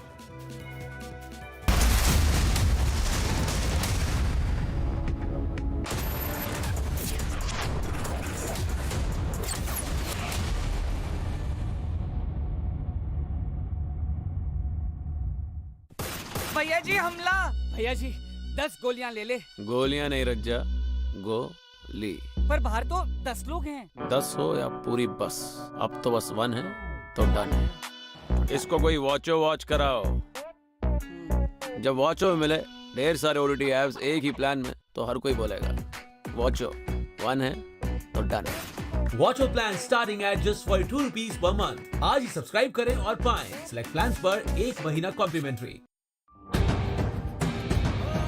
जागो रे मतदाता जागो, देश के भाग्य विधाता जागो, दिल्ली ने दी है आवाज, दिखलाओ अपना अंदाज। मतदान करो, मतदान करो, इस लोकतंत्र का मिलजुल के सम्मान करो तुम। लोकतंत्र का सम्मान करें हम, आओ मतदान करें हम। 4 दिसंबर 2022 रविवार, पोलिंग बूथ आना न भूलें। राज्य निर्वाचन आयोग दिल्ली द्वारा जनहित में जारी।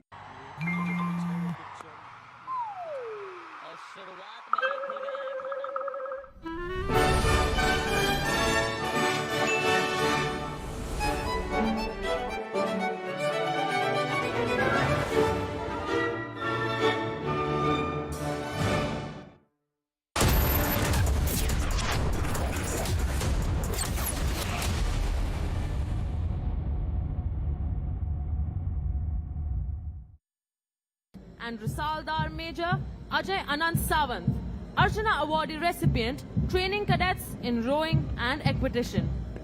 Now, a word about drill. Drill inculcates discipline, which is the very bedrock of military life. To those of you who have an aesthetic disposition, drill movements will symbolize the very rhyme and rhythm of the poetry of a well-ordered life. And that's precisely the primary aim of this institution, to train our cadets in the art of cultivating a way of life, in which the highest and the noblest attributes of discipline, character and courage are not only blended, but also nurtured and nourished.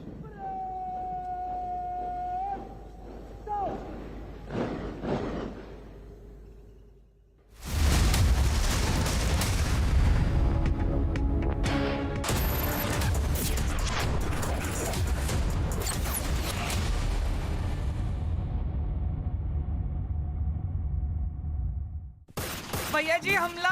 भैया जी 10 गोलियां ले ले। गोलियां नहीं रज्जा, गोली। पर बाहर तो 10 लोग हैं। 10 हो या पूरी बस, अब तो बस 1 है तो डन है। इसको कोई वॉचो वॉच कराओ। जब वॉचो में मिले ढेर सारे ओटीटी ऐप्स एक ही प्लान में तो हर कोई बोलेगा वॉचो 1 है तो डन है। वॉचो plan starting at just 42 rupees per month. आज ही सब्सक्राइब करें और पाएं सिलेक्ट प्लान्स पर 1 महीना कॉम्प्लीमेंट्री। या तो पास्ट को पकड़ के बैठे रहो या फ्यूचर देखो। Good luck. लक वो तो खुद बनानी पड़ती है।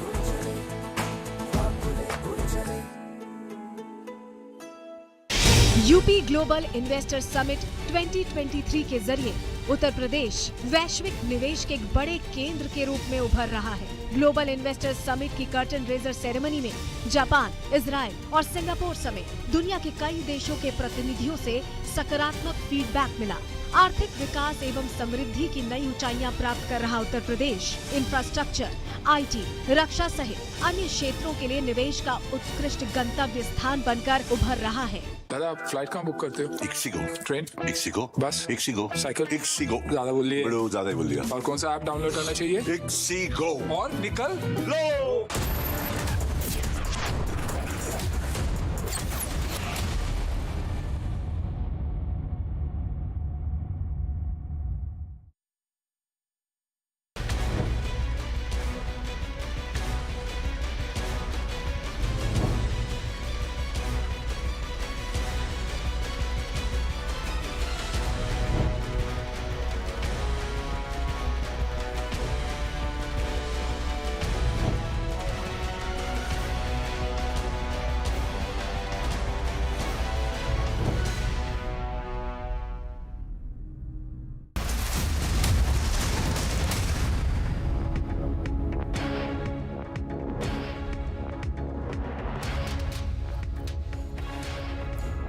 Very good afternoon and thank you for tuning in. You're watching the news at 4 p.m. I'm Suesha Samant and we get you all the top stories making news this afternoon. Most importantly, Mehbooba Mufti just tweeting in support of the Israeli filmmaker who's back to his home country but refuses to apologize. Meanwhile, we see sporadic protests erupt in several parts of the country. Kashmiri pundits hurt over what the Israeli filmmaker has said on the film. We get you that and much more in this edition along with breaking news. First, a quick check of the headlines.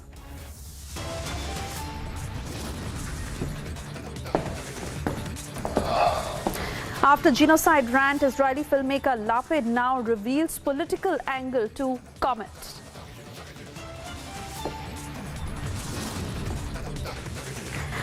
Lapid echoes lobby's intolerant line, attacks Indian government, says no free speech.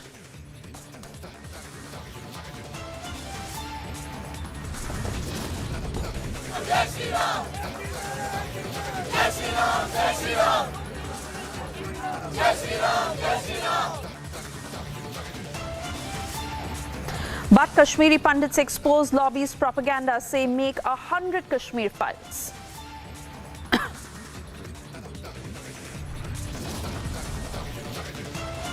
AIM's cyber attack case gets bigger. IP addresses from foreign country now under scanner.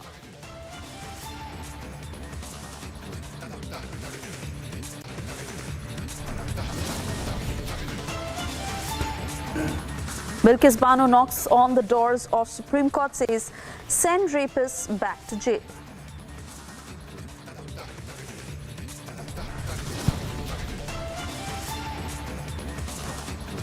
Protests continue to rage on in China. Xi Jinping digs in heels, promises harder crackdown.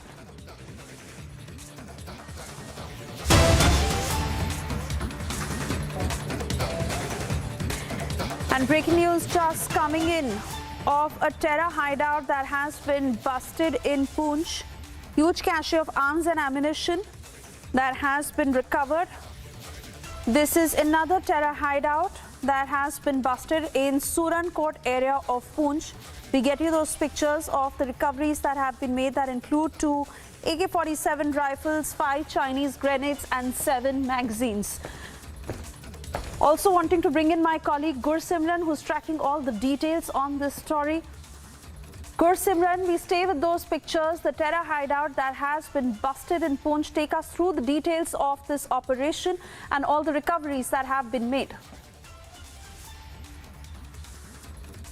See, this operation was launched by the Jammu and Kashmir police along with the Indian Army after intelligence input that there is a ammunition dump in the area that has been recently done by a group of terrorists so that it can be used at a later stage. And based on the intelligence input, the operation was launched in the Nabna village that is in the upper reaches of the Surankot, and the police and the Indian Army have recovered 2 rifles, 1 AK-47, 1 AK-56, 5 Chinese grenades, a pistol, a total of 8 magazines and other arms and ammunition from this terror hideout in the area. Now the searches are on to find out whether there was some overground worker or terror associate that is active who has dumped this consignment in this area, or is there a presence of a group of terrorists, because in the Poonch there are reports that 2 groups of terrorists have infiltrated and the searches are on in the area. There have been several search and cordon search operations that were launched by the Indian Army along with the Jammu and Kashmir police in the Surankot and the nearby areas in the recent past. So to avert any tragedy from or any untoward incident, the security forces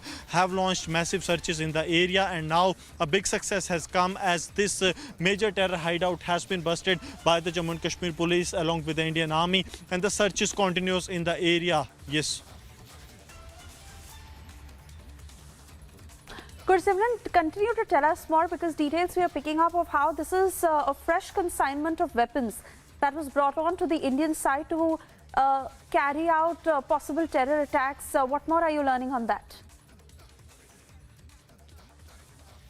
See, what it seems primarily as per, if you look at the grenades and the other arms and ammunition that has been recovered, this seems to be a fresh consignment that was possibly pushed from across the border to carry out some major terror acts in the area. However, due to the timely information that was received by the security agencies, the Jammu and Kashmir police and the Indian Army has busted this terror module, and now the searches are on to find out those people who were acting in the area so that some details regarding the overground network present in the area, the Surankot and the nearby areas can be obtained from the call data, from the activity of the phone in that very area.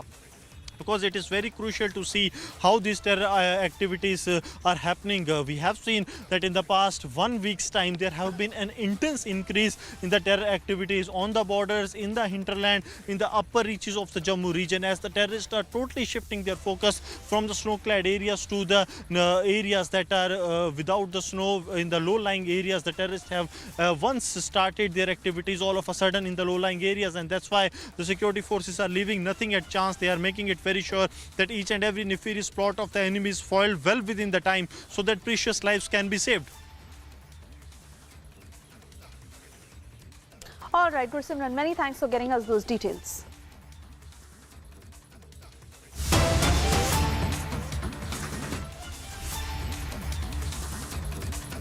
And we are getting your breaking news coming in from the national capital in the Liquorgate case, where this is the 6th arrest that was made. Amit Arora, who was picked up by the Enforcement Directorate, and just a short while ago, the Rouse Avenue Court sent him into ED custody for the next 6 days. Republic has been able to access a remand copy of Amit Arora, which clearly states that he was in the influence of Manish Sisodia.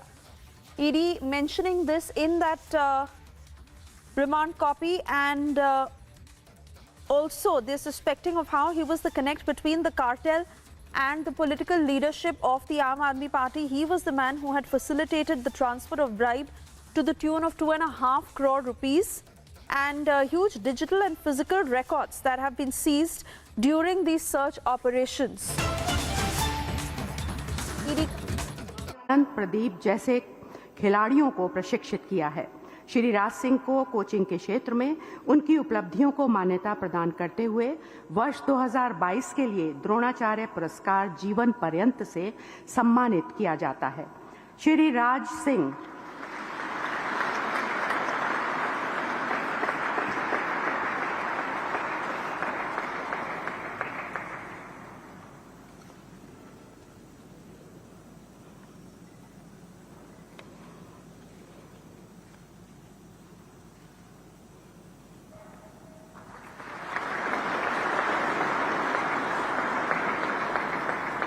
Shri जीवन जोत सिंह तेजा,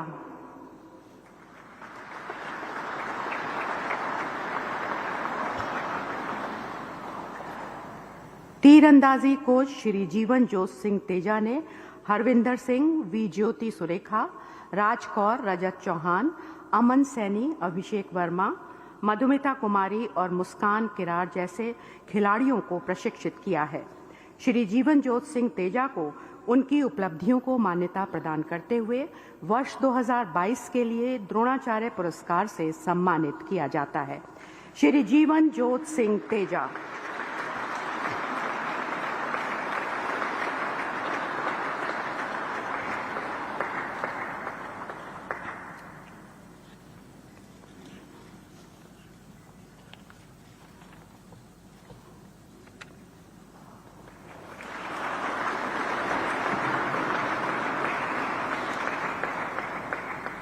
श्री मोहम्मद अली कमर,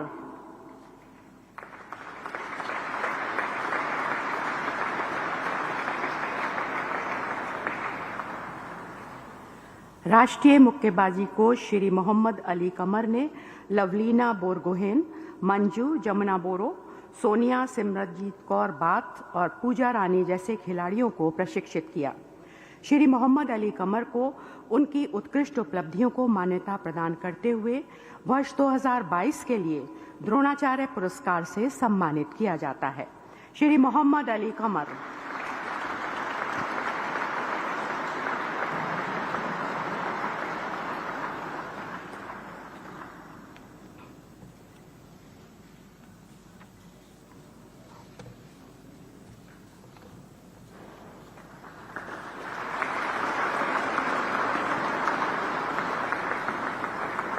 सुश्री सुमा सिद्धार्थ शिरूर,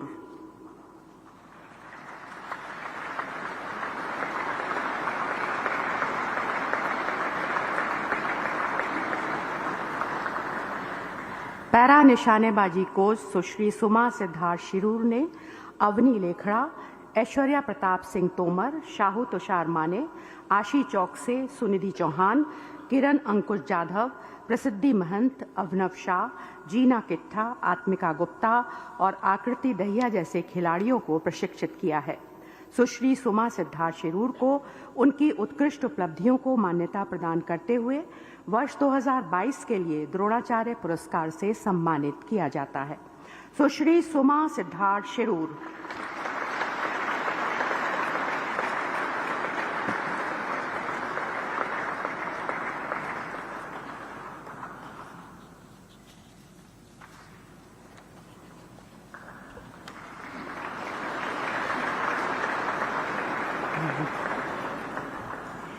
श्री सुजीत मान।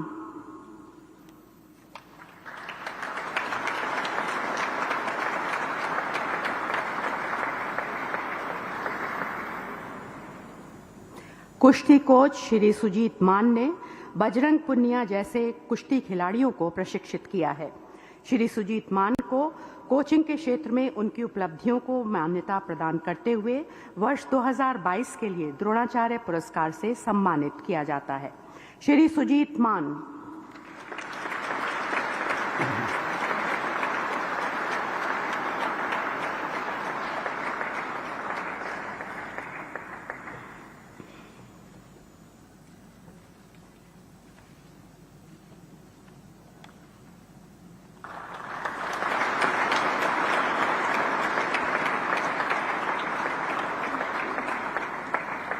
अर्जुन पुरस्कार 2022 सुश्री सीमा पुनिया।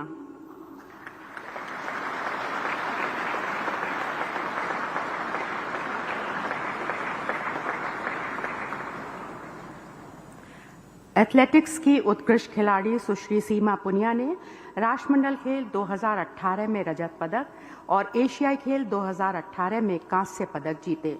सुश्री सीमा पुनिया को उनकी उपलब्धियों को मान्यता प्रदान करते हुए वर्ष 2022 के लिए अर्जुन पुरस्कार से सम्मानित किया जाता है। सुश्री सीमा पुनिया।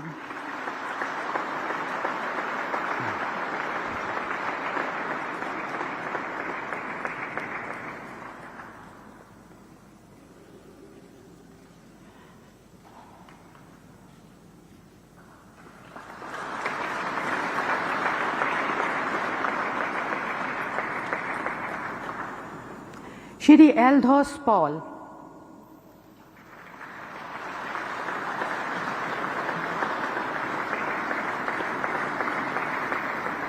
एथलेटिक्स के सर्वाधिक उत्कृष्ट खिलाड़ियों में से एक श्री एल्धोस पॉल ने राष्ट्रमंडल खेल 2022 में स्वर्ण पदक जीता।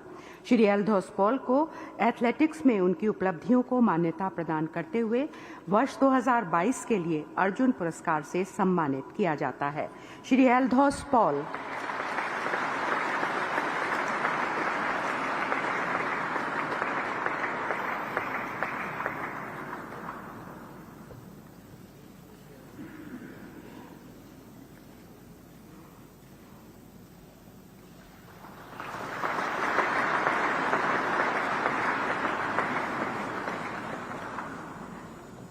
श्री अविनाश मुकुंद साबले।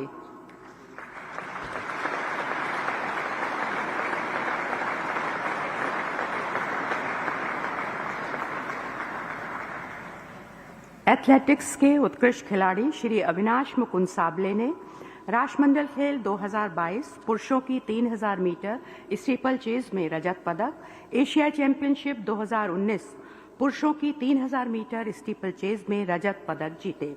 श्री अविनाश मुकुंद साबले को एथलेटिक्स में उनकी उपलब्धियों को देखते हुए वर्ष 2022 के लिए अर्जुन पुरस्कार से सम्मानित किया जाता है। श्री अविनाश मुकुंद साबले।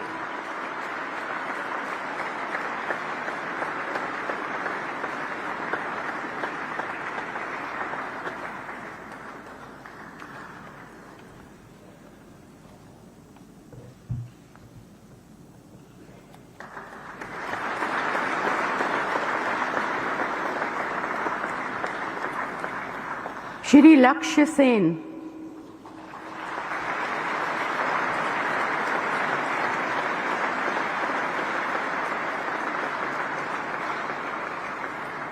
बैडमिंटन के उत्कृष्ट खिलाड़ी श्री लक्ष्य सेन ने राष्ट्रमंडल खेल 2022 एकल स्पर्धा में स्वर्ण पदक, राष्ट्रमंडल खेल 2022 टीम में रजत पदक, विश्व चैंपियनशिप 2021 और एशिया टीम चैंपियनशिप 2020 में कांस्य पदक जीते।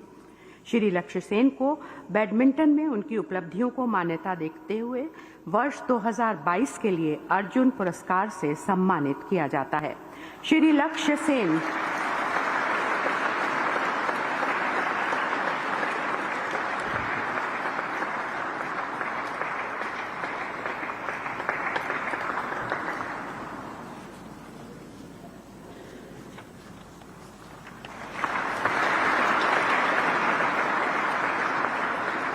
श्री प्रणय एचएस,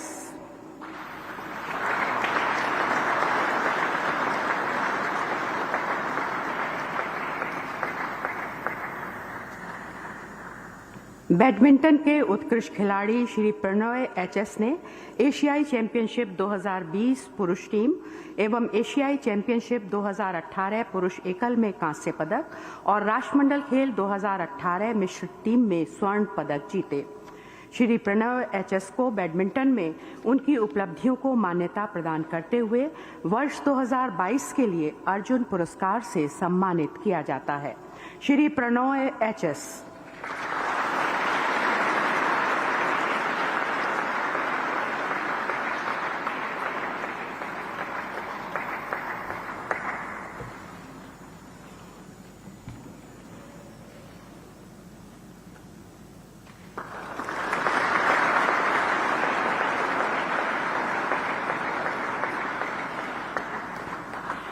श्री अमित,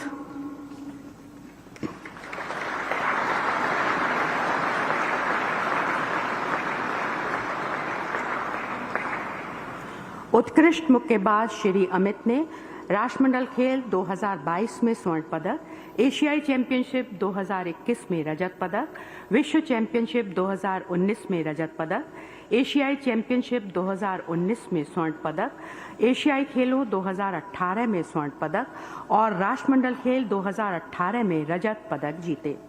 श्री अमित को उनकी उत्कृष्ट उपलब्धियों को मान्यता प्रदान करते हुए वर्ष 2022 के लिए अर्जुन पुरस्कार से सम्मानित किया जाता है। Shri Amit.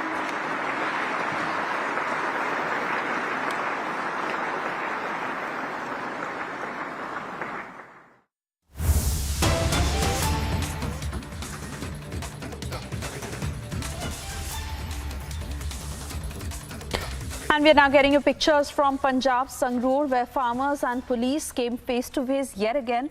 It was a brutal crackdown on farmers that was seen. This was right outside Bhagwant Man's residence, where the police beat up farmers brutally. Outside the Chief Minister's residence, where farmers were beaten up with lathis and pushed away in this out-and-out face-off between the farmers and the police. We are yet to get details of why that happened and why farmers had gathered outside Bhagwant Man's residence. But the police beat up the farmers who had gathered in huge numbers outside Bhagwant Man's residence. And the Aam Aadmi Party, that has always said that it stands in support of farmers, such was the treatment levied to them right outside Bhagwant Man's residence. You see how farmers have gathered in huge numbers, and police there went on to beat up the farmers, push them back and hit them with lathis. Why that was, we are trying to get details from Amandeep, who's now with us on the broadcast. Amandeep, firstly, why did farmers come outside Bhagwant Man's residence, and why did the police resort to lathi charge? Well, Suesha, the farmers, basically one union of the farmers, that is Kisan Sangharsh Mazdoor Sangharsh Committee, they were protesting against the Aam Aadmi Party government for not meeting the promises that has been made by Chief Minister Bhagwant Mann earlier. And in fact, today is the day when they have decided to protest out nearby, not even outside, nearby Bhagwant Mann's residence. And basically, this protest was staged around 1 kilometer far from the residence of Bhagwant Bhagwant Mann, and they have blocked the national highway that is leading from Patiala to Sangrur. And in fact, number of farmers were sitting on the road in a very peaceful manner, continue their protest the way, the very basic way they were doing in the earlier times as well. But all of a sudden, police delivered a warning to these protesters to vacate the highway.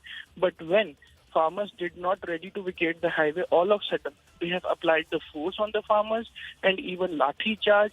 Some of them has been detained, and it was very much visible that how a maximum force has been applied on the farmers to vacate that highway to just disperse their protest from the location.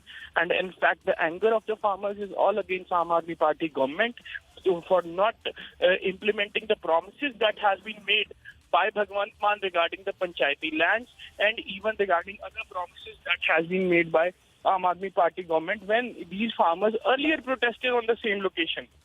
But this time, instead of meeting them, instead of negotiating the talks with the farmers, straight away the government has applied the force to disperse the farmers from their location. And visuals are very much telling that how the lathis has been charged on the farmers who were sitting on the protest. So Swesha, basically they all were sitting in a very peaceful manner. Nobody was trying to harass his house. Nobody was trying to, intervene into the law and order situation. They have just blocked the highway, and in the middle of the highway, they were sitting and just addressing the gathering of the farmers. But that exactly is the point, Amandeep, that this action will be hugely questioned, because this is the Aam Aadmi Party that has always supposed to stand in support of farmers, so much so that when the farmer protests were happening the last time around, they had questioned the centre every time, because they said that they stand in support of the farmers. And today, when it has come on to questioning them, see the kind of treatment they are putting the farmers through. Well, absolutely, Swesha, absolutely. This is not the way to deal with the farmers. So basically, farmers were protesting in a peaceful manner. And the right way to deal with them, that any of the ministers from the Mann cabinet, he should have come and in fact negotiate the talks with these Kisan unions and try to diffuse the protest. But that not happened. Just because the entire cabinet is occupied in the Gujarat election, including Chief Minister Bhagwant Mann. And few of the ministers are still in Chandigarh and they are very much engaged to their own work. But nobody was concerned about these farmers who were continuously sitting on protest with their pending demands. And lastly, they have applied force to vacate the protest from the national highway. And earlier, it's a very likely to mention that earlier Aam Aadmi Party was the one who actually questioned the Congress action when they tried to apply the force on the farmers, and even the union government's action when they tried to apply the force on the farmers, and even the Haryana government when this Singhu agitation has been started. Aam Aadmi Party, Bhagwant Mann, Kejriwal all the time questioned that what is the need to apply the force, to apply the lathi charge on the farmers when they are peacefully protesting for their demands. This is the democracy. And now what happened to the democracy? That is the big question. When the protest stage outside nearby the chief minister's residence in Sangrur, then there is no democracy and police is very much there to apply the force to vacate that protest, to disperse that protest. But this is actually an action that will escalate the anger among the farmers against Aam Aadmi Party and Chief Minister Bhagwant Mann, just because this is not the way to deal with the farmers who were sitting in a very peaceful manner. In fact, Swesha, two videos come out. One is of lathi charge, how the police is applying force on the farmers, and another video came out that how these farmers were sitting in the middle of the national highway and in a very peaceful manner. They have no intent to move anywhere from that. They have no intent to create any kind of law and order situation there at the spot. But their basic need is that they wanted to meet their demands. They wanted that their demands should be addressed by Chief Minister. That was promised to them, but that did not happen. And in fact, that is the reason they were protesting in a very peaceful manner. But all of a sudden, police has given them the warning when they did not ready to vacate the highway. The police started lathi charge on them, and even some of them has also been detained at the spot. And the police forcibly vacate that national highway nearby Bhagwant Mann's residence. Yes, Wish. Shame, because the Chief Minister of Gujarat, we are hearing, Amandeep, the Chief Minister of Gujarat is in, the Chief Minister of Punjab is in Gujarat. And the Chief Minister of Delhi is also in Gujarat. They're campaigning. And the farmers have been dealt with this severe Lati attack, if I can call it that, because they've been asked to vacate. But this sort of a brutal crackdown, we can't help but ask, even at the height of the farmers' protest in the national capital, we didn't see something like this. Why has it come down to this? Why are farmers being thrashed in the way that they are? Well, Niranjan, the point is that this Kisan Mazdoor Sangharsh Committee was not the first time protesting against Bhagwant Man's residence. And in fact, days earlier, on around 12 to 14 September, the similar way they were protested at a similar location. And even they demanded that Bhagwant Man should address the queries and the problems of this Kisan Union just because they are the farmers who are having less than 5-acre land. And in fact, their bread and butter is being completely dependent on the agriculture itself. And even the Bhagwant Mann government is not addressing and facilitating their queries. And that is the reason. And in fact, they have given the ultimatum to Bhagwant Mann that if they are not able to implement their problems, implement the promises that has been made by the Bhagwant Mann in September, again the protest will be scheduled. And in fact, today is the day when they have given me. Stay with me. Partap Singh Bajwa, Mr. Partap Singh Bajwa is joining us on the phone line. He's a very, very senior Congress leader. Mr. Bajwa, you will agree that even at the height of the farmers' protests, nobody saw this sort of a brutal crackdown. This is a brutal crackdown. The pictures are horrific. Mr. Bajwa. It's very unfortunate.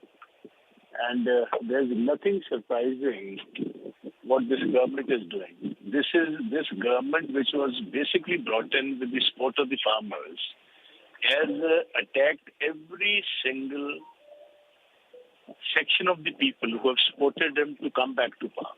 Maybe they are the employees, maybe they are people who are farmers or people working at the scheduled caste or backward classes. So a lot of sections are agitating against this present government, and especially Bhagwant Mann. What he has been doing is they have been promising heaven to the farmers, but once the farmers call off their protest, nothing happens. So this is exactly what is happening is once they call off the protest, they promise that by so and so date, whatever promises have been made would be implemented. And once the promises are not implemented, the farmers or the laborers or the government employees, they once again start with these kind of dharnas or garaos. So it's most unfortunate they take 2 steps forward and 3 steps backward. It's a very, very aggressive government. For the last 2 months they are missing. They are all in Gujarat. The Chief Minister, his cabinet is, and now they have decided with bag and baggage to shift to MCB elections in Delhi. They were meant to rule Punjab. They are completely absentee landlords. And they have left the state as an orphan child. So it's most unfortunate what is happening. But this is what is in store for people of Punjab for the next couple of years. You know, Mr. Bajwa, we had the pictures of Mr. Arvind Kejriwal also in Gujarat. Arvind Kejriwal is in Gujarat. Bhagwant Mann is in Gujarat. And it's free for all.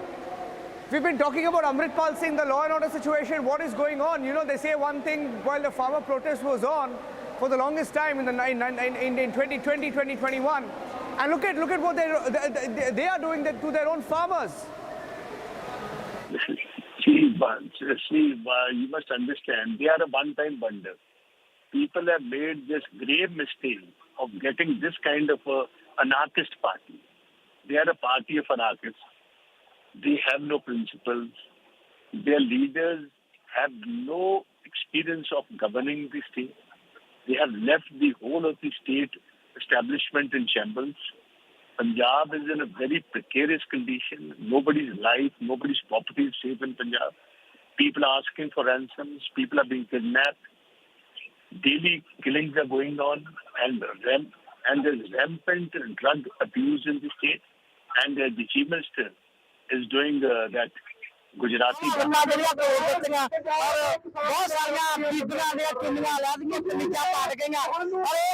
ਅਸੀਂ ਦੱਸਣਾ ਚਾਹੁੰਦੇ ਆ ਕਿ ਜਿਹੜਾ ਭਗਵੰਤ ਮਾਨ ਕਹਿੰਦਾ ਸੀਗਾ ਕਿ कि मेरे राज के इतना नहीं होगी पर अज भगवंत मान के राज के सब तो ज्यादा ना तशद्दद जरा मजदूरों दी बीबियां ते मजदूरों ते होया है असी इस तरह माफ नहीं करांगे असी अपनी मंगां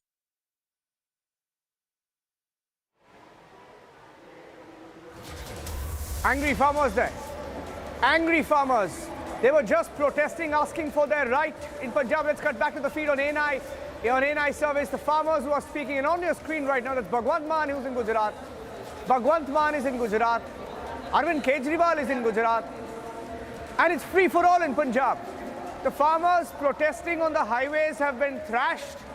Look at those pictures, unprecedented. You remember those pictures of the single border, ladies and gentlemen, when the farmers of Punjab were protesting in the NCR. And it was a protest that went on for months together. Highways were blocked.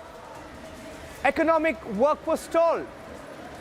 And yet, did you see this kind of a crackdown? A brutal crackdown. And as Bhagwant Mann is in Gujarat.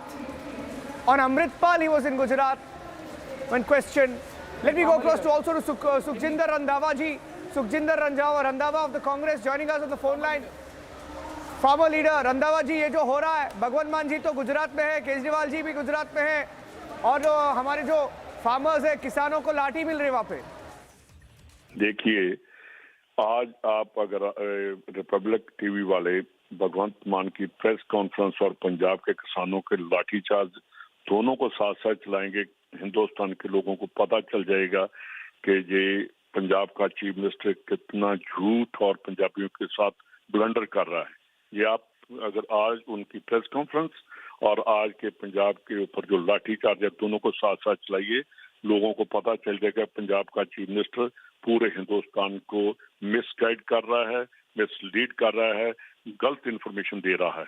जो पंजाब के हालात हैं, आप law and order पर चले जाइए, आप agriculture के ऊपर चले जाइए, आप आरडीएफ की जो आज बात कर रहे हैं पंजाब के फाइनेंस मिनिस्टर की गवर्नमेंट ऑफ इंडिया दे नहीं रही. हर स्टेट को, हमारा भी 5 साल राज रहा है, गवर्नमेंट रही है, हमें भी आरडीएफ की प्रॉब्लम आई, पर जो आरडीएफ को जो सरकार चलाता है उसको आरडीएफ जहाँ कोई नाम मिलना या मिलना अलग बात है, पर स्टेट के लिए लोगों को कहना कि हमें गवर्नमेंट ऑफ इंडिया नहीं देती, तो हमें भी नहीं दे रही थी, हमें भी बहुत मुश्किल आ रही थी, पर फिर भी हमने अपने रिसोर्सेज पैदा किए. आज पंजाब के साथ जो इन्होंने कहा था, भगवंत मान इनकी रैलीज में और दिल्ली में जब इनकी एजिटेशन हुई थी और कांग्रेसियों को वहां जाने के बिल्कुल मनाही थी, वो कहते कि कांग्रेस नहीं एंटर कर सकती हमारे वहां प्रोटेस्ट पर. ये आम आदमी पार्टी वहां बैठकर उनके साथ बैठी थी. आज उन्हीं किसानों के ऊपर लाठी चल रही है, डंडे बरस रहे हैं, उनकी एक बात नहीं मानी जा रही. और मोर ओवर वो जो किसान कहते हैं कि हमें इन रिटन अंडरटेकिंग दीजिए कि आप एश्योरेंस दो. मेरे को एक बात नहीं समझाई, जहाँ इस गवर्नमेंट को समझ नहीं आ रही, जो कैबिनेट का डिसीजन होता है वो रिटन जो गवर्नमेंट की एश्योरेंस है ऊपर उसके ऊपर है. कैबिनेट मीन्स कि एक डॉक्यूमेंट बन जाता है, लीगल डॉक्यूमेंट बन जाता है जो सरकार को और लोगों को उसको मानना पड़ता है. तो जो कहते हैं नहीं, हाँ कैबिनेट से ऊपर चीफ मिनिस्टर की एश्योरेंस है वो चाहिए. ये बहुत बड़ा कॉन्स्टिट्यूशनल बात भी हमें करनी पड़ेगी कि अगर कैबिनेट के ऊपर है तो ये ऐसा नहीं चलेगा. इसीलिए पंजाब के ऊपर जो पहले भी इतने दिनों से रास्ते रोक रहे हैं और चीफ मिनिस्टर पंजाब से गायब है, पंजाब की कैबिनेट पूरी की पूरी गायब है, और पंजाब के लॉ एंड ऑर्डर, जेलों का क्या हाल है, गुंडागर्दी का पूरा बोलबाला है, गैंगस्टर जो है डे लाइट एक्सटॉर्शन मांग रहे हैं और पूरा पंजाब सहम में पड़ा है. ये देखिए रंधावा जी, अभी जो हमारे जो फार्मर्स का प्रोटेस्ट चला सिंगू बॉर्डर पे, वो तो कितने महीने चले, वहाँ पे भी इतना वायलेंट क्रैकडाउन हमें नहीं दिखाई पड़ी. अभी ये देखिए, ये जो तस्वीरें आ रही है वहाँ से संगरूर से, वो और वो भी भगवंत मान जी के घर से बाहर. और आपको एक मैसेज भी ये है कि you know, when it happened at the Singhu border, there was no crackdown like this, and it was the same parties. In fact, even the Congress showed support to the farmers back then, but such a crackdown was not seen. The same party, if I'm not wrong, Aam Aadmi Party भी समर्थन दे रहे थे तब, farmers को Singhu border पे, लेकिन उनको ऐसे ट्रीटमेंट देना फार्मर्स को, this is extremely unbecoming. 1 minute, listen me. जब पंजाब में ये एजुटेशन, फार्मर्स एजुटेशन चली थी और उसको फार्मर्स के साथ मीटिंग करने के लिए कैप्टन अमरिंदर सिंह ने हमारी 3 आदमियों की कमेटी बनाई थी और मैं उनके साथ सभी मीटिंग्स मैंने की है। इवन मैं अमित शाह जी को भी मिलता रहा हूँ इसी कंटेस्ट में। एक बार भी इनके ऊपर लाठीचार्ज नहीं हुआ और हमने कभी भी इनके साथ नहीं किया। जो आज लाठीचार्ज हुआ है ये एरोगेंसी है और मेरा ख्याल कि ये इनका दिमाग खराब हो गया है इस गवर्नमेंट का, कि वो कहते हैं कि हम ईमानदार हैं और पूरे हिंदुस्तान में सभी लोग बेईमान हैं। तो जब ये एरोगेंसी और इनकम्पिटेंसी जब दोनों इकट्ठी हो जाती हैं तो लोगों का जीना जो है वो बहुत मुश्किल हो जाता है। Yes, absolutely. I agree with you. I agree with you on that point. You know, look at the comparisons also, Mr. Randhawa. One last question. See, the comparison is very clear. Here the farmer, the Punjab government is saying clear the roads, don't block highways. Okay, maybe they have a point. It's wrong to block highways because even during the farmers' protest, wahi kaha tha ki don't block highways, let the economic work go on. But it's the treatment. At the end, it's the treatment and the way you treat your farmers. And I think that's all matters today. When you look back at how things have unfolded. Punjab में farmers ने 3 महीने के लिए पूरे जो है railway line track जो इन्होंने बंद कर दिए थे, तो गवर्नमेंट ऑफ इंडिया ने उन्होंने कहा कि कोई बात नहीं, हम इनके साथ बात करेंगे। अगर ये होते तो जब डंडे नहीं गोली चलाकर उनको वहां से उठाते। ये एरोगेंसी की और पॉलिटिकल बैंक्रप्सी की बात मैं कर रहा हूँ। Absolutely, रंधावा जी, वेरी अनफॉर्चुनेट ये जो हो रहा है पंजाब में। लास्ट वीक हमने एक स्टोरी भी की थी लॉ एंड ऑर्डर के बारे में। अमृतपाल सिंह का हमने एक इंटरव्यू लिया था जहाँ पे वो बोल रहा है कि उनको खालिस्तान चाहिए, लोगों को गन लेना चाहिए हाथ में। ये क्या हो रहा है वहाँ पे पता नहीं पंजाब में, लेकिन ये जो जिनको बात करना है इसके बारे में वो तो गुजरात में प्रचार कर रहे हैं, तो पता नहीं चल रहा है कि क्या हो रहा है पंजाब में। Really unfortunate. मैं और थोड़ा बोल दूं? बताइए। ये जो कर रहे हैं चीफ मिनिस्टर साहब, इन्होंने आज तक अमृतपाल के अगेंस्ट या उसके लिए कि क्या वो पंजाब में कर एक भी स्टेटमेंट नहीं आई। इवन इन्होंने वो जो हमारे पंजाब में पुराने है लीडर, उनको स्नैप किया था। दूसरी बात, इन्होंने कहा कि जो लाइसेंसिंग आर्म्स हैं उनकी वेरिफिकेशन की जाए। मैं चीफ मिनिस्टर को बताना चाहता हूं कि जब टेररिज्म था, पंजाब पुलिस ने लोगों को कहा था कि अगर आप लाइसेंस नहीं ले सकते, वेपन नहीं परचेज करते, तो पंजाब पुलिस ने लोगों को उनको प्रोवाइड किए थे वेपन्स कि आप लोग जो है टेररिस्टों का मुकाबला करो। और पंजाब के लोगों ने पुलिस के साथ मिलकर पुलिस से वेपन्स लेकर ये टेररिज्म का मुकाबला किया था। आज पंजाब में ऐसे हालात बन गए हैं, शरीफ आदमी की बंदूक अपने पुलिस स्टेशन में जमा करवा रहे हैं, गुंडे जो अनलाइसेंस्ड जो इलीगल वेपन्स है वो पंजाब में शरेआम घूम रहे हैं। इनको ये इस गवर्नमेंट को इतना नहीं पता कि हमारे साथ पाकिस्तान बैठा है जो कभी हिंदुस्तान को स्टेबल नहीं रहने देगा, पंजाब को डिस्टर्ब करेगा और हिंदुस्तान को डिस्टर्ब करेगा। ये नेशनैलिटी की कमी है, मैं कहूँगा नेशनैलिटी की कमी है। ये अनार्किस्ट हैं, अनार्की फैला रहे हैं पंजाब में। इसके ऊपर हमें ध्यान देना चाहिए पंजाबियों को और हिंदुस्तानियों को। ठीक बात कही आपने, बहुत गंभीर मामला है। Thank you very much Randhawa ji, good to talk to you. That's Sukhjinder Randhawa, Congress MLA, joining us from Punjab on the phone line. Let me also go across to more leaders. Hardeep Singh Kangra, also a Congress leader from Punjab, joining us. Hardeep Singh Kangra ji, you know, you've been on so many debates. Mr. Kingra, so many debates that you've been on during the farmers' protest, and nobody remembers seeing such a crackdown, sir. Such a violent crackdown, such a brutal crackdown. In Singhu, it went on and on and on. This is really unprecedented. You know, this present Punjab government is working on a knee-jerk reactions. You know, if you remember, this Chief Minister of Punjab, Mr. Bhagwant Mann, used to say on the stages that when we will form the government, there will not be any dharnas, there will not be any protests, there will not be any water cannon, there will not be any lathi charge, there will not be any person going on the tanki, and there will not be any protest. Now, all this thing is happening. He specifically said once, if you remember, that if Mr. Prakash Singh Badal is so insecure as Chief Minister of Punjab, he should start a poultry farm. Now this man is moving with 42 vehicles and 350 security personnel. So he can jolly well start a poultry farm if he wants. So the question is, to win election, you tell all the lies. This is the strategy of the Aam Aadmi Party in Himachal, in Gujarat, and this was in Punjab. Of course, they succeeded in Punjab because people believed them. But now it is just 9 months and the people are fed up with this government in 9 months. And let me tell you one thing, this party is like an ephemeral. They came in the rainy season and they will perish after the rainy season. So 5 years, fine, but you never know that they will be eliminated out of the scene, in Punjab politics forever after 5 years. Well, absolutely. Mr. Kingra, we'll speak again later this evening. Breaking news coming in from Sangrur. Really disturbing pictures. We have two more panelists on the phone line with us right now. Looking at horror, the kind of pictures that are coming out. Labour and trade unions protesting. Farmers also protesting on the streets of Sangrur outside Chief Minister Bhagwant Mann's residence. Ramnik Man is on the phone line. Political analyst Anil Sareen of the BJP also on the phone line. Taking both gentlemen on the phone line right now. Ramnik,